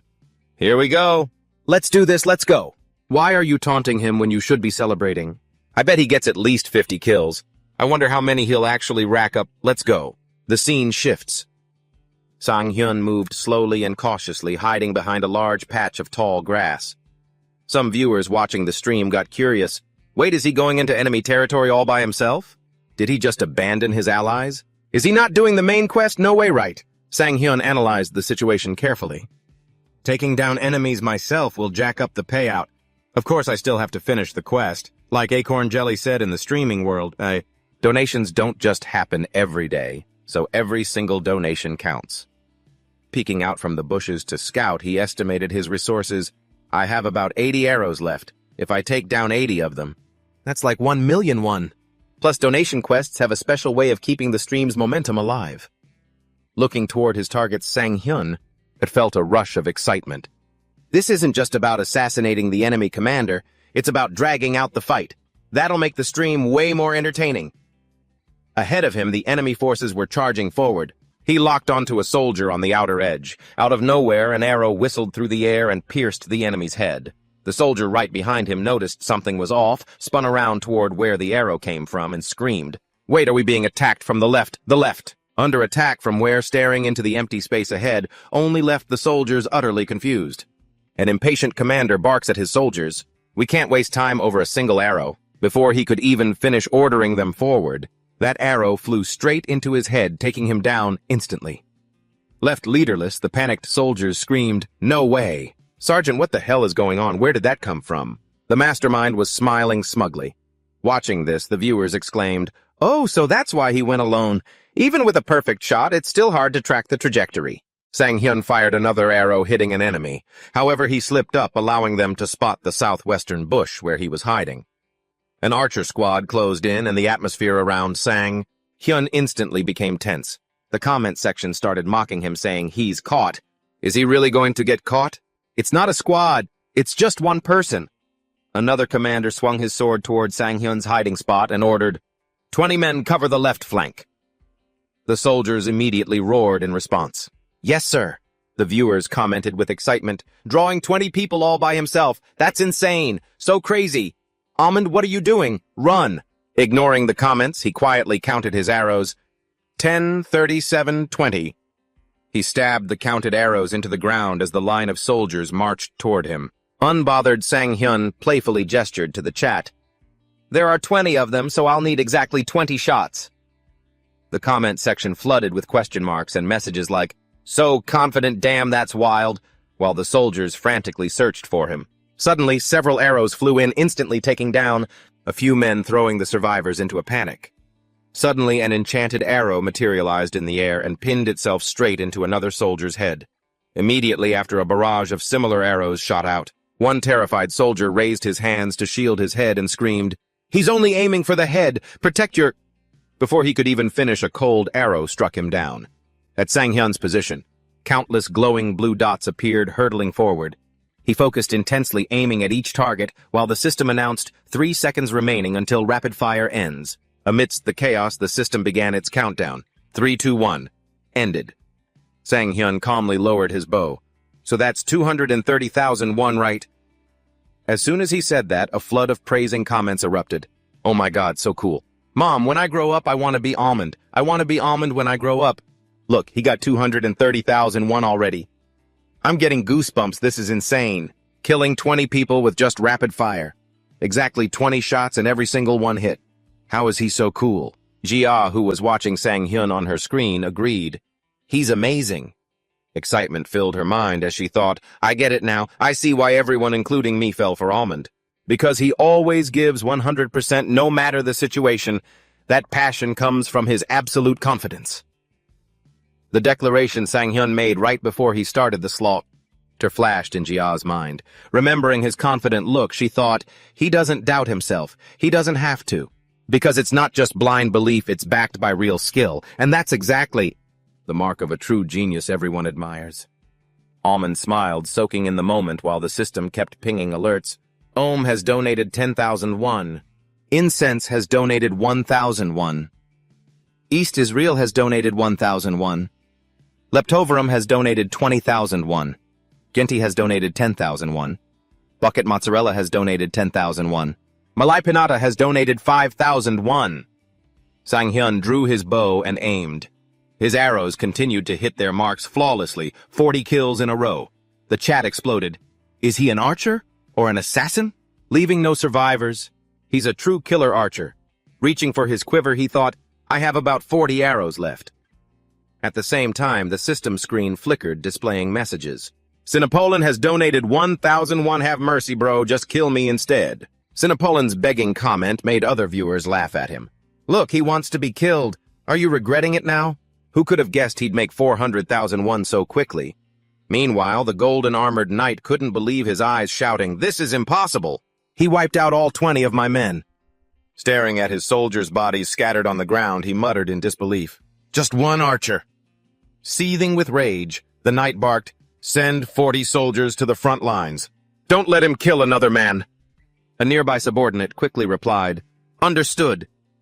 A barrage of heavy footsteps rushed forward, swarming right in front of Almond. Sinopolan has donated 1,001. Oh God, please, no more soldiers. Sinopolan was on the verge of despair. Other viewers laughed and commented, Too late, buddy, begging won't help you, Sinopolan. You must have at least 1,000,001 in your account, so stop crying. Wait 1,000,001 for real. Yeah, exactly. This killing quest must pay out at least 1,000,001. Sang-hyun was finally swayed by the money. 1,000,001, he politely asked the user. Is that true? In the chat, Sinopolan was completely helpless. I'm dead. His hand tightened around his bow. If that's the case, I will make exactly 1,000,000 won. Sang-hyun, now fully in his almond persona, declared with fierce determination, leaving Sinopolan speechless. What? Right after that, Almond's arrow struck an enemy. Seeing his comrade fall, a soldier screamed, "Hold the line!" The system announced that rapid fire had been activated, making Sang-hyun grin with excitement. Let's keep it going! A stream of enemies fell one by one despite Sinopolan's desperate pleas. Bro boss, slow down! Suddenly, a flash of light gleamed from a nearby bush, accompanied by a shout, "Damn it!" Another arrow whistled past and struck right next to Sang-hyun. The viewers immediately started analyzing, Almond, do they have archers too? Don't just stand there and shoot, defend yourself. Almond, have you lost your mind? Don't move while using your skill. If you move, your accuracy will drop and you won't hit anything. Sang-hyun turned his head to watch the approaching soldiers, trying to figure out where the threat was, when suddenly another arrow flew in. It slammed into the ground right by his feet. Sang-hyun instantly narrowed it down over there. Instantly, Sang-hyun's arrow blocked the incoming arrow. The chat is flooded with question marks. Did he just deflect an arrow with another arrow? The enemy is toast. Are they seriously celebrating? He's a total monster. What on earth? This is insane. The sniper panicked. What just happened? Before he could finish, Sang-hyun's arrow mercilessly took out his eye and the soldier crashed to the ground. Sang-hyun! She stepped out from behind the bushes. As the soldiers watched in sheer panic, he pulled an arrow from his quiver, drew his bow, and said with absolute confidence, "We are at 710,000 now." A trembling warrior raised his sword. "Damn it!" he screamed, charging straight at Sang-hyun. "You bastard!" But Sang-hyun's sharp senses picked up on the movement instantly. In a flash, he was shot down. What kind of monster is this guy? His draw speed is too... Before he could finish, the guy right next to him bit the dust. No way! He turned and ran for his life. The chat went crazy, shouting, "He's running!" Meanwhile, Sang-hyun casually reached back for another arrow, only to realize, wait, I'm all out. At that, the chat exploded once more. Did you seriously shoot 80 arrows already? Well, it's over now. He actually did it. The massacre is finally over. That mercenary Napoleon escaped by a hair.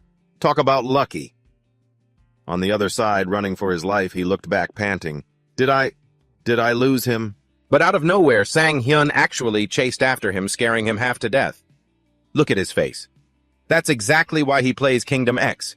His reactions are so real, it's perfect. The guy screamed, "Stop chasing me already!" realizing there was an arrow stuck in a nearby corpse. Sang-hyun quickly ran over, pulled it out, aimed directly at him, and took him down with a single, flawless shot. Sang-hyun let out a sigh of relief, giving a strange smile. Only 20 people left. Meanwhile, the chat was still buzzing, and Snapolin donated 1,000,000 won, saying, "That's more than enough." Why did he even suggest a bet? Doesn't he know Snapolin is finished now? He's an absolute nightmare to the enemy. Sang-hyun bowed happily, saying, "Thank you so much for the donation, Mr. Snapolin. Honestly, nothing feels better than completing a quest right." But suddenly, the sound of horns and drums echoed from afar, and he instinctively turned his head toward it. Looks like it's finally over. They chanted loudly, "Robert, Robert, Robert." Those foolish soldiers were singing his praises. "Thanks to Lord Robert's incredible leadership, we won. He is truly admirable. He's the real hero of this war." Hearing that, the chat chuckled, mocking the ignorance of those fools. Celebrating when someone else carried the entire team. What idiots. Meanwhile, down below, Sang-hyun scratched his head awkwardly. I killed a whole 100 enemies and not a single person even noticed. Just then another man walked up to him. I apologize for their behavior. The way they treat mercenaries is a bit... Hearing this, Sang-hyun turned around and asked, "Is there some sort of issue with how we're treated? Do you think there's a problem with it, sir?" Well, he hesitated before speaking. You see, the knights only expect the mercenaries to take their basic pay and get lost, despite the fact that we contributed so much while they barely did a thing in this battle. Suddenly, Robert cut in. So that's what you're unhappy about. What's wrong with paying exactly what was agreed upon? To which Roman replied, there was clearly a clause about extra bonuses if we performed well. However, Robert scoffed in displeasure. Performed well? You mercenaries, did you actually perform well in this battle? On a battlefield where knights fight with their lives on the line, what did you mercenaries even do? You only fought to save your own skins, claiming your lives are your only assets. This blatant insult to the mercenaries made Roman absolutely furious. Seeing this, Robert looked at him with sheer contempt. "What's with that attitude of yours? Am I wrong?" Standing in the back. Sang-hyun sighed, thinking, well, that stereotype of mercenaries is indeed strong, but it's just a prejudice. If we don't fight properly, best. We can't build trust, and without trust, the mercenary system won't survive. Roman, standing there, lowered his voice and spoke up. "Didn't you trust? And entrust this battle to us, backtracking on your trust the moment the war ends is hardly honorable." Hearing this, Robert curled his lips in irritation, spitting out, "What did you say? A mercenary dare talk to me about honor?" Roman interrupted, speaking up firmly. "He single-handedly took down 100 enemies, and you still claim we were just trying to save our own skins, and that we made no contribution at all." Robert burst into mocking laughter. "Single-handedly wiped out 100 enemies." He turned to his guards and sneered. "Did you guys hear that? That archer over there supposedly killed 100 enemies." The stream viewers immediately commented, "Someone drop a tutorial on how to kill this Robert guy already. Can we just shoot him right now?" Roman looks the most furious, yet he's still holding back.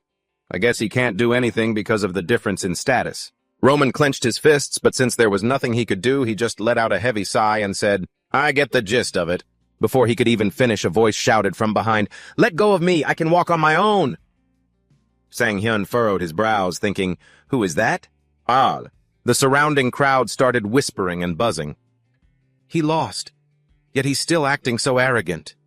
He should just shut up and let himself be dragged away. Well, that guy's from a noble family after all. Sang-hyun's jaw dropped as he finally remembered something.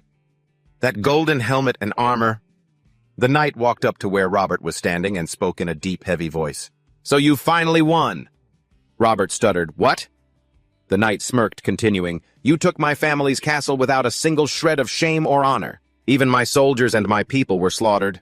Is this the honor Janet talks about?" Robert was completely flustered, having no idea how to respond. He could only stammer, "That well." Watching from a distance, Sang-hyun whispered to Roman, "It looks like that person has a higher status. That's why Robert is so rattled." A viewer left a comment. "Another status barrier stacked on top of another. Surprises are everywhere." Meanwhile, a flustered Robert tried to find his words. Robert will take charge of the citizens in this territory." The knight replied seriously, "Fine then. I want to speak with Amelia. Call her here." Suddenly a voice behind him spoke up. "That's impossible." Annoyed and weary, the knight muttered, "What is it now?" and slowly turned around to see Sang-hyun, walking up slowly. Startled, the knight frowned and gasped, "You startled me! Who are you? Are you a knight too?" Sang-hyun shook his head, "No." The knight glared, demanding, "If not, then what are you?" Roman stepped up, placed a hand on Sang-hyun's shoulder, and answered proudly, "This man is a member of our mercenary group." Hearing that the knight was impressed, and said with an intrigued look, "Oh, a mercenary. The man who single-handedly wiped out 100 soldiers is just a mercenary." Upon hearing the knight's words, Sang-hyun, Roman, and Robert were all stunned. Sang-hyun frowned and thought, "Does this person know me?" Viewer comments quickly popped up. As expected, they remember the worthy opponent. Even the enemy commander acknowledges him. Now show some respect. Another user quickly replied, "Don't push it." The knight glanced at Robert and his soldiers' reactions, then chuckled. It seems those people don't believe it. A mercenary and a cowardly archer who specializes in sneak attacks. How could that be? The knight reached up to their armor, slowly taking it off, clicking their tongue. How foolish. Have you ever thought about it? Do you really want to keep working with these people? People who don't even know your worth. The comment section immediately exploded with messages. Wait, what? This voice? Could it be? No way. The person behind the armor was slowly revealed, a woman with long, flowing purple hair. She flashed a bright smile and said, "Don't stay with them anymore. Come work with me instead, all right?" The viewers went wild, spamming the chat. Is that Rosanita? Rosanita is actually here. Wait, she really is a femme fatale. So gorgeous. Suddenly, a notification box appeared in front of him showing two options. Option 1. It is an honor to have my worth recognized by you. Option 2. Though I am but a mercenary, I have already sworn my loyalty. Sang-hyun bit his lip and thought, so the person in the golden helmet. Shams was the second female lead, Rosanita. He couldn't help but marvel and assess her in his mind. Such an easygoing, confident attitude even after losing the battle. That dangerous yet captivating aura is completely different from Emilia's. Even as just an ordinary player, I can clearly tell they put a lot of effort into designing this character. He glanced at the knights behind her. Every single one of them was standing there completely captivated by her beauty. He clicked his tongue and thought, even the knights of Janet's territory are spellbound. Are you guys even doing okay? The chat section quickly filled with lively responses about who he should choose. You've got to pick Rosanita. Exactly, ditch Amelia already. Sang-hyun stared hesitantly at the choices before him, biting his lip. Now, I have to make a really tough choice. Meanwhile, the chat continued to bombard him with aggressive messages. No way. Are you seriously planning to betray Amelia? Pick Rosanita. What about Amelia? You guys don't know anything. Pick option 1. Pick option 2. Sang-hyun's hands trembled slightly as he let out a long sigh.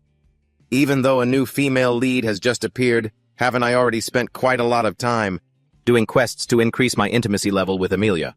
Even though it's just a game storyline and I didn't personally live through that time, he remembered their very first meeting and the look on Amelia's face. He sighed and thought, but I could already tell from the beginning that she had feelings for me too. On the other side, Rosanita cleared her throat and said, are you really planning to embarrass me like this? Answer me. Hit by Rosanita's words and hundreds of viewer comments at the same time, Sang-hyun felt like he was standing on a burning furnace drenched in sweat. Everyone kept egging him on. Hurry up! Option 1. I'd pick option 1. Sorry, but ditching Amelia is just too cruel. Sister Rosanita. Seeing that things were getting out of hand, Sang-hyun decided to bail. He announced to everyone, all right, that's it for today's stream. The broadcast ended. In the comment section, many viewers remained cursing him out for abruptly cutting off the stream like that. You scammer, are you even human? You bastard shutting down the stream right at the good part. Damn jerk. So frustrating. This is literally the #1 way to drive a Korean insane. What a scumbag. Yu Sang-hyun glanced at each response and clicked his tongue. The stream is already over. But these guys are still staying behind just to curse me out. Well, overall, this stream was quite a success, wasn't it? He silently thought to himself, they are loyal fans. Always the first to show up whenever Almond starts streaming. They really are loyal. They might be cursing me out, but they're probably just joking. They'll spread the word about what happened today all over the online communities. This is perfect. Juju was analyzing today's viewership numbers, constantly marveling at how massive and passionate his fanbase was. Overall, most of them were males in their 20s and 30s, but among his hardcore fans, the male-to-female ratio was about equal. While men donated more frequently, women completely dominated when it came to the total amount. Ju-hyuk clicked his tongue and muttered to himself, of course the sample size is still too small to jump to any conclusions. I need to look into this more. Don't you dare think you can beat us women when it comes to spending money. With just a single donation, they completely surpassed the entire lifetime donation total up until now. He silently analyzed the situation, realizing that with these metrics, what would happen next would be completely unpredictable for the viewers. So this is streaming, huh? Interesting. Suddenly, the door was slammed open. Ju-hyuk looked up startled only to see his father standing there absolutely furious. Gritting his teeth, his father growled, "What do you think you're doing?" His mother, standing right beside him, was doing her best to hold him back. She tried to calm him down, pleading, "Honey, please, just calm down." Seething with rage, his father barked at Ju-hyuk. "You quit your job when things were stable." Ju-hyuk could only stand there and take the scolding. Biting his lip, he stammered, that... His father stepped forward in a rage and yelled right in his face, "Are you out of your mind? Did you even think about my reputation for a single second? How am I supposed to face the director now?" Ju-hyuk's entire body trembled with fear. His father let out a heavy sigh before commanding, "Starting tomorrow morning, you will work at my company." Hearing this, Ju-hyuk was utterly shocked. He quickly protested, "But Dad..." His father glared right into his eyes and enunciated every single word. "Do you have something you want to say?" Having no choice but to submit, Ju-hyuk lowered his head and obediently murmured, "No, sir. If you'll excuse me." His mother slowly approached him with a warm smile, reassuring him, "You made the right choice, sweetie. Ju-hyuk, don't be mad at your father, okay? He only wants what's best for you." Ju-hyuk forced a smile and replied softly, "I'm fine, Mom. I just need some time alone." Left to his thoughts, he quietly pondered, In just 1 week, I've made about 270,000 won. It isn't a massive fortune, and I haven't achieved some great fame, but it was the happiest time of my life. It gave me hope. Was all of that just a fleeting dream? Devastated tears welled up in Ju-hyuk's eyes as he whispered to himself, this dream has lasted far too long. Late at night at Sang-yun's place, the doorbell started ringing incessantly. He groaned in frustration. Ugh, seriously. Dragging himself out of bed, he opened the door and grumbled sleepily, Who on earth is it at this hour? Ju-hyuk, standing outside, kept pounding on the door and urging, Hey Sang-hyun, open the door, hurry, I've been waiting out here forever. Sang-hyun's eyes went wide in shock when he saw who it was. Hey, Kim Ju-hyuk, don't tell me you...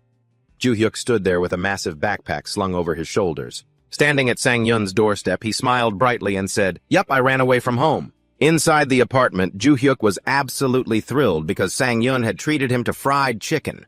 This is delicious, he cheered, chugging his beer. He then looked at Sang-hyun with curiosity and asked, Are you seriously not drinking? You ordered 2 bottles. Sang-hyun shook his head and replied, I need to keep a clear head for my stream. Ju-hyuk clicked his tongue and sighed. Is that so? Well, I guess I have no choice but to drink both of them myself. He finished his sentence and eagerly gulped down his beer. Eating a piece of chicken, Sang-hyun watched Ju-hyuk and remarked, You seem pretty cheerful. Suddenly remembering something important, Sang-hyun asked in a serious tone, By the way, why did you suddenly pack up and leave? You're not a kid anymore and there's nothing wrong with living with your parents. Ju-hyuk awkwardly dodged the question and stammered, It's a long story. I'll tell you about it later, okay? Sang-hyun shrugged. Suit yourself? Ju-hyuk looked at Sang-hyun and asked earnestly, But seriously, are you really okay with me crashing here? I should have asked you first before just showing up. Sang-hyun smiled warmly and replied, It's totally fine. The apartment is plenty big for 2 people. Ju-hyuk grinned happily and said, Thanks, buddy. I really appreciate it. After a while, Ju-hyuk looked at Sang-hyun with a serious expression and said, Oh, right. What are you going to do about the new situation in Kingdom? Sang-hyun looked confused. What do you mean, what am I going to do? Ju-hyuk winked. Emilia or Rosanita, you're standing at a major crossroads here, man. Sang-hyun finally understood what he was talking about. Taking a bite of chicken, he replied, Oh, that! Can't I just pick one and get it over with? Hearing such a half-hearted answer, Ju-hyuk instantly lost his temper and barked, What do you mean, just pick one? Did you even check the community board after you went offline? Ju-hyuk thrust his phone screen in front of Sang-hyun's face. Sang-hyun replied indifferently, Oh, did something happen? Ju-hyuk let out a heavy sigh. The war between Rosanita's side and Emilia's side is getting incredibly intense. You'd better choose very carefully. Sang-hyun fell deep into thought as he read a threat on his phone. An Emilia fan wrote, Choose Rosanita and you're dead. I'll find your address, Sang-hyun. Choose Emilia, and you'll get executed too. He also saw a warning from Rosanita's side. If you don't choose Rosanita, don't ever expect me to watch your stream again. Reading this, Sang-hyun let out a laugh and said cheerfully, Ah, so that's what's going on. They're really taking this seriously, aren't they? Ju-hyuk was completely baffled by his reaction. He thought to himself in disbelief, Wait, is he seriously not worried at all after reading those terrifying threats? It is because both of those 2 characters are famous. If it were me, I would probably lose sleep all night from worrying. Just how optimistic can he get? Suddenly, Sang-hyun spoke up, cutting off Ju-hyuk's train of thought.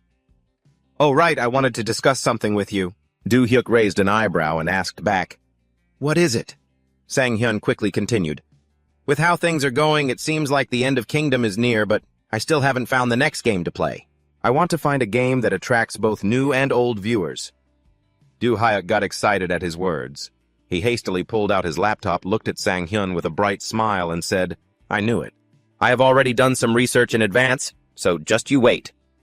Ju-hyuk quickly connected his laptop to the projector, pressed the enter key, and excitedly said, That is the hottest game right now, battle ready. He gently pushed up his glasses, raised his eyebrows, and asked, Have you ever played this game before? Sang-hyun honestly replied, I've heard a lot about it, suddenly sounding so professional. Ju-hyuk patiently explained to him, Battle Last is an online survival PvP game, player versus player abbreviated as PvP. That means players control their characters to fight against other players' characters. Players will use a variety of weapons to become the last. Survivor out of 100 people. Therefore, you need to have superb aiming skills and make split-second decisions. Do-hyuk pushed up his glasses, looking mysterious as he lowered his voice to continue. It can be considered the perfect game that matches your playstyle and current trends. Sang-hyun raised his eyebrows in amusement and exclaimed, "Oh, is that so? That is pretty neat. Sounds interesting." He thought for a moment, and after a while he gently rubbed his chin and said, "I'm not really used to playing PvP games. Should I practice before going live?" Hearing him say that, Do-hyuk frowned, slammed his hand on the table, and yelled, "What? No way!" Having said that, he turned gloomy and annoyed, continuing, "Sang-hyun, you don't understand people at all." Sang-hyun asked in confusion. "What do you mean?" Do-hyuk asked back. "What do you think people want to see from your stream?" Sang-hyun frowned, thought for a moment, and replied, "To watch me play well." Do-hyuk shook his head and said, "No, plenty of people can play well." Sang-hyun asked curiously, "Then what is it?" Do-hyuk pointed his index finger straight at him and said seriously, "A one-of-a-kind genius." He quickly continued, Think back to your first stream playing Kingdom S. You showed overwhelming skills from the very first day without any practice. I think everyone went crazy for your genius," Do-hyuk said sincerely. "So, I want you to keep going in that direction. Show off your top-tier gaming skills without practicing beforehand." Sang-hyun crossed his arms and thought for a moment. After a long while, he murmured softly, But Battle Last is a shooter game, right? I can shoot a bow, but it is hard to be good with a gun right away without practice." Hearing that, Do-hyuk hastily turned the projector back on, pointed at it, looked at him, and said, "Look at this," landing a headshot on a fleeing enemy on horseback. "Do you think everyone who is good at archery can do what you did?" Sang-hyun asked skeptically. "Probably right." Do-hyuk shook his head and replied, "No way. If that were true, someone else would have done it before you. It is proof that you are much better at gaming than others." Sang-hyun suddenly felt a sense of familiarity. He raised an eyebrow and asked, Could it be because of this? Lately I have been practicing with a simulation program before every stream." Do-hyuk frowned and asked back, "A simulation program?" Sang-hyun nodded and replied, "It is the program pre-installed in the player's room. I heard it is really well optimized, so I have been trying to clear it on the highest difficulty once a day." Do-hyuk pulled out his phone to check the leaderboard and asked Sang-hyun, "What is your score?" Sang-hyun honestly revealed, "Around 12,000 points." Do-hyuk's hand holding the phone suddenly trembled. He looked up at Sang-hyun in utter shock and said, "This is crazy."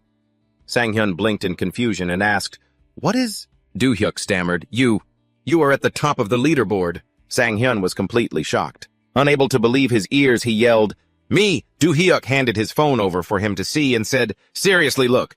This is your rank on the scoreboard." Sang-hyun gasped in surprise. "No way, really?" Do-hyuk excitedly added, "See, I was right. Whether it's archery or shooting, it doesn't matter. You have a natural talent for this."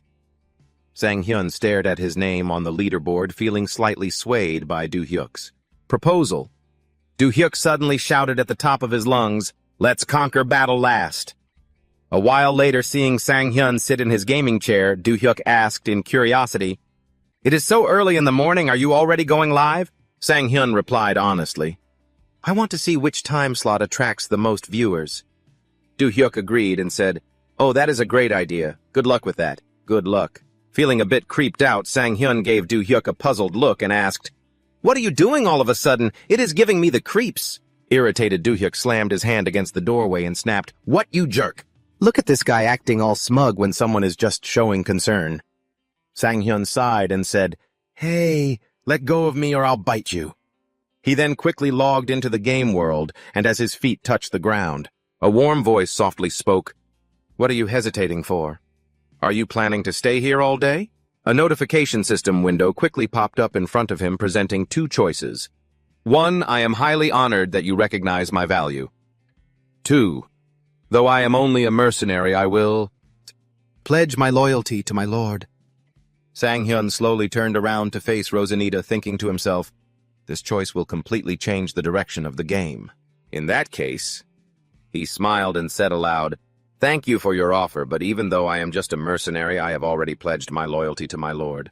Those people." Upon seeing this, the chat quickly flooded with comments, "So boring! Shouted out, Emilia is the one true waifu. What a righteous man."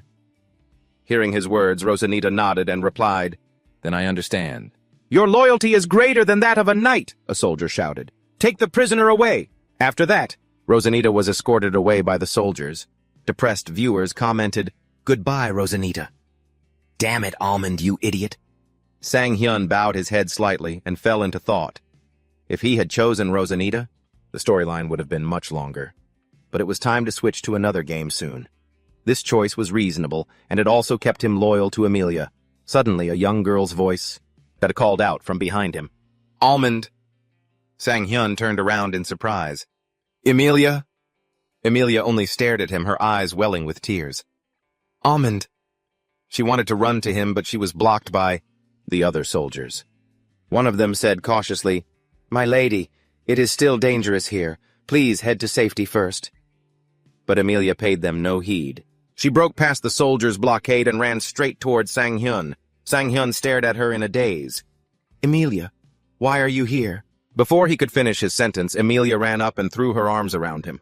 As she embraced Sang-hyun, leaving him completely stunned, the chat window exploded with frantic messages. "Emilia, she's so incredible. This scene is killing me." "What the hell? Let's go." After a long while, Sang-hyun gently released her, looked at her warmly, and said, "We won. Lift up your head, Emilia." Following his words, the chat erupted once again. "He's so gentle. So sweet. And here I thought she didn't have a lover yet. If I find that guy, I'm going to slice him. This is like a bad joke." Emilia's face flushed crimson.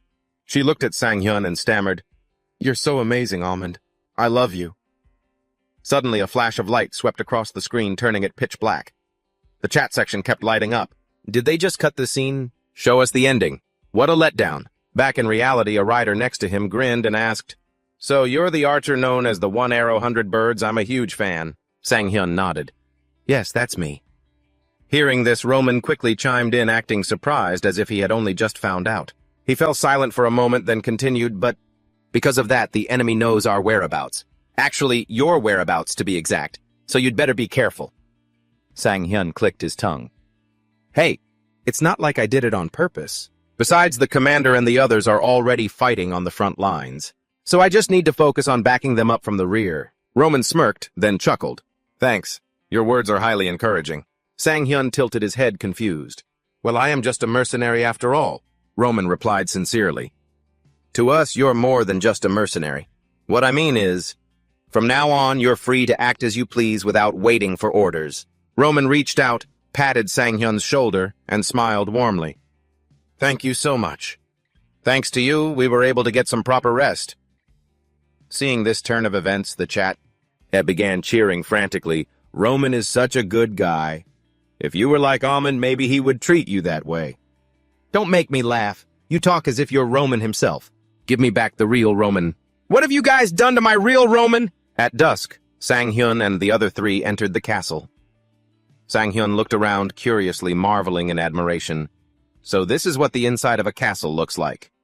Emilia led the way. She turned her head back to look at him and said, "Almond, this way." She walked up to the room in front of them and said softly to the guards, "Open the doors. He is my special guest. I will be having dinner with him." "Welcome, young man." The guard obeyed and quickly opened the door, allowing her and Sang-hyun to step inside. The moment he entered, he heard a booming voice, "Take a seat. I've heard a lot about you from my daughter." Sang-hyun stared at the man in front of him and thought seriously, "This man is Lord Jinneret Emilia's father." Jinneret slowly stepped forward, patted his shoulder, and praised him. "You did exceptionally well, young man. I will prepare some handsome rewards for you." With that, he turned to the surrounding guards and said, "Bring in the food." The guard quickly nodded in response. "Yes, my lord." Sang-hyun breathed a sigh of relief and thought, "Thank goodness he's not one of those uptight nobles, but I'm still incredibly nervous." A system notification then popped up. "You have successfully entered the Emilia family's dining challenge." Sang-hyun was utterly bewildered when he saw it. He cautiously sat down at the table, muttering, "A dining challenge." Suddenly, a servant approached and placed a bucket of water on the table in front of him. Sang-hyun stared at it and frowned in thought. "Is this water?" Suddenly, strange button prompts began to appear. Sang-hyun thought in confusion, "What are these buttons for?" Not caring too much, he just mashed them randomly, thinking silently, "I pressed them, but nothing's happening. Could it be? Suddenly a light flashed. Sang-hyun knew something was up and panicked. How the hell did this turn into a rhythm game like audition? The chat is blowing up again as everyone rushes to talk about it. I can't believe this kind of event actually exists. An audition in medieval times. This scene makes me really question my own table manners. Look, they just sent out a warning. Every single day is a battle, and look at that food. Seriously, medieval difficulty is no joke. After a long pause, Sang-hyun wearily muttered, "Meeting the father-in-law for the first time is a bit overwhelming." A few more notifications pop up, rating it like a marriage simulator. Is this game for sale? Let me play too. Jinneret gently set down his wine glass, looked straight at Sang-hyun, and made an offer. "Hey, Almond, would you like to become one of my knights?" A notification popped up. With such big news, a few messages quickly popped up as if trying to speak for him. "It would be my honor, my lord," or "I must politely decline, I'd still prefer to be a mercenary." Oh my god, he's getting recruited as a knight already. This is the first time I've ever seen this happen. How did he get recruited so fast? Sang-hyun carefully bowed his head and fell into deep thought. This was completely unprecedented. The game had been out for nearly 1 year, and no one had ever achieved this.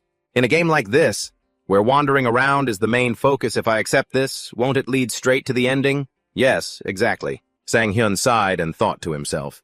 He knew that choosing Amelia would end the game faster, but he didn't expect the system to read his mind.